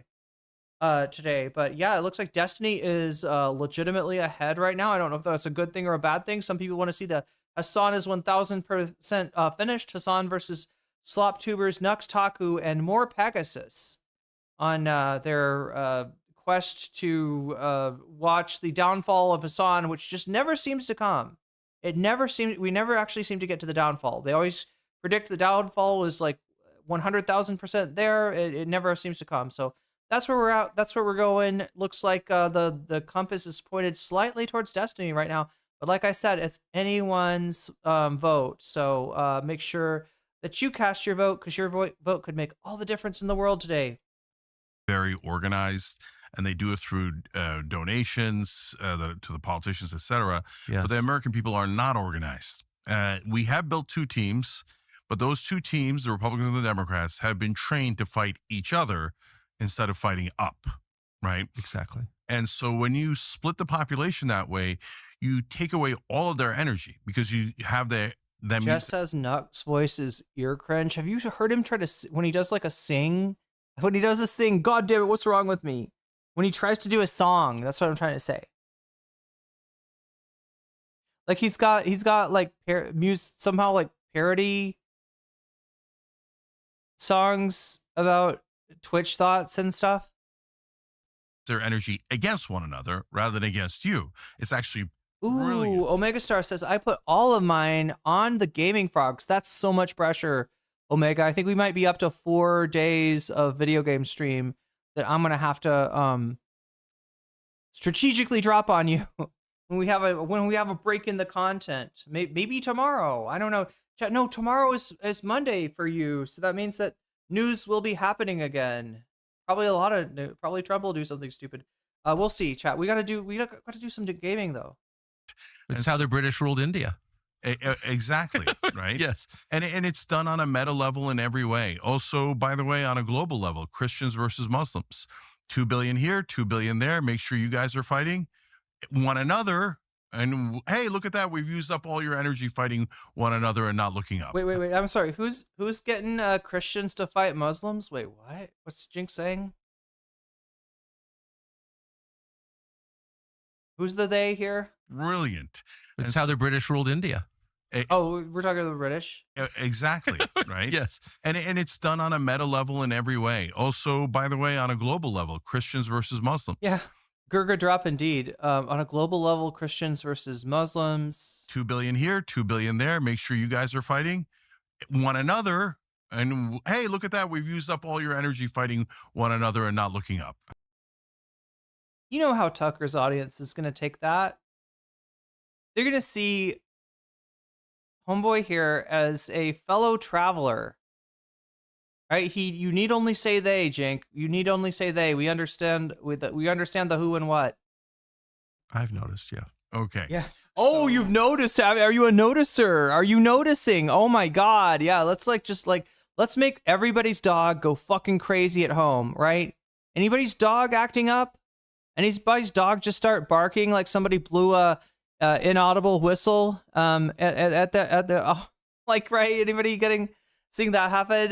Tucker's not anti-war posted several clips of his Venezuelan reactions where he praises Trump, defends empire, conditions people not to accept violence against other populations and violence against other populations, and defends Putin.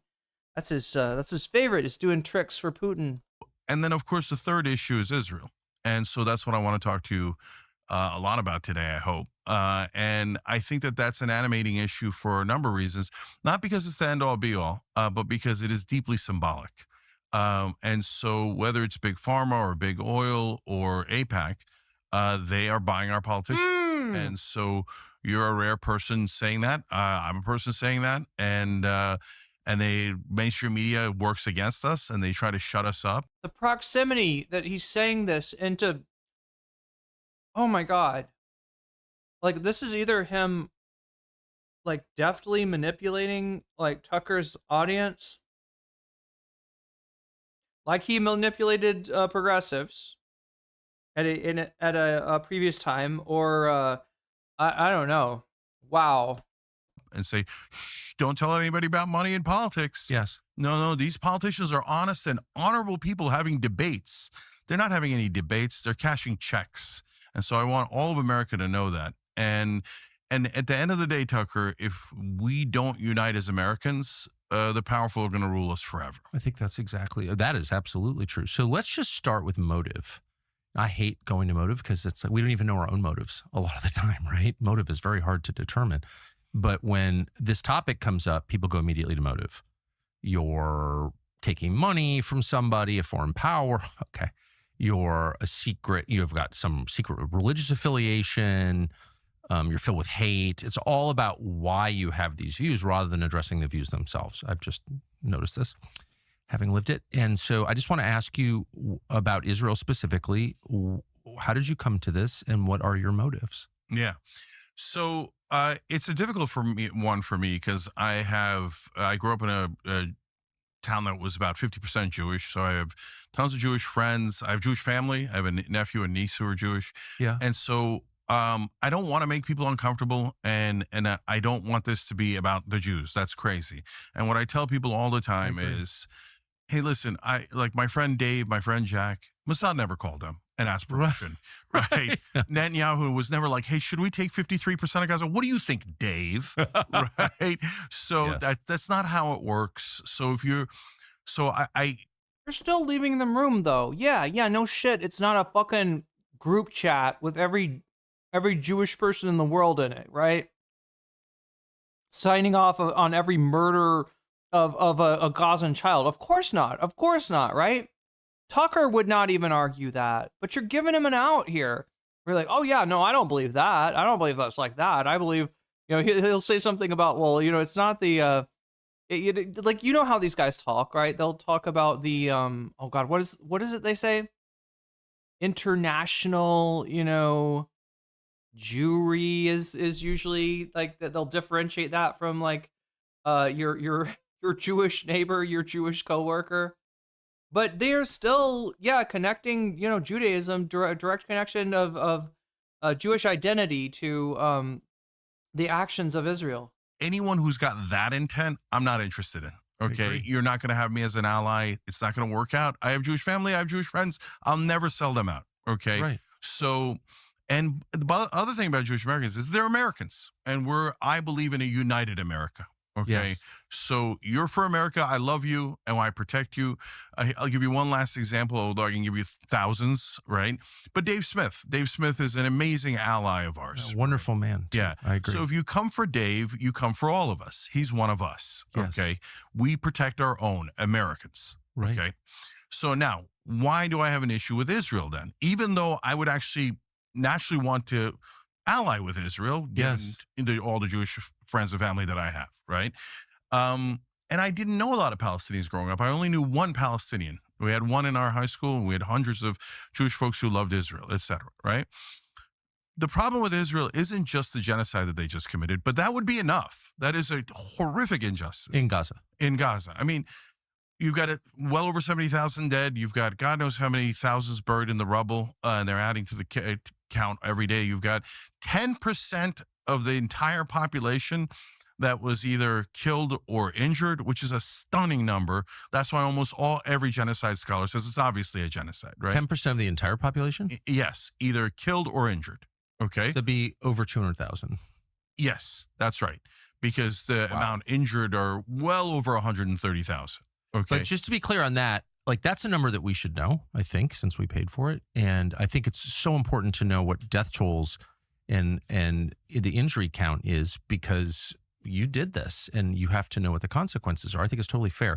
We don't know in the Russia-Ukraine war. We have no idea. And we have no idea in Gaza.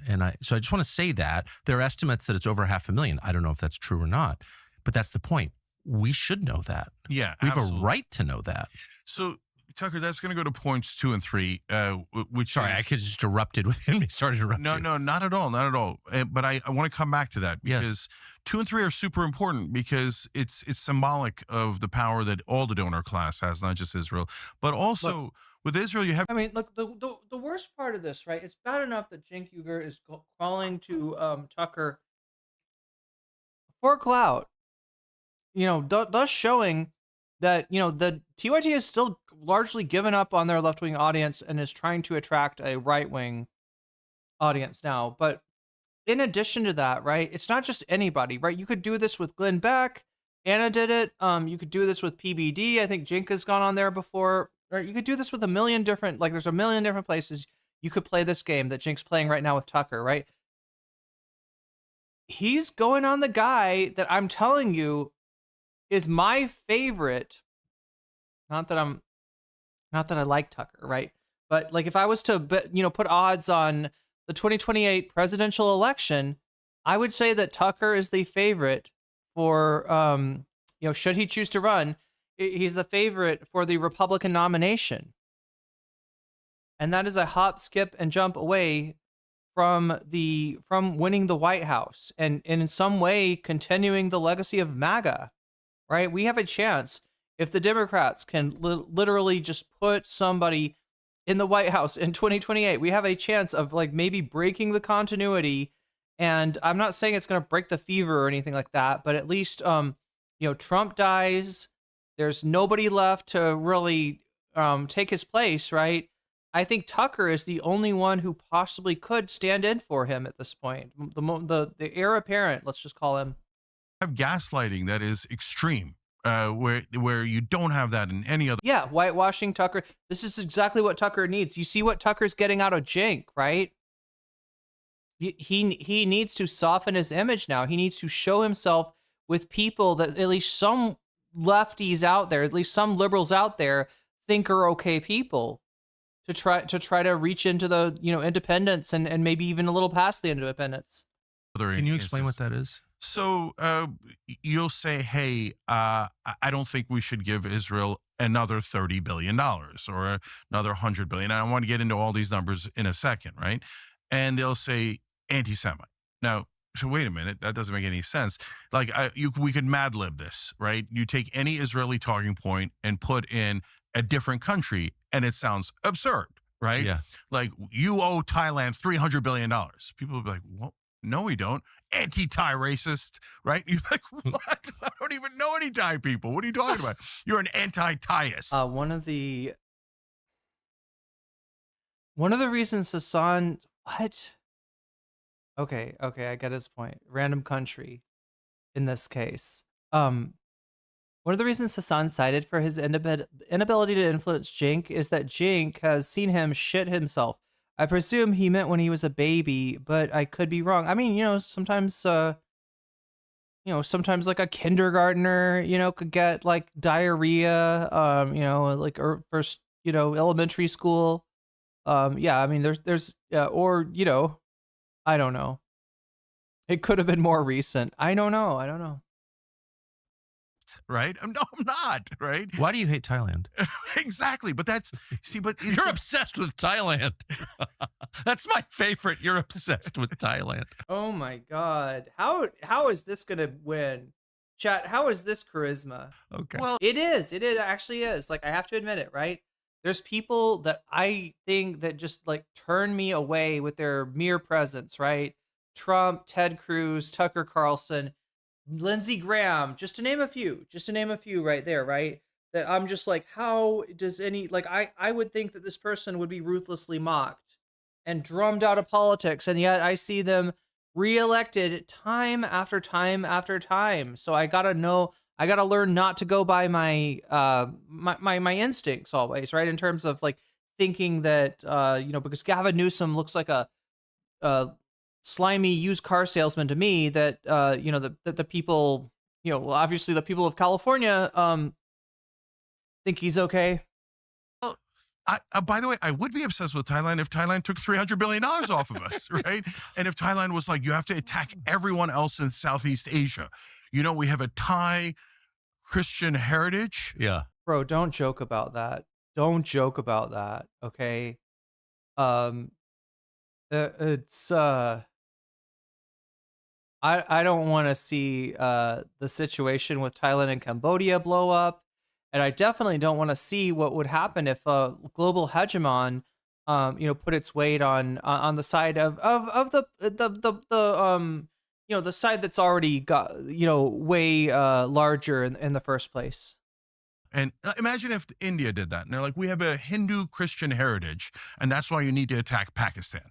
Yeah, and by the way, if you're not protecting Pakistan, you're clearly... Atom 3 Gastar, super chatted $19.99. Don't grab no bucket or mop. Bring no bucket. Wait, isn't that the Ben Shapiro thing? Isn't Ben Shapiro the one that talks about WAP? I'm not getting the connection with Tucker, but thank you for the super chat. Being paid by Bhutan. Yeah, yeah, of course. People who are working for a foreign government accusing you, who just want to stay out of it, of working for a foreign government. Is that what gaslighting is? Yeah, gaslighting is when the media. Wait, what? Do you not know? Does he not know what gaslighting is? It's something, or is it something Jink mentioned? It's something seeing Jink say we protect our own. When I worked for the guy and he called me part-time while I worked 40+ weeks for zero benefits, and then he union bust, which is bullying. Says take something very reasonable you're saying and makes it sound like it's crazy. Like, so we say we gave it's dry ass P word energy, unironically. Gave them $21.7 billion in the middle of a genocide. Okay, so that's on top of the 300 billion, right? And that's, by the way, 10 to 12 billion we spent bombing Iran, Yemen, and almost all their enemies in the same period of time. We just gave them another 8.6 billion and another 3.3 billion. That happened in the last 2 weeks. So when you say, let's just take one sliver of that. Hey, I didn't want to pay for a genocide. I didn't want to do that, right? Whether it was the Thai, the Bulgarians, the Israelis. I'm chat. Dark Woke would say, I'm a Turk. I expect my genocides for free. I don't want to kill 20,000 children. I don't want you to spend. You can't say that. You can't say that. My money killing 20,000 children. I don't care what race or religion they are. Why are you so hateful? Exactly. And that's literally what they say. No, I'm against killing kids. They didn't do anything, actually. Yeah. And they say, so you hate Jews. That's gaslighting, right? Okay. Right? That's, so wait. I live in that country. Yeah, I know what that is. Yeah. So I'm the one trying to stop the killing. I'm for nonviolence. In fact, I'm religiously for nonviolence. If I have any religion at all, it's nonviolence. My heroes, Martin Luther King and Gandhi and Mandela. And so I say, do not do any violence to anyone. It would be, in fact, if someone is starting to feel like he's got a little bit of a, what is this called in politics? It's like a stump speech. Like there's certain elements that he always hits. Doing violence, they're against us, right? And I say, and you just heard me say it. I say it 1,000 times. I love Jewish people. This is not about the Jews. So, but this country wants us to pay for a genocide. I just don't want to pay for a genocide. They listen to all that and they go, now everybody understands that Cenk Uygur is an anti-Semite who hates Jews and is like an immoral person. And if you're not pro-genocide, you're anti-Jewish. No, don't say that. Don't say that, because you're actually going to get my Jewish friends hurt. When you say you're anti-genocide means you're anti-Jewish, that equates Judaism with genocide. Don't. Yeah. I don't know anything that drives up anti-Semitism more than that. But back to the original injustice, and then we'll get back to more and more gaslighting, because the gaslighting is another perfect symbol of what mainstream media does and establishment media does, right? Yes. They gaslight on almost every issue. So real quick, one more, like Big Pharma. We can't negotiate drug prices. They're like, that's pro-free markets. No negotiation. Wait. That's capitalism. It's the laughing that gets me, that makes me think that, like, yeah, this guy would be a lol cow. But then I look on the right and people love his laugh. People find it endearing. Not being able to humanizes him, right? This fake as fuck laugh somehow humanizes him. Negotiate prices is the exact opposite of the free markets.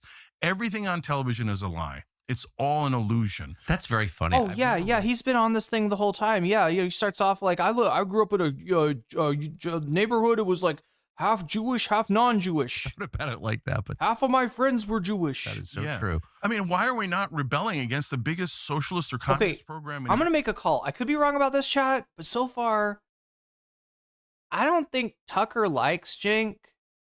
I'm reading his reactions. I could be wrong. I don't think he likes him. Like, I don't think he rates him. I don't think he likes him. I don't think he thinks very much of Shaky Gurga here.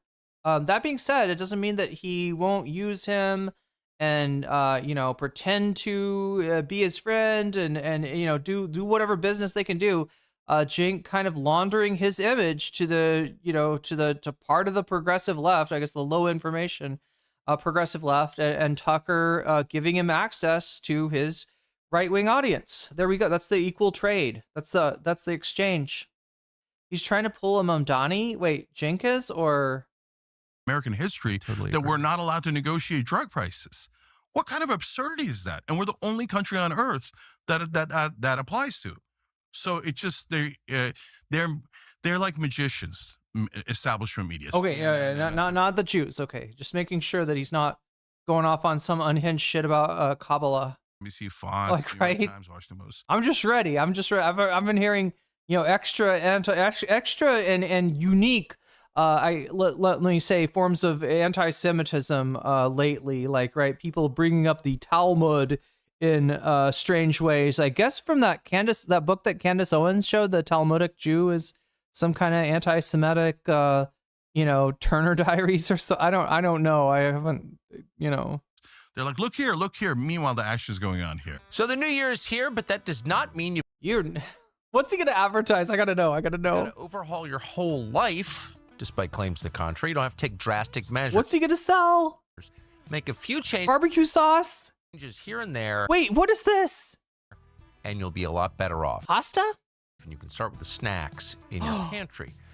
Now, products from Standard America. If you like snacking like I like snacking, you like a crunchy, crispy snack. It's not too salty and not too plain.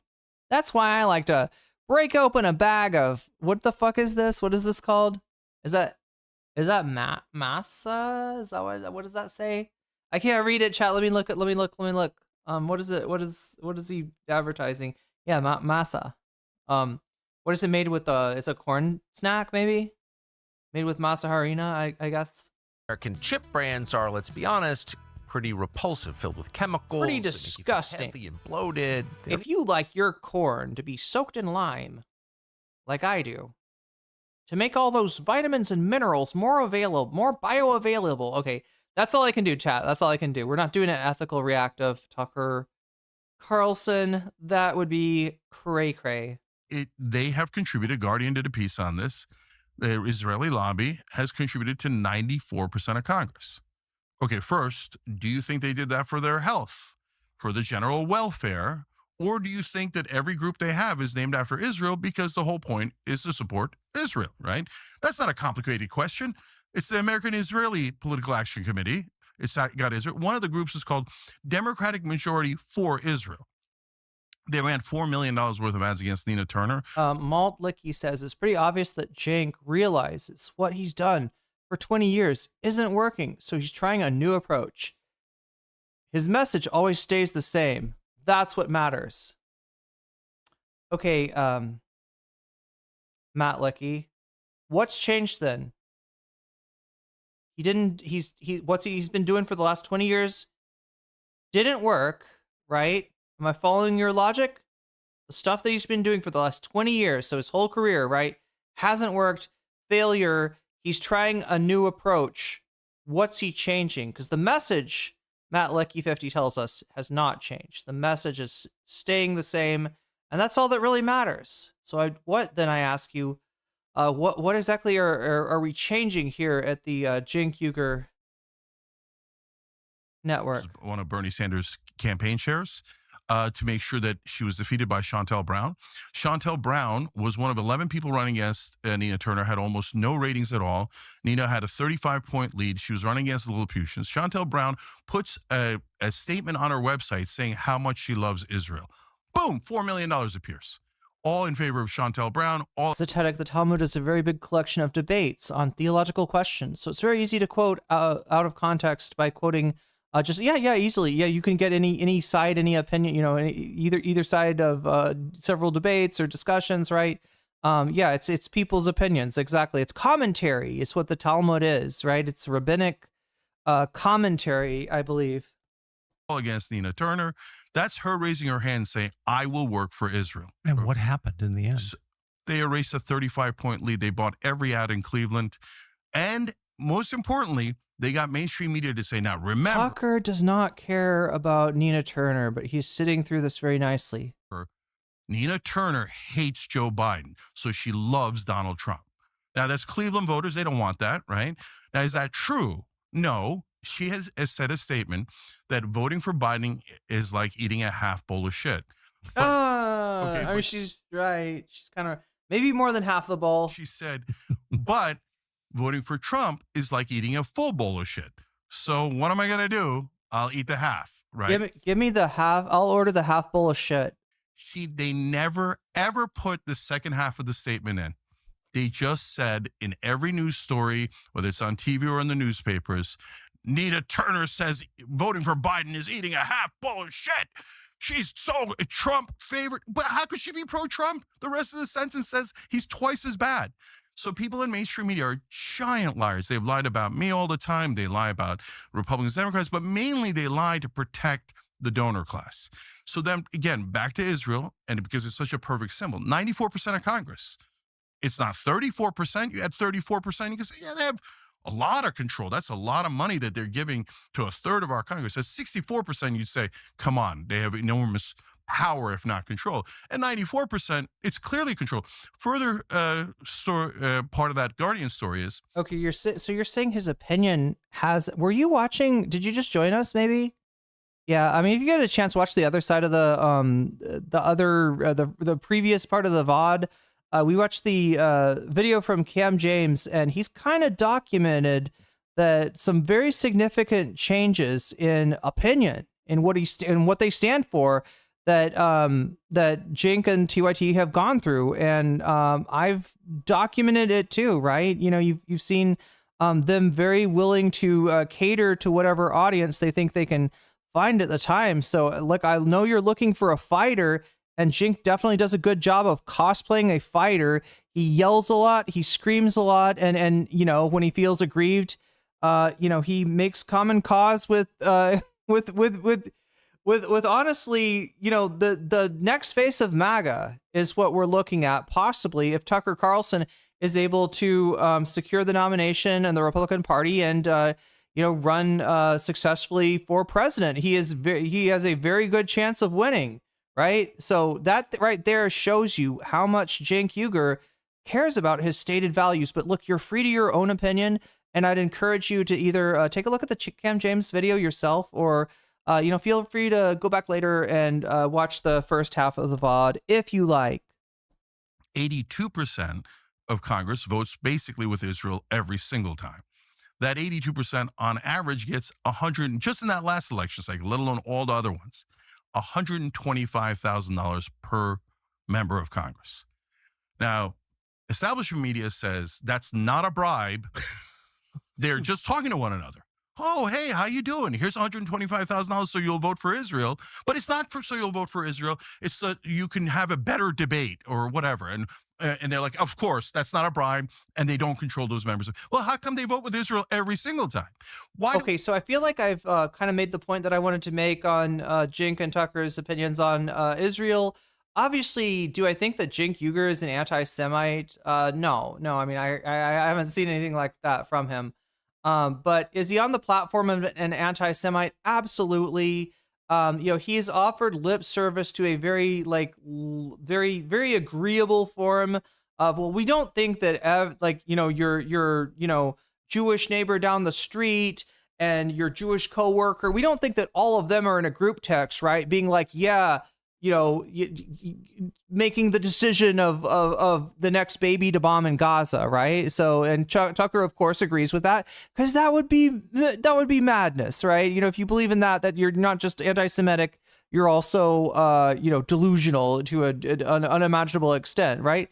But you know, he lets Tucker then sign off on that. Yeah, I don't believe in a fucking crazy ass conspiracy theory where everyone who is Jewish is, you know, in this giant like power block and deciding the fates of the world. Okay, thank you for not being completely insane, you know, right? But you know, that's because he doesn't really want to he doesn't want to fight on the details. He doesn't, I don't think, I very much doubt that they get into like a point of disagreement where he's like, oh, now you do have to admit that there is a connection between the, you know, like, I don't know. I feel like with Tucker, he'd try to do some shit where he talked about, I don't know, liberal Jews or something like that, right? You know, that's probably, you know, if he's gonna say it out loud and not dog whistle, it's gonna be something like that. And we've heard that before, which is just basically a rehash of the synagogue of Satan trope, right? The you know, that there are a, you know, evil anti-Western or anti-Christian element within the Jewish people, and that is who your anti-Semitism is really targeted at. So is it really anti-Semitism, or is it just anti the bad Jews, right? That, I mean, that's probably, I'm guessing, you know, that's where Tucker is. They don't want to get to there though, because then they have to admit that they disagree, and the people that are on Tucker's side and they're really like gung-ho of like, yes, it is the Jews' fault, right? they have to write off Cenk Uygur, and the people on Cenk's side who are like, I'm not doing the I'm not going there, right? Have to write off Tucker. They don't want that. They want to share audiences. They want to play nice. So they're not going to go there. So yeah, I think we can say we're finished with the Israel issue. Let's look at this now, chat. This might break me, okay? This might end me. This might end my watch through of this, because like what I'm seeing here is a title that says the dangers of identity politics, right? They are very likely going to agree on a lot about the dangers of identity politics, I predict, okay? Our politicians are trying freedom of speech. Death of freedom of speech might be interesting. There's some little topics I can't even tell what they say. Epstein, JFK, 9/11, dangers of tribalism. Yeah, we definitely want to hit on that dangers of tribalism one, and definitely do this identity, the dangers, the moral hazards, right? The moral panics. Like what do we need to be afraid of? Venezuela invasion. Which Hank is telling me that yeah, we may not see it in this video, but Cenk is kind of playing he's kind of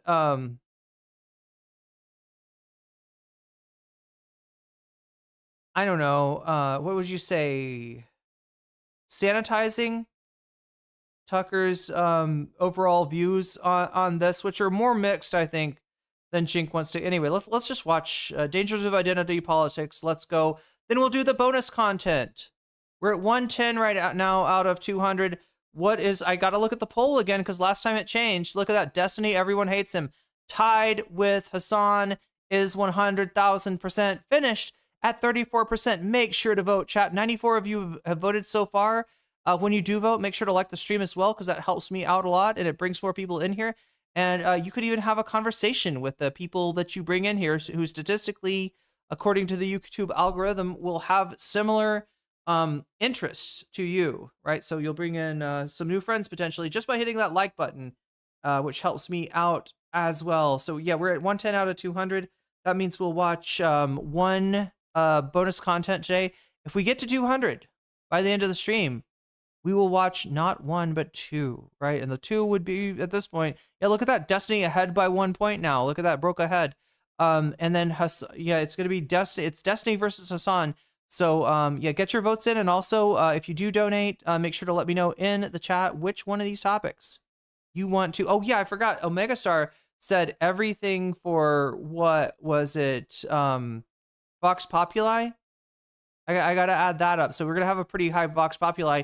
It may be all about the poll today, chat. When donors support Vox Populi, it makes the poll count for more. When donors want a specific, topic to fall out of the bonus content vending machine, then it makes the votes maybe count for less. But that's where we're at today. Your votes count, so make sure to vote. Israel, but just that way of thinking is a scary way of thinking. First of all, it's identity politics in its purest form. You know, this group versus that group. This group has special rights. This group has fewer rights. I mean, this is everything that I hate. Yeah, that's what identity politics are. White men have no rights, and then trans people have like extra rights that only exist in a theoretical quantum physics model, right? That's what I want, okay? Trans people, quantum rights. Cis people, negative rights, imaginary rights. Agree with as a Christian, but can you see the cost to the whole society? Negative infinity rights. Because of this? Enormous cost. So, you know, making people hate each other. Yeah, look, I'll go back to the stats on how awful the genocide. I acknowledge that Cenk's politics have changed in 20 years. To be fair, my political identity has changed from when I was younger. Should we assume bad motives for Cenk's changes? No, but you should be aware of what his politics are. And if they don't align with yours, like they don't align with mine, then you should maybe introduce a little bit more skepticism into your analysis. But that's just my opinion, Matt. Lucky 50, you can have, you're free to have your own. It was and all of that. But to me, at least as bad is the control over this country. Okay. And I came here to be free. And I came here for American sovereignty. How old were you when you came? 8 years old. My family came here because my dad is an enormous believer in America. Like, yes. You won't find a family who loves America more than we do, right? Yes. And by the way, he had that belief and faith, and it was met we came here, and that faith was true. Yeah, even his nephew loves America, right? Hassan Hasnabi Piker displays his love for the country by wearing a heavy, difficult, oversized foam MAGA cowboy hat, which actually makes his head look, believe it or not, even smaller on his overly broad shoulders because of wearing that oversized cowboy hat. You can tell the patriotism just oozes out of that family. It's true. He's right about this. I don't disagree with Cenk on this at all. Hope was delivered, and we have lived amazing lives in this country because of the opportunity and the hope that this country provided. Yes. And by the way, our answer to that is thank you. Amen. I feel that way. I feel grateful. Yeah, I'm enormously grateful to America. Yeah. And by the way, when America helps you, the correct answer is thank you. Not like Ilhan Omar, where she's like, I think the Constitution actually, this is, not where you're like demanding the same rights as other people who are whiter than you. No, you could be grateful. You should grovel. You should kiss the ass of the big hairy ass of Western civilization. You should bow down and kiss. That's what this sounds like Donald Trump going after Ilhan Omar. Does it not? Okay, give me more. That's not the correct answer. Right. And it's not taken as a correct answer from any other country. But when it comes to Israel and they say, no, give me more, right? We're supposed to say, oh, thank you, sir. No, I don't want to. It's like America's a deity. There's something very disturbing about the civic religion.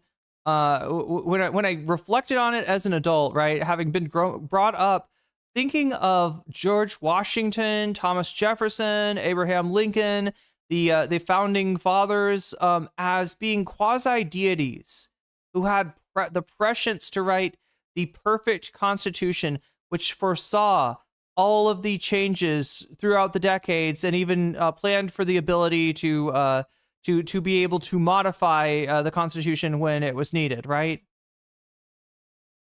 That's what I was raised to believe. George Washington was an incredibly honest, even as a young boy, when he was caught cutting down a cherry tree and his dad asked him, "Did you cut this down?" He could have lied and said, "No, Papa, it was a traveling, I don't know, right? It was oh my God, what do you call it? Like,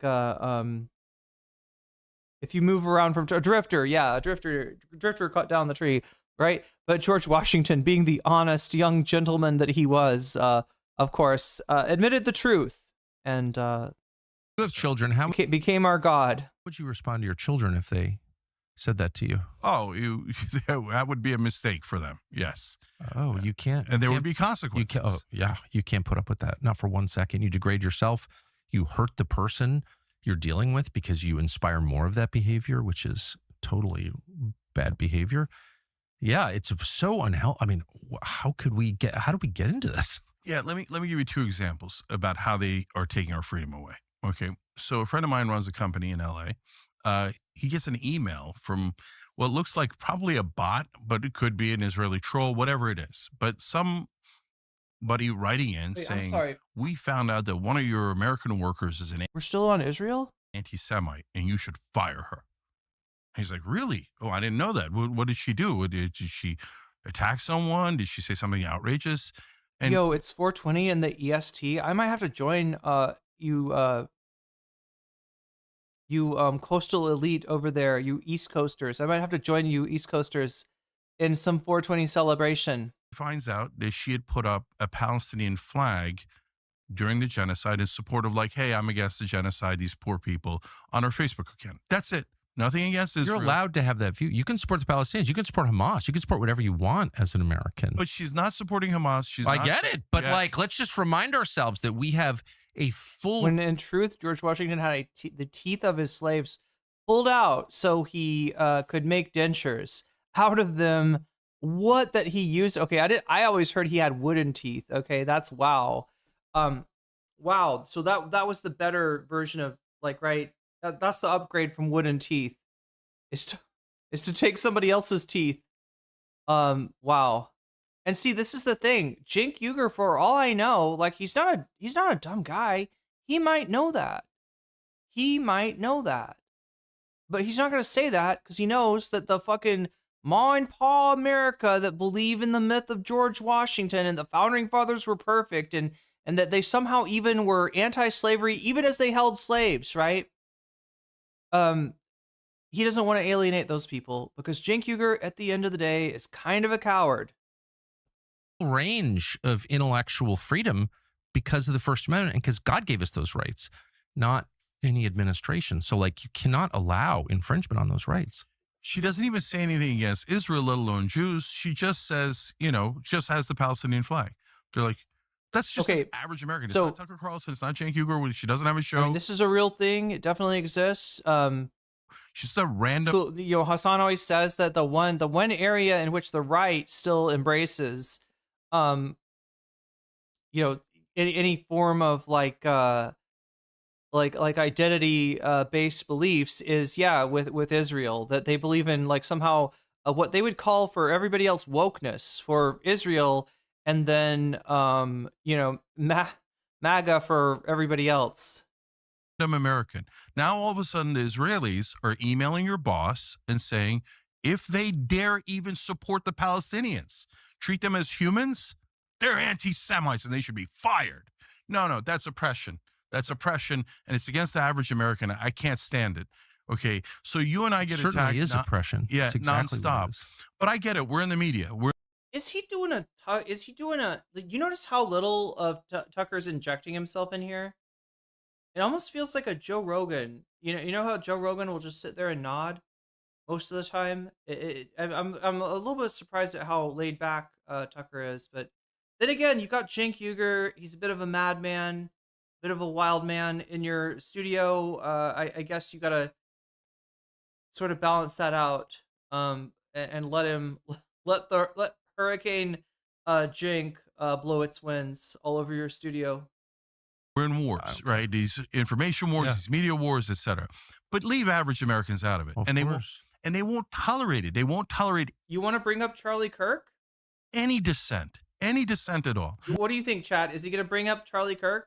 Right, the last time, this happened in terms of people's bosses getting called and people getting fired for no good reason was around Charlie Kirk. Anybody that brought up the fact, oh, he's not, because Cenk still worships the fucking ghost of Charlie Kirk's cock. Oh my God, chat. That's right. I forgot about that. I forgot. He went to pray. He went to supplicate himself at the altar of Charlie Kirk to ask forgiveness for his sins of wokeness, his sins of excessive wokeness, and he was forgiven by the good and saintly Charlie Kirk. Right? Yeah, I very much doubt we're gonna get that. Oh, it's frustrating, chat. I wish we could at least hear that. I mean, I hope that. No. What is that?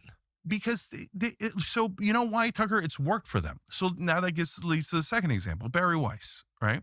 So Barry Weiss claims she's like, remember when she was at the New York Times, she's fighting against cancel culture. Our college campuses have been taken over by cancel culture. She promoted cancel culture when she was on the campus of her college, Columbia, when she pushed for anyone who was against Israel to be silenced. I mean, she's always been for cancel culture. Exactly. Okay. So yes, fuck Barry Weiss. She actually started her career as a student who went around saying, I'm proudly Zionist and I'm going to try to take out Arab and Muslim professors. Isn't that how Charlie Kirk started off his career? With a watch list for professors? Wow. Who don't toe the line for Israel. So she got famous doing cancel culture on college campuses. Oh, I remember very well. Then she pretends in the middle of her career that she's against cancel culture, specifically on college campuses. Wait, what is this? Ben Franklin legit had children buried in his backyard? The original Epstein? Oh my God. Brazen, right? And then she goes to Free Press and then starts cancel culture again on college campuses. They spoke out against Israel. They should be fired. They should be arrested. Oh, yeah. It's wait. I'm a dangerous Nazi. Yeah, wait. Let's hear this again. Let me give him a chance to. I want to see this whole thing in its And on college campuses, they spoke out against Israel. They should be fired. They should be arrested. Oh, yeah. It's wait. I'm a dangerous Nazi. Yeah, wait. You're talking about arresting Americans for disagreeing with another government, with another country. I mean, if you're not bothered by that, then you have a servant mindset, right? Yes. Oh my God, he is watching Hassan. Did you hear that? Jake is referencing Peasant Brain. Me lord, please take a dump on my head, me lord. I love it when you piss all over me, me lord. Please cover me in your secretions, me lord. I'm not worthy, me lord. Yeah, this is... These folks obviously have 94% of Congress. They obviously, pro-Israel factions have... Oh my God, this is more... Look, this is more boring than I thought. What else should we try? Tribalism. Can we get tribalism for 500, Alex? We've been taught by who? By the media to hate each other and to have a tribal brain, partisan brain. Okay, we got the tribal brain. So because if the left, we got the peasant brain. I don't know if Hassan came up with peasant brain, but he does say it a lot. Maybe it came from somebody. Is it a reference that he's making when he does the voice, or is that just like his peasant brain voice? I think it's a Hassanism. I think. Yeah, sorry, Tucker. Neo-Nazi. There we go. Right, the Republicans and Democrats realize that the people rigging the rules are the ones with all... He's not a Nazi because he's not for Germany. He's for America. The wealth and power up top. That is the only... It's a close impression. Oh, John Oliver does this, maybe? Force that is mighty enough to take on the ruling class, the donor class. So that is why they have to get us fighting at all times. You must hate each other. Don't look up. Whatever you do, don't look up. Hate each other. Use all your energy this way. So, unfortunately, I can't wait till Aaron Brown adds that. I'm a dangerous Nazi to his soundboard. Yeah, side got taught this too. So Marjorie Taylor Greene, you are the media, Cenk. You are Charlie Kirk. That's it. You can't ever talk to them. They're the bad guys, right? I'm like, are they still the bad guys if they agree with me? Right. Let's get back. What? How? Guy first. How do people enjoy this? And it's like absurd. It's like you're not a human, are you? What the fuck? What sound did you just make? That is not a human noise. I think Tucker's a fucking alien or something. And do I have to change my position if Tucker agrees with me? Do I have to become pro-war? If I'm like, I like backwards cowgirl, I like getting ridden backwards cowgirl, and it turns out that Tucker also likes getting ridden backwards cowgirl, do I have to say missionary only? That sounds more reactionary. All right, let's bomb Iran now. This is too much. I can't deal with it. Some podcaster agrees with me. I'm changing my mind. Yeah. So now Roe did something really smart, and this gets back to Marjorie in a sec. Marjorie! Oh my God. Look, I mean, I'll say whatever about you being on, first name basis with Ro Khanna. I've got mixed feelings about the guy. In some places, he's like the only one like doing the right thing on the Democrats. In another way, he's a very, useful tool for Silicon Valley and for the tech bros, right? To exercise control on the Democrats as well, right? Which they do regularly. But so what? Fine, Ro by first name, but fucking Marjorie, really? That's your BFF, Marjorie Taylor Greene. Look, you can be happy that she is not, willing to sacrifice like children to the MAGA cult, right? You could be happy for that. You could be thankful for that without fucking sanitizing her other bullshit. And yeah, she's another person that is likely going to try to run for higher office and even has a little bit of more credibility in terms of being independent for Trump. But she is bad in so many of the same ways as Trump. So again, I don't know if Marjorie has the chance, has the shot, has the talent, honestly, that Tucker does, the charisma, the pull with the right wing. but I do know that she seems to have designs on that, right? And Cenk Uygur, sanitizing her stuff is just as harmful potentially as Tucker, depending on who ends up running in 2028. Tucker is a Silurian mole man. The laugh is the one of the tells. He slips in and starts echolocating where he would be in an underground labyrinth. Oh my God. Is that why I feel like I'm being hunted when he laughs? Executive I've unlocked ancient memories. That Trump being pursued by Silurian mole men. About lowering drug prices, most favored nation status, right? If France, Germany, Japan are paying this much, we should pay that much. Yeah. Why are we financing the whole world? And that's what's happening. We're paying so much more. That's not what's happening. We're not using our pull, right? The rest of the world, they buy en masse. They say, we would like to negotiate a price for our country. The United States, we don't do that. And we say, please, Mr. Drug Pharmaceutical Manufacturer, charge me whatever the fuck you want. Please overcharge the fuck out of me. Please make an insane profit off of the sickness of my people. Yes. That's why. It's not because we're too nice to the rest of the world. Go fuck yourself. Not than Ethiopia, but than other developed nations like Germany. And of course, to subsidize drugs that aren't even made in this country. Yeah, it's so bonkers. By the way, we subsidize them in 100 different ways. Oh, I know. We also we pay for their research that goes to the universities, right? Of course. And then we Of course, you've been fighting against this all your life, Tucker. What do you mean, of course? give them the patent. What? No. That patent is worth billions, maybe trillions of dollars. And the American taxpayer paid for that research. Should we not get equity? That is how capitalism works.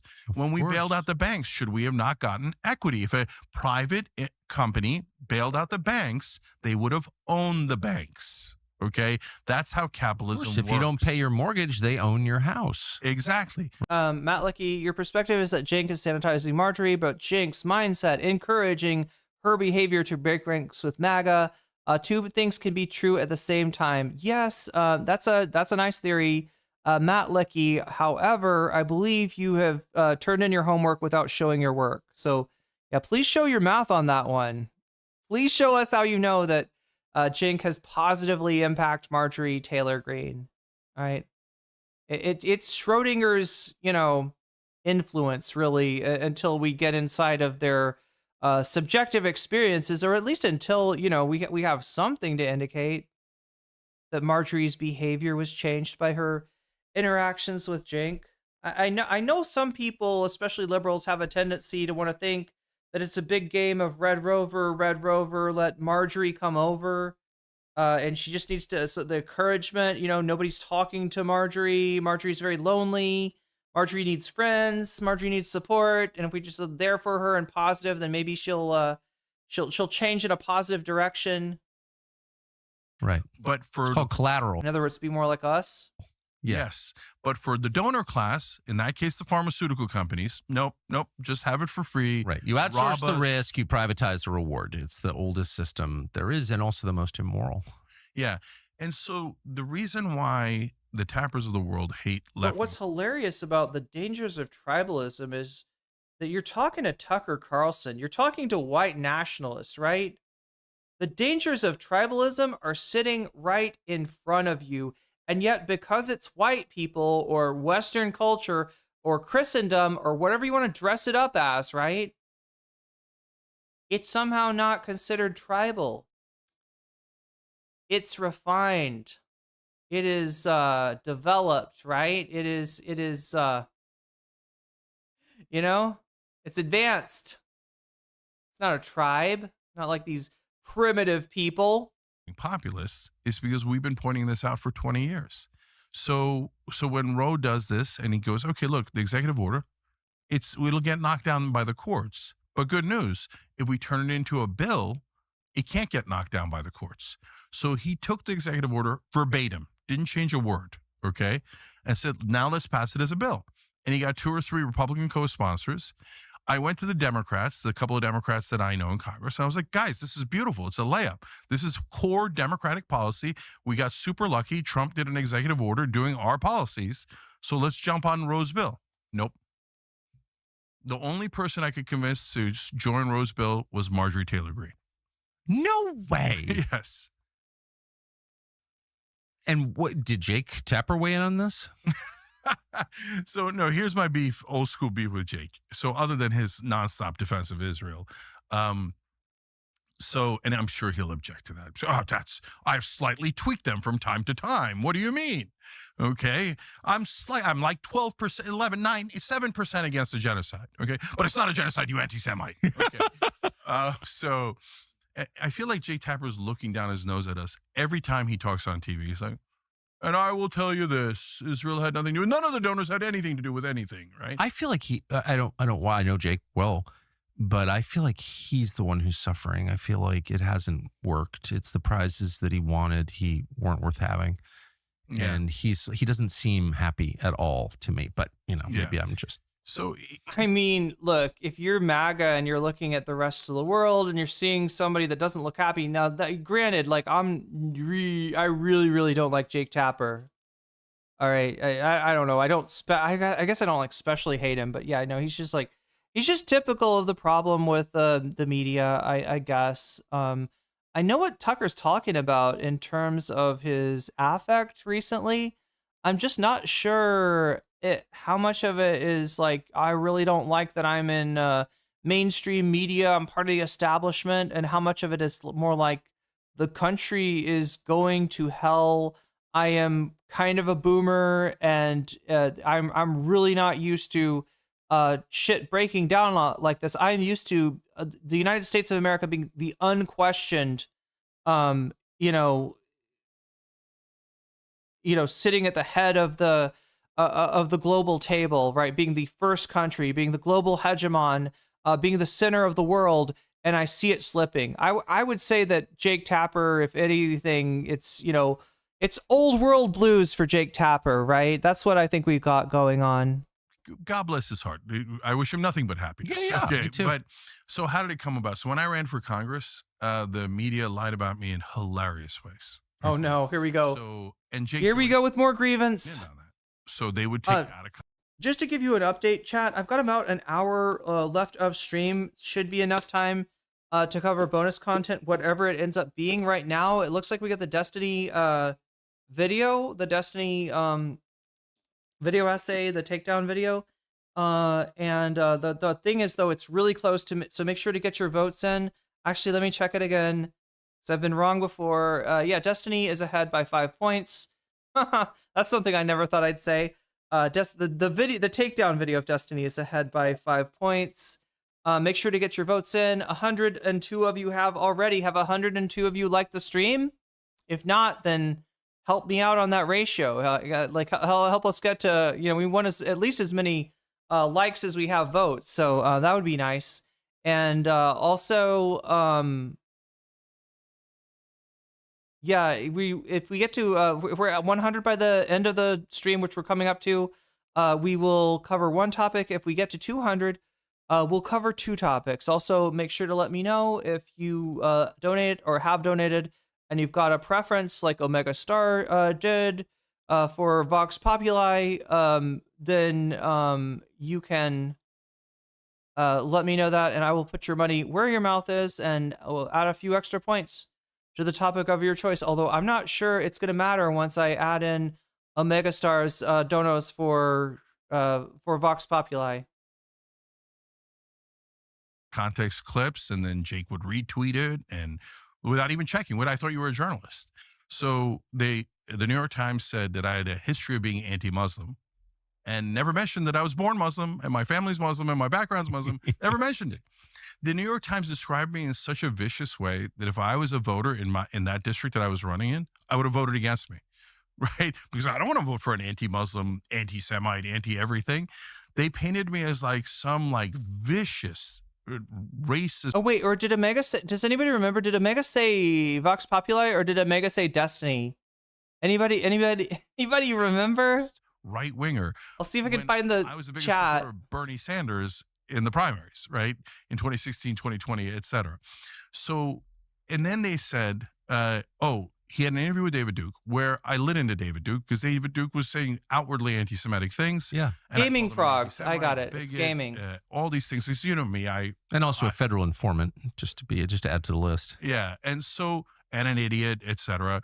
So I said all those things in the interview. I hold no holds barred at Young Turks, right? New York Times said that I agreed with David Duke that he was not a racist. And other outlets said that I brought David Duke on to share his anti-Semitic views. No way. Yeah. And so other journalists... I'm sorry, David Duke as what year was this? Look, David Duke... I feel like you could make an argument for interviewing David Duke when he was running for governor of Louisiana. That was, I believe, in the 1990s. I don't know what interest Cenk would have had in interviewing David Duke in the more recent times, which is obviously when he interviewed. You said frogs. Yeah. Okay. Well, we're gonna add that to frogs. And the frogs are strong now. The frogs are at 428. We're at 428, chat. Watch the interview. Well, they want to see how. Should I celebrate a little bit? I don't know. I feel like I'm gonna miss something ridiculous that Cenk Uygur says. The second I step out, you know what I'm saying? The second I step out, it's gonna be the moment, and I'm gonna miss the moment. Here's what I'll do. Here's what I am going to do. I'm gonna put Cenk on my phone. I'm gonna listen to him along with you, and if anything happens that's of interest, I will catch it. All right. So, wait, I don't know who you're responding to, Matt Licky. Paid? Who said paid? Somebody in chat, maybe? If people are saying paid, they might be talking about the Katzenberg money that he took. He supposedly paid that back, but Katzenberg was a millionaire with a bug up his ass to go after the homeless. And I don't mean to get them in houses. I mean, like, go after them, like marginalize them further, make their lives harder, get rid of them, sweep them out, right? And after that, Cenk and Anna's politics changed on issues of homelessness. Then the other one that people mention a lot is Polymarket, when they accepted the sponsorship from Polymarket to rename their studios from the People's Studios was, because the donors had paid for the studios. They renamed it to the Polymarket Studios, right? And after Peter Thiel's gambling site. So anyway, I'm going to let Waluigi handle this. I'm going to be listening along with you. I got to pee one more time, and I'm going to try to, celebrate a belated. God damn it! I missed 420, didn't I? I missed East Coast 420. Oh well. I'll do that, and then I'll be right back, and hopefully I won't miss anything super crucial. But yeah, we got about an hour left of stream. One or possibly two bonus topics to cover today, and that's all up to you. So yeah, we're at 110 out of 200 right now. If we get to 200 by the end of the stream, I will stick around and cover some more, or another one of these bonus topics, which likely would be Hassan is 100,000% finished, right? If I ever, oh God, anyway, let's go. How terribly Gotta get going. Anti-Semitic and racist Cenk was, pretending to be a left-winger and all this. And they're like, holy shit, you guys are totally lying. The exact opposite happened in the interview. So New York Times had to do a rare correction on that one. They're like, okay, fine. All right. He was being sarcastic. Fine. Okay. But by the way, I had a PR person because it was a congressional run. They're really well connected to all these folks. They called the New York Times. They called the editor. And the editor, this is amazing. The editor told them, and I don't know why they say these things. I'm stunned that they say them out loud. But the editor told them, look, you're right. I watched the David Duke interview. We got to retract it. And you're right about the Muslims thing. You're right about the bestiality thing, which we'll get back to. Bestiality. Which is hilarious. That's my favorite. Hold on. So he says, but I went around and I asked, and everyone here hates Cenk, and they don't want to do a correction. The best I could do was get a correction on the David Duke one, because that one's so over the top. Everyone here hates Cenk. That's amazing. That's amazing. Yeah. I don't know how many people he asked. I don't know if he asked 3 people, 13 people. It was probably a small group that was working on that group. So, but the fact that he would say that to our PR guy is unbelievable, right? So now the bestiality one. Okay, so I do a segment on the Young Turks like over a decade ago. And I say, we had this guy, Rodell, that was having sex with horses in Tennessee. And we thought, what a bizarre, crazy story. He gave the horse an STD. Okay. We're like, Rodell, what are you doing? What are you doing? We're making fun of this guy. Then I really dryly, I go, you know what? If the horse is receiving it, I don't know that the horse is objecting, right? They cut the tape. And he goes, that's it. Jenks for bestiality. Okay. Now, if you keep rolling the tape, what I say next is the horse going to object? Nay. And then everybody in the studio That's pretty laughs. funny, actually. Yeah, and everybody laughs, but they cut that part out, right? So New York Times made it seem like it was part of my legislative agenda. Horse sex? Yes.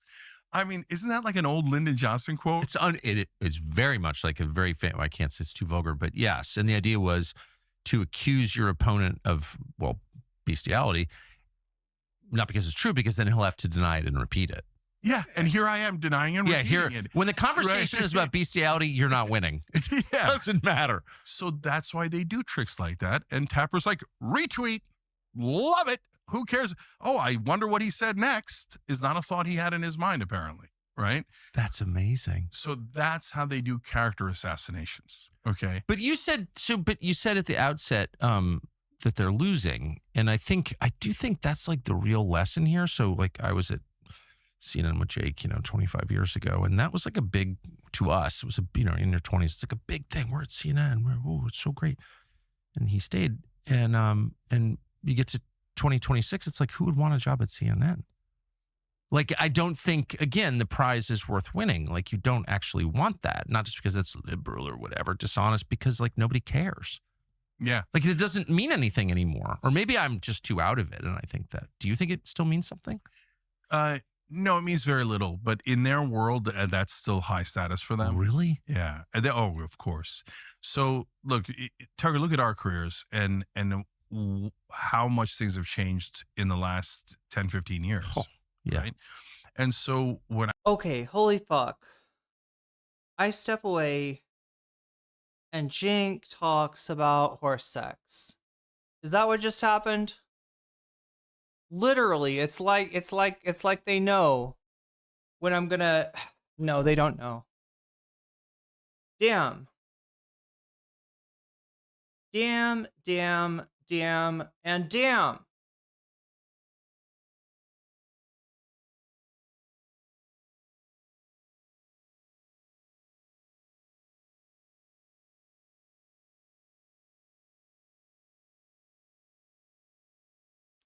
Should we rewind?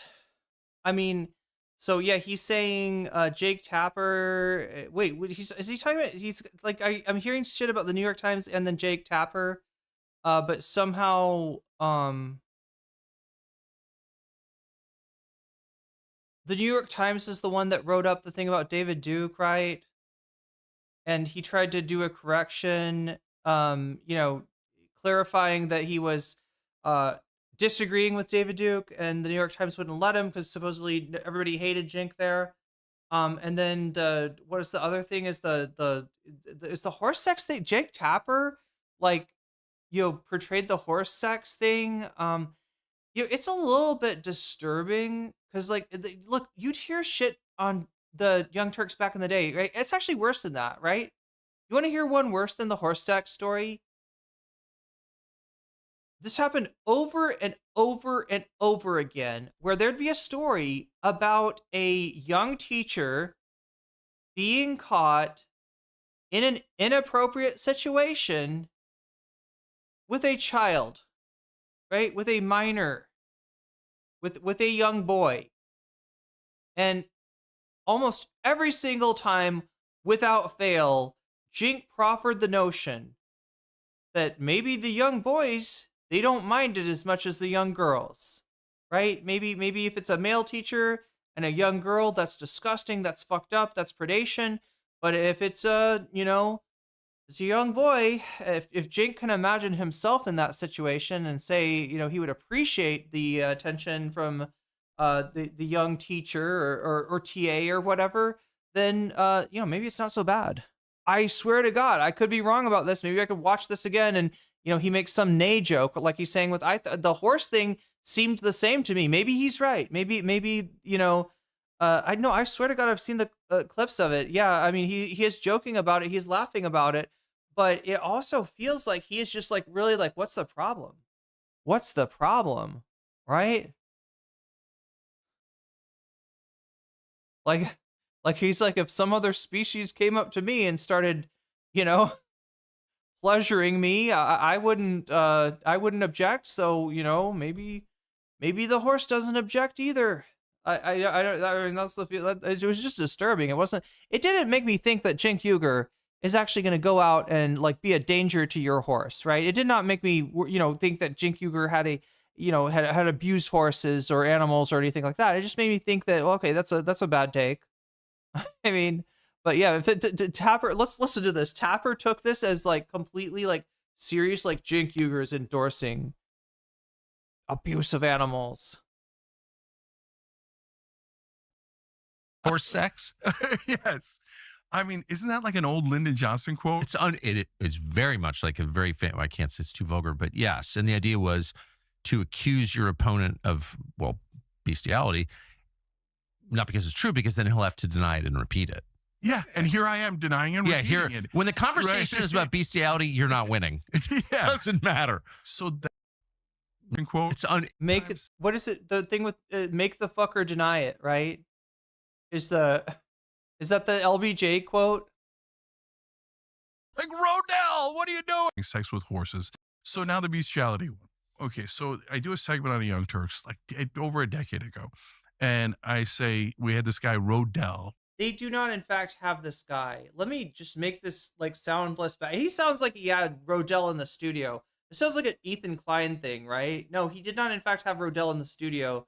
I believe Rodell was the name of the man that, got caught abusing a horse once, went to jail for it, got out of jail, and the first thing he did was he was caught with that horse again. And when they inspected the horse, they found that the horse had contracted an STD from Rodell. So that's what he feels like. Rodell is a friend of the show, but no, Rodell was a bestiality convict, I guess. That it was having sex with horses in Tennessee, and we thought, what? Of course, Tennessee. What a bizarre, crazy story. He gave the horse an STD. Okay, we're like, Rodell, what are you doing? What are you doing? We're making fun of this guy. Then I really dryly, I go, you know what? If the horse is receiving it, I don't know that the horse is. He has to specify. We're making fun of Rodell. We're not on Rodell's side. We're not like, go Rodell, abuse that. Yeah, no, we were making fun of Rodell. We were on the horse's side. Free the horse. Yeah. It makes it so much better. Is objecting. Right? I mean, you could say that like it's, disturbing content, right? That's what I said about it. I don't know what Jake Tapper implied from it. They cut the tape. And he goes, that's it. So wait, the deal is that he hates Jake Tapper. He's got this thing with Jake Tapper. This is the explanation, I'm guessing? Jake's for bestiality. Okay. Now, if you keep rolling the tape, what I say next is the horse going to object? Nay. And then everybody in the studio that's pretty laughs. funny, actually. Yeah. And See, they canceled you for comedy. Yes. But they cut that part out, right? So New York Times made it seem like it was part of my legislative agenda. Horse sex? Yes. I mean, isn't that like an old Lyndon Johnson quote? It's very much like a very I can't say it's too vulgar, but yes. And the idea was to accuse your opponent of, well, bestiality, not because it's true, because then he'll have to deny it and repeat it. Yeah, and here I am denying and repeating it. When the conversation is about bestiality, you're not winning. Wait. But that was success. That actually happened with David Cameron, right? That whole David Cameron thing. Doesn't matter. So that did David Cameron actually have to deny it though? That's why they do tricks like that. And Tapper's like, retweet, love it. Who cares? Oh, I wonder what he said next is not a thought he had in his mind, apparently. Right? That's amazing. So that's how they do character assassinations. Okay. But you said at the outset that they're losing. And I do think that's like the real lesson here. So like I was at CNN with Jake, 25 years ago. And that, I mean, yeah, CNN absolutely compromised like platform.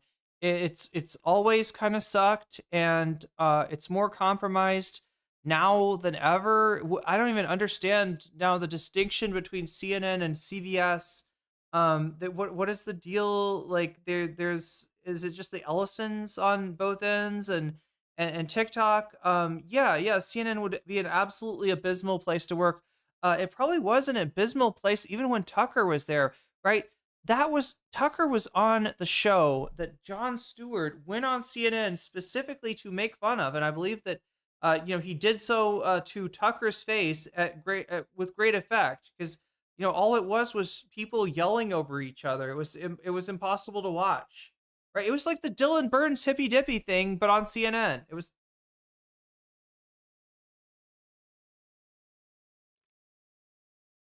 And I do think that Jon Stewart made some good points there. Now, I will say, Jon Stewart has a really disturbing tendency to kind of call it even on both sides, right? And, there's a little bit of that in what he said. But, the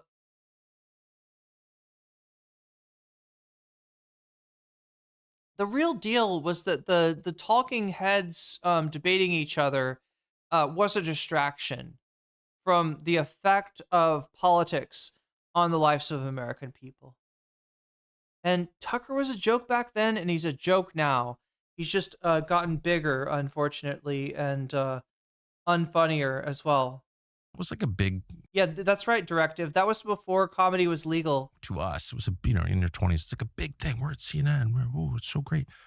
And he stayed. And you get to 2026, it's like, who would want a job at CNN? Like, I don't think, again, the prize is worth winning. Like, you don't actually want that. Not just because it's liberal or whatever, dishonest, because, like, nobody cares. Yeah. Like, it doesn't mean anything anymore. Or maybe I'm just too out of it, and I think that. Do you think it still means something? No, it means very little. But in their world, that's still high status for them. Really? Yeah. Of course. So, look, Tucker, look at our careers and how much things have changed in the last 10, 15 years. Oh. Yeah. Right. And so when I was a host on MSNBC at 6 o'clock back in 2011, that was highly celebrated. I mean, oh yeah, I instantly started winning awards and getting speeches, paid speeches, and all these amazing things that I never got online. Yeah, it's called prop clipping. Yeah, he got prop clipped. We're the first YouTube partner channel ever. I'm the original YouTuber. And really? Yeah, I've gotten the Young Turks is. I have heard this so many goddamn times. Yeah. What year did you start it? So we started the show back. His name is Tucker Swanson McNear Carlson. Oh my God, that just screams CIA. In 2002, so we've been around 23 years. We were the original talk show for Sirius Satellite Radio, so we're the first show there. Then we went to Air America, that you remember, the liberal radio. Very well, yeah. And we were there morning. Very well. Wow. And wait a minute, Tucker was aware. I mean, he would have been on. Yeah, there was a time, Chad. I mean, I guess this is what Tucker and Cenk have in common. If you watch his old stuff, which yeah, he was on CNN on Crossfire. That's the political debate show I was talking about.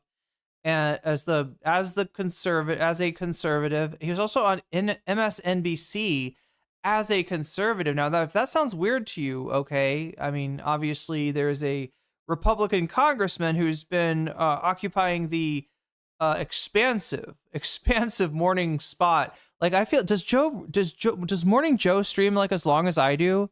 Maybe I feel like they're on there forever, right? I feel like that's my career trajectory, Chad. After Joe Scarborough, retires from MS Now, I will take his place. We'll do a long, I'll have all my weird little minion guys and gals around me. I'll be married to a son of some kind of U.S. geopolitics god. I'll just be I'll be doing it like this will be after I've been a member of the House of Representatives. I'll just replace Morning Joe eventually. Okay.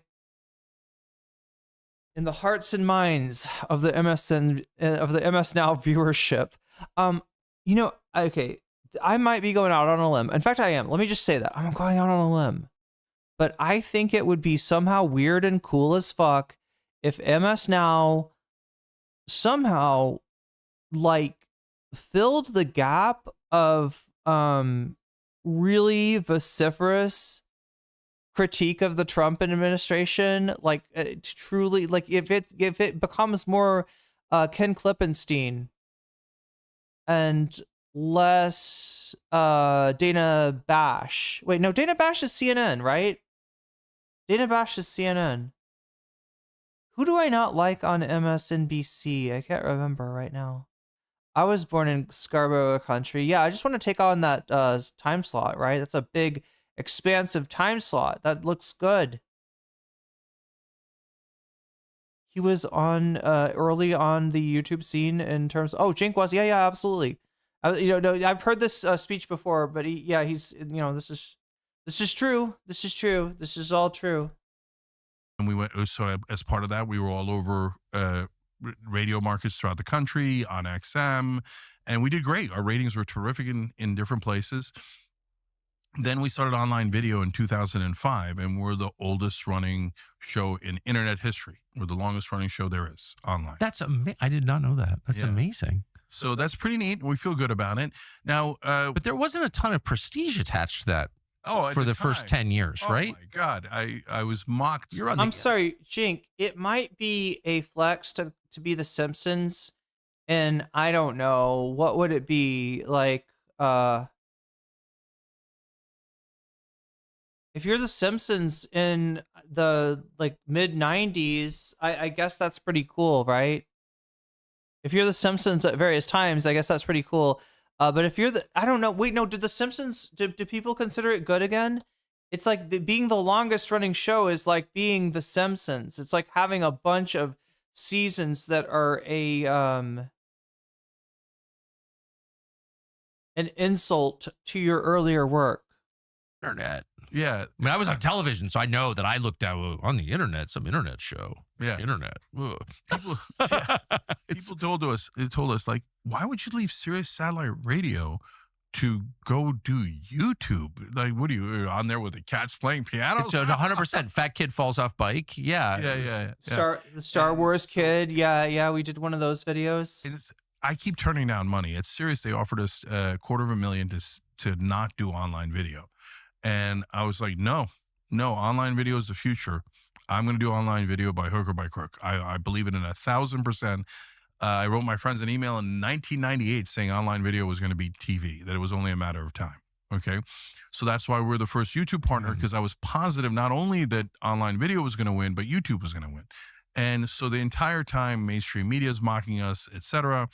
But then in 2011, I did a campaign to get on MSNBC, and our audience is amazing, best audience in the world.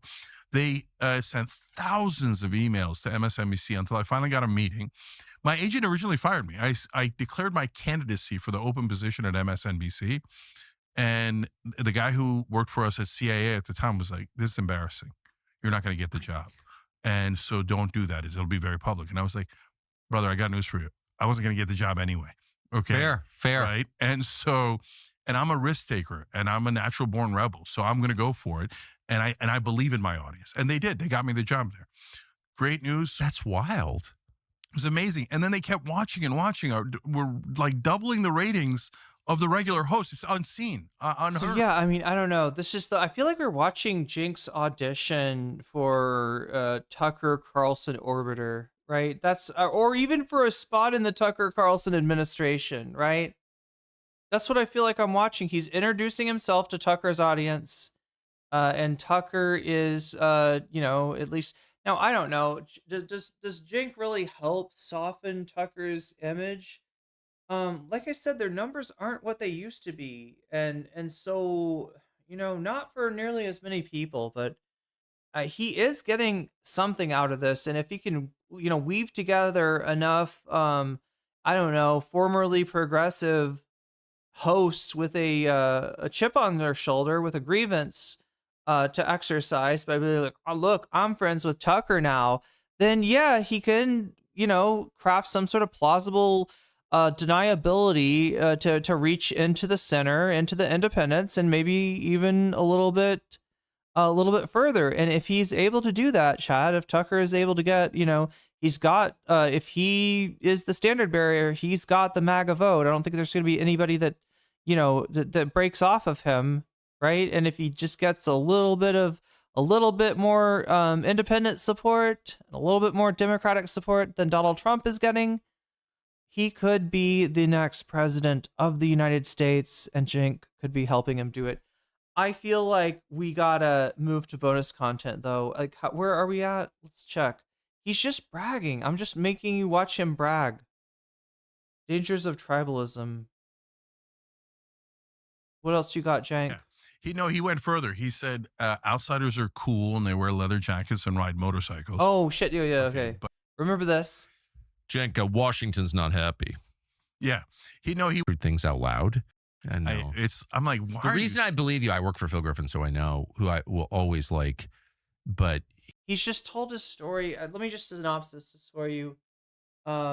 He had a meeting with somebody at MSNBC.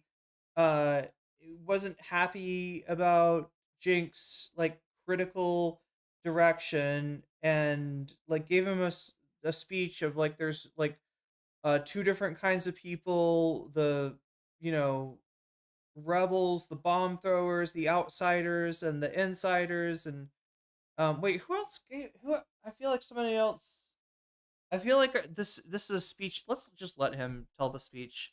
We'll watch this, then we'll switch to bonus content. How about that? How does that work? Right? We're still doing Destiny of MSNBC, and he said, I was in Washington, and they're not happy with your tone. Yeah. Washington's not happy. Griffin, then president. Yeah. Oh, it's Phil Griffin. I didn't remember. Of MSNBC, and he said, I was in Washington, and they're not happy with your tone. Washington's not happy. Yeah. What? It's like a movie. It is. It's like, but it's a B-rate movie. I know. I'm like, why? The reason I believe you, I work for Phil Griffin, so I know who I will always like, but he's not a genius at all. And so he says true things out loud because he doesn't sort of know. I mean, I can literally picture him saying, Cenk, Washington's not happy. Yeah. It's like the scene from oh my god, what's that movie where the guy where he's mad as hell and he's not gonna take it anymore? Network. It's like that scene from Network, right? It's not about the US and the UK and the USSR anymore. It's about General Motors. He went further. He said outsiders are cool and they wear leather jackets and ride motorcycles. Okay, but we're NBC. We're not outsiders. We're they don't get to come inside, right? They gotta stay outside. Insiders. Yeah. I'm like, Phil, this is a dumb like I'm thinking this is a dumb speech. And I'm the very last it sounds like a boomer speech. guy on earth you should be this is like I'm literally picturing Easy Rider here. This speech. Anybody else? Right. So that's why he offered to double my salary when he said move to the weekends. Because the only way you stay on cable news is if you play ball. Of course. Wait a minute. Big Al Cake Mix is here letting me know. Wait. Oh my god. What's going on? Okay. I see. Okay, wait. Like, do we have problems? Do we need to get Cenk off the screen as fast as possible? Boom. Can do.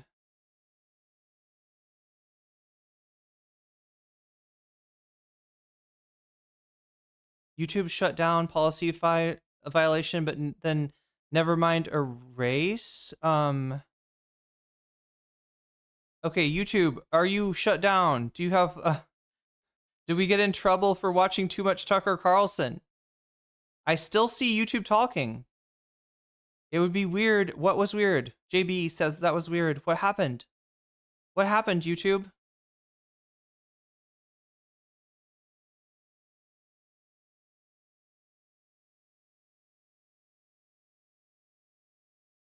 Checking email, live stream copyright notice. Due to copyright match, your stream was interrupted. Okay, well, that's all the TYT that we're watching for today. I'm glad it came back. I thought I was a loser.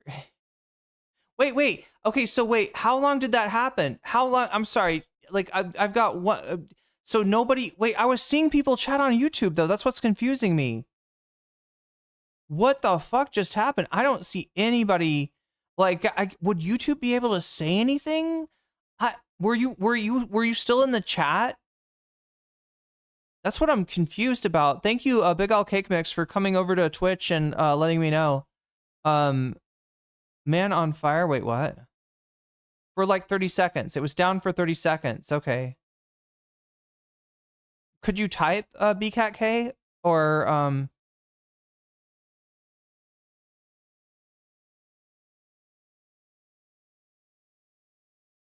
like, did it lock you out of chat or did it just stop the live stream? That was wild. Yeah, it's scary stuff.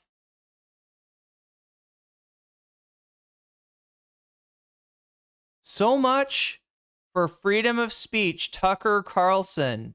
So much for freedom of speech. Thank you so much, Big Al Cake Mix, for having the wherewithal to come over to Twitch and let me know. Because the sooner I can fix that, the better, right? Whenever that happens, I just got to get whatever it is, even the still image, off of the screen, right? It scans my stream on intake until it determines that what is on screen is not a part of the copyright that was claimed, right? So the sooner I hear that, the sooner I can fix it. So hopefully, yeah, it wasn't too bad for you. Chat was active. The video was disabled, huh? I just didn't see anything coming from the YouTube side. Because it's nice if YouTube lets chat keep talking, because then chat can tell me on YouTube. But I'm glad Big Al Cake Mix was able to let me know on. I'm just surprised I wasn't seeing that coming from you. I'm used to whenever the stream goes out, you see like sometimes people type F. Although F can mean different things, right? F can mean a lot of different things. But when I see like everybody typing F, right, that's when I'm like, okay, we got a problem. But we had a problem. I think we fixed a problem. Never seen a copyright come back so quickly. Well, thank Big Al Cake Mix, right? For it coming back so quickly. Anyway, speaking of quickly, we've got to do this quickly. We got to do our bonus content, which is Destiny, the most hated man, or something like that.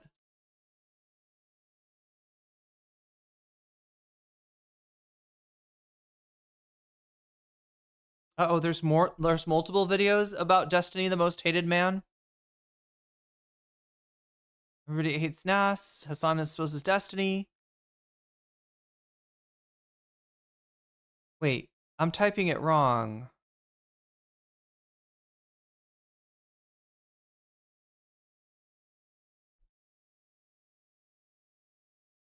Why people hate Destiny? Why everyone hates Destiny? Nope. 3 years ago, not what we're looking for.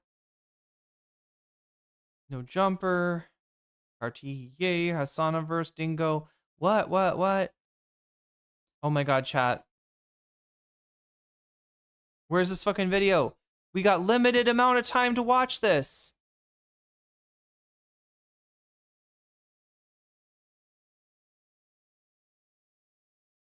Is a de-escalation of the deadly ICE crackdown here. Oh no, that's the Hassan clip. Fuck.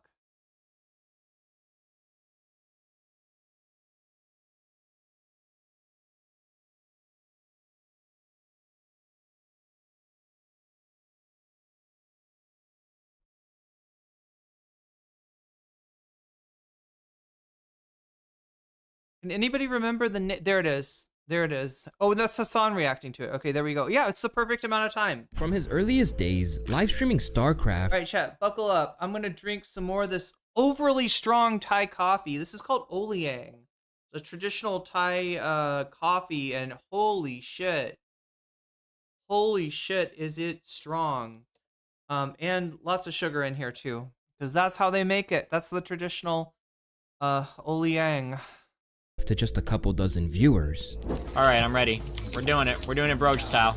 To pulling over 1 million watch hours in a single month at the height of his career, Destiny looked unstoppable at one point in time. But these days, he's more often than not known as one of the most hated and despicable figures on the internet, with some claiming that his rise is the perfect example of how reckless, selfish, and downright disgusting behavior can dismantle everything a person has built. From proudly boasting about doxing people. Doxing? I literally just doxed that girl.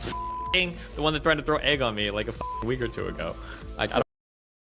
Really funny stuff, Destiny. Let's take a look at this guy's videos. Elon Musk, Destiny, SteveWill.com, The Simpsons Predicts Everything, FaZe Clan, Alex Jones, Gambling, Shane Gillis, ChatGPT, MKBHD. Ooh, Pearl is drooling. Why is Pearl drooling? Oh no, they did Pearl dirty on this thumbnail.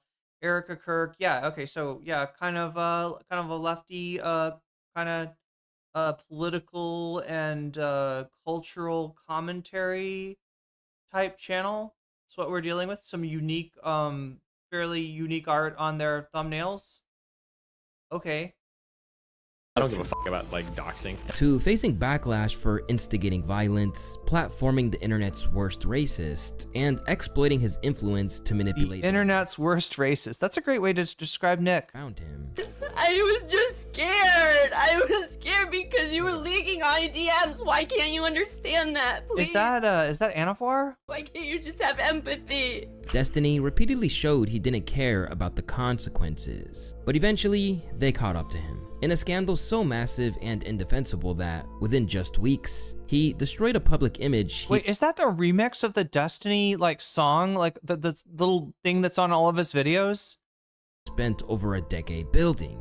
His actions have not viewer only drooling deplatformed, but also abandoned by friends and dragged into a messy lawsuit that could cost him not only his reputation, but also serious money and maybe even his future. And yet, even now, with everything on the line, Destiny continues to display a shameless lack of accountability and remorse. It's your boy Luesta, and Thai iced tea. You know, I think it's I don't know. This might be the one. I'm trying to think. I need to look this up, right?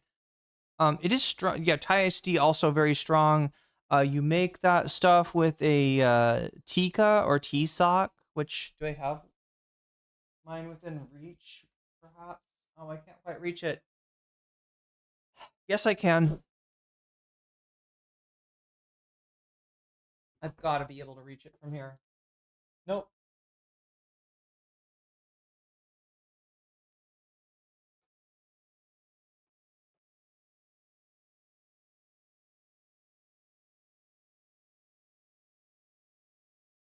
Okay, yeah.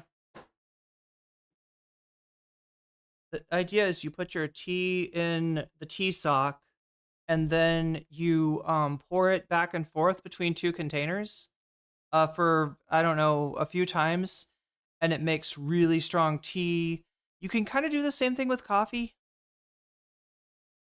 Hepatitis Destiny became the most hated person on the internet. To understand Destiny's fall, we need to first see how he rose. Back in 2011, Stephen Kenneth Bennell II, aka Destiny, began streaming StarCraft 2 on early sites like Justin TV. His skill and consistency pushed him into the pro scene, where he placed 4th at the 2011 MLG Global North America Invitational. Watch these SCVs. Watch these SCVs. Never mind.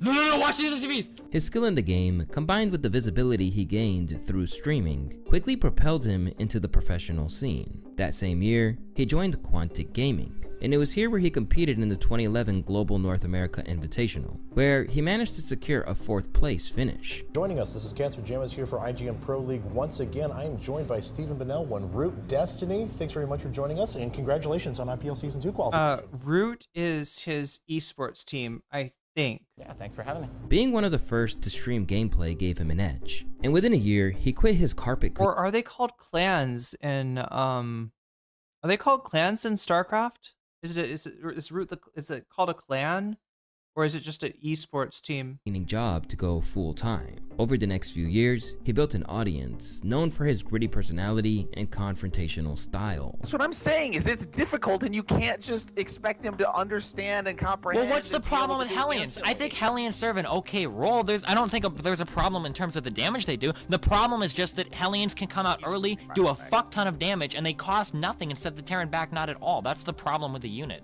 By 2016, he shifted from gaming to politics, was fueled by the election cycle. Wow, I feel so middle of the road. That change hit a turning point in 2017 when he debated JonTron on immigration. The debate blew up with nearly 2 million views, and for once, Destiny came out on top, as most of the comments mocked JonTron's takes. Wait, now I don't understand that for once Destiny came out on top, right? I don't know the entire history of Destiny's debates.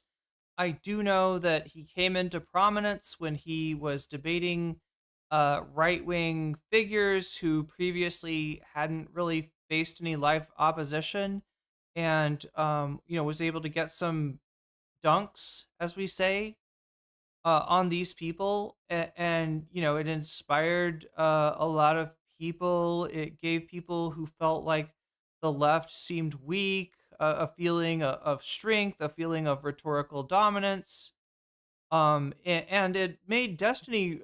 He had the goodwill of the left, right, including like probably some leftists. I know that's hard to believe, right? But this was a Destiny who hadn't really punched left yet, or maybe he did back when he was a libertarian. I don't know, but I get the feeling he just wasn't as politically active. Until 2015, 2016, I think it's kind of when he started to blow up and do a lot of debates against like famous chuds, win a lot of debates against famous chuds, and this started the debate bro meta on the left. Because poor whites commit a lot of crime too, disproportionately compared to wealthier whites. That's just not true. But okay, wait, you can hold on, say wait. You don't think that Well, poverty... yeah, of course. Well, yes. In relative terms, yes. In relative to wealthy whites, yes. Sure. This was the moment that Destiny really began making a name in online political debates, and from there, he sparred with figures like Lauren Southern. First of all, a lot of these ones that were accepted have already been quite westernized, although because we have a very hawkish... What does westernized mean? What does that mean to you? Make black people specifically, I guess, illiterate so that they are easier to manipulate, even though I seriously doubt these people even vote that much. And then the other is to make people... Oh, I forgot about this. What, anybody want to, anybody remember Destiny? I vaguely remember this happening. Is this him debate? I think he debated, Candace, and I think did he do well in this one? Like, this was a long time ago, but yeah, I think Candace, did... she's a pretty smooth operator these days. Some would even say a clandestine operator, but I think Destiny got the better of her in this debate. The most literate by sending them to college and have them read. They're not the most literate. That's what I'm telling you. They are not the most literate. You think people that graduate with college degrees can't read well? Yeah, what I'm telling you is yes. That's what I'm telling you. They're not the most literate. And Richard D. Wolff. So I'm very glad that you've acknowledged that Marx, in through his labor theory value analysis, was absolutely flawed and was an absolute failure. I'm glad that you've acknowledged that the way of analyzing... I have not acknowledged you're making this stuff up. I've never acknowledged anything of the work of the sort. I don't even know where you get this. Branding himself as a liberal and a social democrat, his willingness to debate anyone gave him a unique lane, helping him rack up over 700,000 followers on Twitch, 124,000 on Kick, and over 1 million subs on YouTube. But as his influence grew, so did the controversies. And under the surface, a troubling pattern was forming. Even though Destiny built his image as the rational debater, who always leaned on facts, he had a habit of crossing the line into personal attacks. In 2018, that side of him got exposed when Twitch hit him with a 30-day ban for using homophobic slurs during an argument with another streamer. I was given 2 reasons for how I was banned. The first thing was because I called the one dude a bad word. I said the F. I don't even know if I'm allowed to say it without getting banned on Twitch on another platform. But I said the F word and I called him a retard or whatever. Apparently that was bad. On the surface, it might seem like a minor offense, but for someone with Destiny's reach, way more was expected of him. Looking back, it was just another example of showing zero accountability and no empathy with how he used his platform. Nothing showed this more than the DT podcast he launched with fellow streamer Trihex on a project God, that this is old. We're really going way back with this one, right? Into the Twitch. This is like 2019. collapsed within a year after Destiny doubled down on justifying his use of the N-word. As crazy as it sounds, even for someone who branded himself as the reasonable debater, Destiny openly admitted that he didn't care about using the slur. Or whatever. I say the N-word all the time in fucking private. Like, fuck, I don't give a fuck about that shit. I love you a lot, buddy. I mean, like, I enjoy talking to you and I enjoy interacting with you. If you legitimately think because of jokes that I say privately or whatever that I'm racist. Oh, what is this? Yeah, we got Trihex here. We got Vosh. What? Vosh and... Oh, Vosh is reacting. I got it. This is Vosh's... Vosh is actually not in this debate. He is reacting. Oh, this is a very... wow, this is Vosh's old apartment, I think. At least old setup. I don't know. And yeah, like, I'm surprised he doesn't have the bun. I mean, that's completely on you for you to believe. He even went as far as dropping a full manifesto defending his stance, instead of just... Oh God, I gotta stop for a second. Manifestos. Let's talk about manifestos, right? I don't know where this culture came from, but people in the Twitch sphere, which when I started was centered around Destiny, would settle disagreements with manifestos, right? A manifesto was a long form effort post, you know, think like a Reddit effort post, right? A Reddit effort post of your opinion of the of the matter, like, this is why I think so and so sucks, or whatever, right? Or you know, you get criticized and you write a manifesto. This is why I think the criticism is unfair. And like, I guess the idea is to pop off with it, right? The idea is to put all your thoughts together into a, you know, thorough you know, statement, and that people will ratify your beliefs, your feelings, right? And Destiny's done so many of these. Anytime there's any kind of controversy, anytime there's, you know, he puts out a manifesto. He's done one on Keffels. I don't even know, chat. I don't even know how many. Did he write a manifesto on Demon Mama? I think at some point Dylan wrote one on me. I think there's a manifesto on me out there somewhere. But anyway, it is cringe Reddit culture, and but these people take it fucking seriously because these people embody Reddit.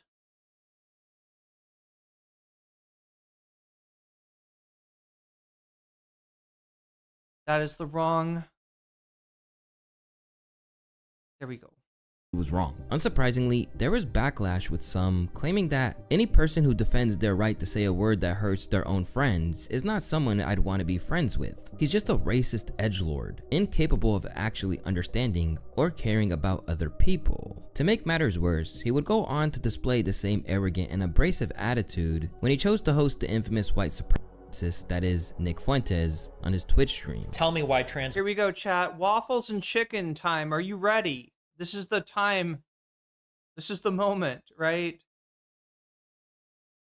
Where he has waffles and chicken.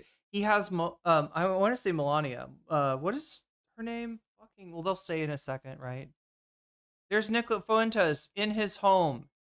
Sleepover with Nick Fuentes. Women are unnatural and everyone will get... This is a Nick Fuentes I want to point out, right? Unlike today when Nick Fuentes has all the motion on the right, this Nick Fuentes has zero motion. This Nick Fuentes has a career that stalled out and died. This Nick Fuentes has been successfully deplatformed to the point of irrelevancy. And who comes along to put his ass in front of a large audience? Destiny. Crush, and then you'll come out the hero. He's a racist. Exactly, yeah. And you'll be like, so Destiny, you like trans people? Yeah. Do you want trans white nationalists to kill BLM supporters? Like, for those who don't know, Fuentes has had his bank accounts frozen and has been banned from multiple platforms for his openly hateful views on race, women, religion, and much more. Many argue that giving him a platform at all was enough of a reason to push back, as it only gave him more space to spread his ideology to a wider audience, most of which are young. Whiter audience. Actually, not a wider audience. The opposite, right? To the wing half audience, right? And impressionable. If you're not white enough, straight enough, Catholic enough, then you got to go hard as fuck to make up for it. But Destiny's recklessness goes beyond the guests that he platformed. It etched into the disturbing things he has said himself. On August 25th, 2020, during the Kenosha protests after the police shooting of Jacob Blake, a teenager shot and killed two We got to be careful. If they're going to actually show the clip, I can't, like, I got to mute it or something. As the news made headlines, this got Destiny demonetized on Twitch. Everyone was debating the issue, and many expected Destiny to approach it with at least a little caution. Instead, he did the opposite. The rioting needs to... Okay, there we go. That's it. Yep. Let's put the captions on. I'll read it to you. The rioting needs to stop. To fucking stop. And if that means like white redneck militias, dudes out there, yeah, and then he's like, there it is, right? He's advocating for these white redneck militias to go out and mow down dipshit protesters and just literally, yeah, call to violence right here.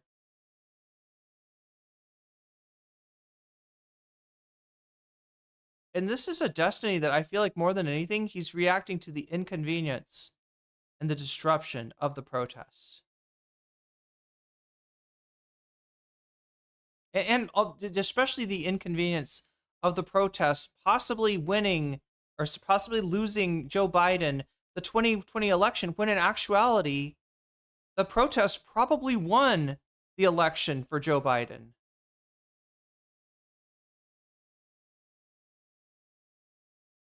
As anything other than endorsing violence. And predictably, people felt that he deserved it. I don't care about how much good he did before. He's doing serious harm now, and it's only getting worse. Destiny is a complete idiot. Isn't that crazy? In that moment of time, Destiny chooses to, to put himself against the entire fucking movement because it's inconvenient for him personally, and it might lose his political candidate the election. Proved this time and time again in the past. As comments like this piled on, and the internet's disdain for Destiny grew stronger with each passing day, it ultimately ended with Twitch revoking its partnership with Destiny. But rather than acknowledging the gravity of his words, apologizing, or taking any accountability, Destiny doubled down. In true Destiny fashion, he responded by publishing yet another manifesto on his subreddit. Yeah, the answer is always another manifesto. This time arguing that the shooter had only acted in self-defense. And in doing so, he cemented his image as a stubborn egomaniac who refuses to admit he's wrong and will cross any line to protect his pride. Yet, as shocking as that controversy was, it wouldn't be the last time Destiny's words crossed the line into outright incitement. His next political crash out came on July 14th, 2024, in the aftermath of the assassination attempt on Donald Trump during a campaign rally in Pennsylvania. The attack left Trump narrowly escaping death. One audience member was also killed, and 2 others were injured. Some argued that the attack might have even been staged by Trump's team to build propaganda for his campaign. But regardless of the theories, many felt Destiny's response. Look, I never gave a lot of credence to the idea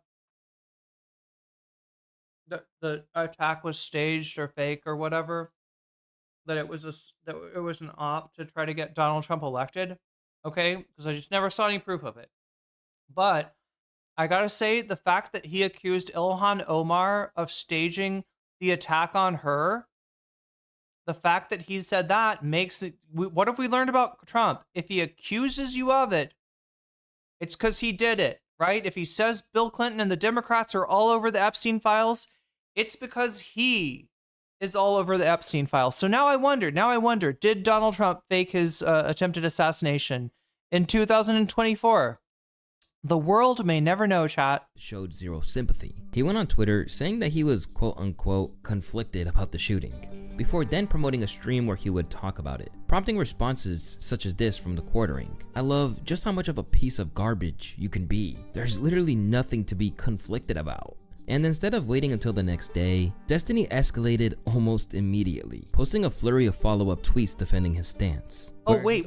This shit got him banned from Kick, right? Destiny's one of the few people who's managed to get banned from the platform Kick. It's a edgy platform started by channels that wanted to do gambling and things that would have been TOS on other sides and say slurs and all the rest.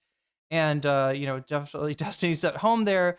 But when he criticizes Trump and specifically says that he does not value the lives of Trump supporters, that's somehow a bridge too far for Kick. Boiled down to accepting the attempted assassination of a presidential candidate as something that's completely normal. Let me clarify, when I say conflicted, what I mean is that I lean towards seeing it as a natural extension of the thing Trump and the MAGA kids support. So I don't think I have much sympathy about the attempt enough to chastise people celebrating it. If we learned anything today, I hope it's realizing the importance of principles I've stressed many times on stream before. Having a firearm means absolutely nothing if you don't spend time at the range practicing with it. Donald Trump. I don't have that much of a problem with this kind of edgelord shit, especially when the right wing are doing it this time, 10 times worse. That being said, when you've got kind of the targets on you that Destiny did over the summer for saying the things that he said, may not be the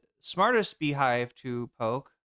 Incited an insurrection and then was granted full criminal immunity for possibly all of his involvement. I have zero sympathy for anything that happens to him or anyone who supports him. I will argue this position against any and all conservatives of reasonable size, but there's a reason none of you spineless hacks step outside your echo chambers. And yet, what he said on X wasn't even the worst of it. The next day on stream, he went even further, directly mocking the firefighter who lost his life in the shooting. I don't think it's wrong to not be sympathetic towards Trump or Trump supporters. This thing is the thing that I think he really didn't need to say. I don't think it achieved anything. Like, I don't know. I feel like he was just in a pissing contest with right-wingers as far as who can be as, And dismissing his death as deserved simply because of his political leanings. Fuck it, dude. The firefighter guy, fuck Trump, fuck people that support him. I just want you to know, okay? Just in case you're confused or it seems like I'm, whatever. If one of you were in the crowd and you're a conservative fan of mine and you end up, getting blown away or whatever I'm making fun of you the next day on Twitter. I am. This episode led to his demonetization on X. Oh, wow. And even a suspension from Kick. Yeah, that's what I'm talking about. Two platforms that generally do not fucking ban you for anything. Which even some of the most controversial voices still have a platform on. Similarly, his more recent behavior took another disturbing turn after the assassination of Charlie Kirk. Instead of showing any respect for the loss of his life, Destiny mocked his death in a series of tweets. And while Charlie Kirk's death has been memed into oblivion on sites like X and Instagram, Destiny took it and Google image bit further, as he even went as far as to compare his memorial to a Nazi rally. You can expect this kind of disrespectful behavior from radical extremists, but I think even the Nazis would not do. I don't know. I'm sure they had like rallies for victims, martyrs for their cause that were really despicable people for sure. But I somehow think even with the Nazis' horrible sense of aesthetics and taste, I think there's something about that funeral that the Nazis just would not touch. Remember, there's shit about America that even the Nazis blush at, right? When they went to look for ways to, cut Jewish people out of German society, they looked towards Jim Crow as one of their inspirations. And in some places they were like, ooh, that's harsh. Ooh, that's harsh, right? Right? It's like, this is the thing that people don't realize is that fascism is nascent probably nearly everywhere, and especially in a country like the United States. It's there sleeping, waiting to hatch out.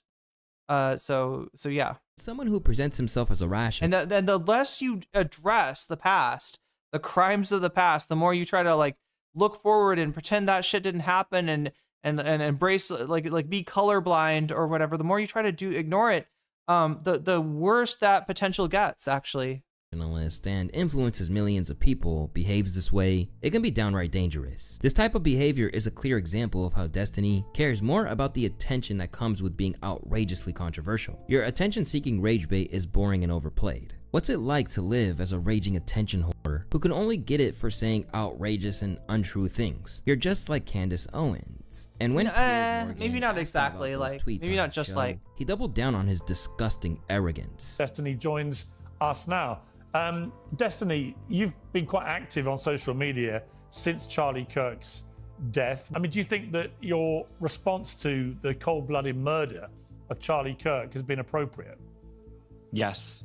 I think that the only way this country moves forward into a better world is when conservatives can... Wow, that's crazy. There's actually people watching me. I just looked at the numbers for the first time tonight, chat. I thought maybe the numbers were down, but no, chat, we got dream characters in chat. We got people nodding off and falling asleep, or maybe having me on while they're doing other stuff. That's okay. It's if you want to lurk, that's your prerogative. I suppose.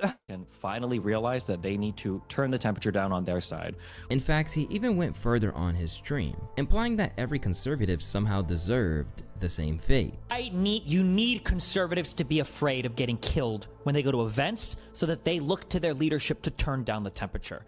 These incidents also brought up the many times Destiny displayed the very insensitive disregard for human life before. When the 70-year Israel-Palestine conflict exploded back into headlines in October 2023, he didn't hesitate to make shockingly insensitive comments about innocent Palestinian civilians who were suffering. From openly declaring himself pro-genocide and then laughing about it. Honestly, I'm pro-genocide.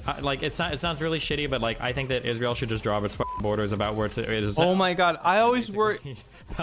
I kind of wish that I'd get in a little bit of trouble for not really. I don't really want to get in trouble, chat, but I wish that this kind of sentiment was the sort of thing that platforms took seriously, right? This shit is wild what he just says here.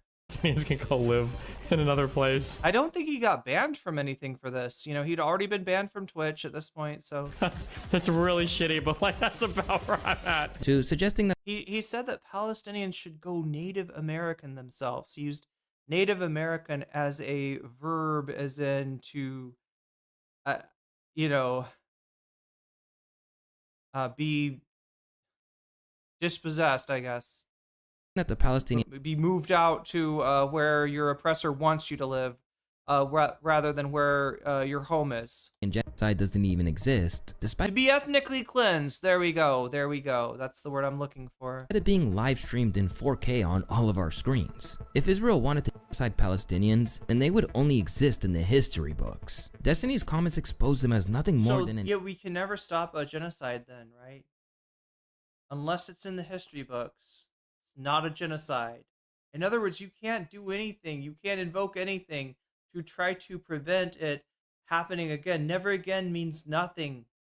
An arrogant instigator. Someone who only cares about his ego and the attention it brings. Imagine saying the Holocaust wasn't a genocide because the Nazis didn't get every single Jew. Destiny is just achieving new lows of idiocy. Perhaps the most revolting display of this cruelty came in March 2024 during one of his streams. Destiny came across a clip showing a Palestinian civilian being shot, followed by his wife. Oh my god, it's gonna be terrible. Running desperately towards him, but instead of responding with even the slightest human sympathy, he casually dismissed this disturbing moment, stating that these people were simply trying to farm clips for attention online. So you're saying the woman was acting? Oh, geez, he's getting into the Hollywood conspiracy theory? The woman was acting. She probably was sincerely sad. Her husband got fucking killed, but I think they were farming TikTok clips. This expectedly caused a large number of viewers to feel disgusted. Me and my husband are out here farming. Oh my god, chat.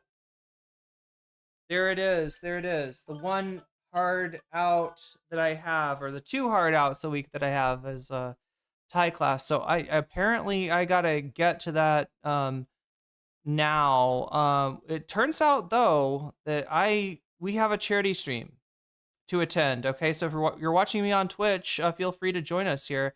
We're raiding into Sean Vid's Immigrant Rapid Response Fund charity fundraiser. Sounds like a good cause. Let's lend some support. Is this Sean? I guess I'm used to seeing Sean. I was like, wait, no, you're a skull, dude. Why are you not? No, you're gonna see Sean, I guess. Anyway, Sean is gaming. I'm trying to figure out I don't know what the game is. Maybe you will when you raid in, but yeah, I am raiding you in there. We're gonna make our appearance. I am also gonna thank my Patreons before I leave. So yeah, everybody that supports me on Patreon at the $5 level or above, you get a fancy shout out at the beginning and end of each stream. And since we're close to the end of the stream now, and I got to go to Thai class, I will shout those out now. So shouts out to User, shouts out to JMB, shouts out to Brian, shouts out to Emily French, shouts out to Big Al, shouts out to Direful, shouts out to Joel Siverud, a new Patreon supporter, shouts out to Sarah, shouts out to Izzy Mandius, shouts out to Steven Sayers, shouts out to Animus, shouts out to Infallible Fowl, shouts out to Oral Solipsis, shouts out to Nadia Yvette, shouts out to Choki, shouts out to Moe Noip, shouts out to Funky Monkey, shouts out to Temporal Insanity, shouts out to Good for Gabby, shouts out to Jules K, shouts out to Crystal Sphera, shouts out to Buffy Geek, and a fancy shout out to Rachel K, to Omega Star, and to Zara Xerix. Chat, I am going to try to cover, I had a thought, right, of what to cover tomorrow. It's left my mind. Did we raid out? We raided out. Okay, so say hi to Sean for me. I'll be in there in a second. I'm going to try to also, if I have time after Thai class, which is going to be pretty late, but we'll see. If I have time after Thai class, I'm going to try to do like a members/sub stream. So this is your chance to, get member up, to sub up, to weasel the fuck up, as they say, or to jellyfish up. If you become a member or a sub, you'll be able to see the special streams, because I need to cover the Erica Kirk shit. I also kind of want to finish the rest of this, so maybe we'll see if we can do that. But yeah, I'm going to try to work it in. I also owe you video game streams. Gotta do that. Gotta cover that. I had a thought, maybe it'll come back to me. What is the content that we're going to do next? I don't know, chat. I probably won't find out until Monday occurs for you and all the news, things happen, and then there'll be a subject that I'll probably cover, some kind of news stuff anyway. So much love, everybody. Thank you, mods, for keeping us safe. Thank you, Thumb Gang. Thank you for liking the stream. That helps get my my message out to more and more people.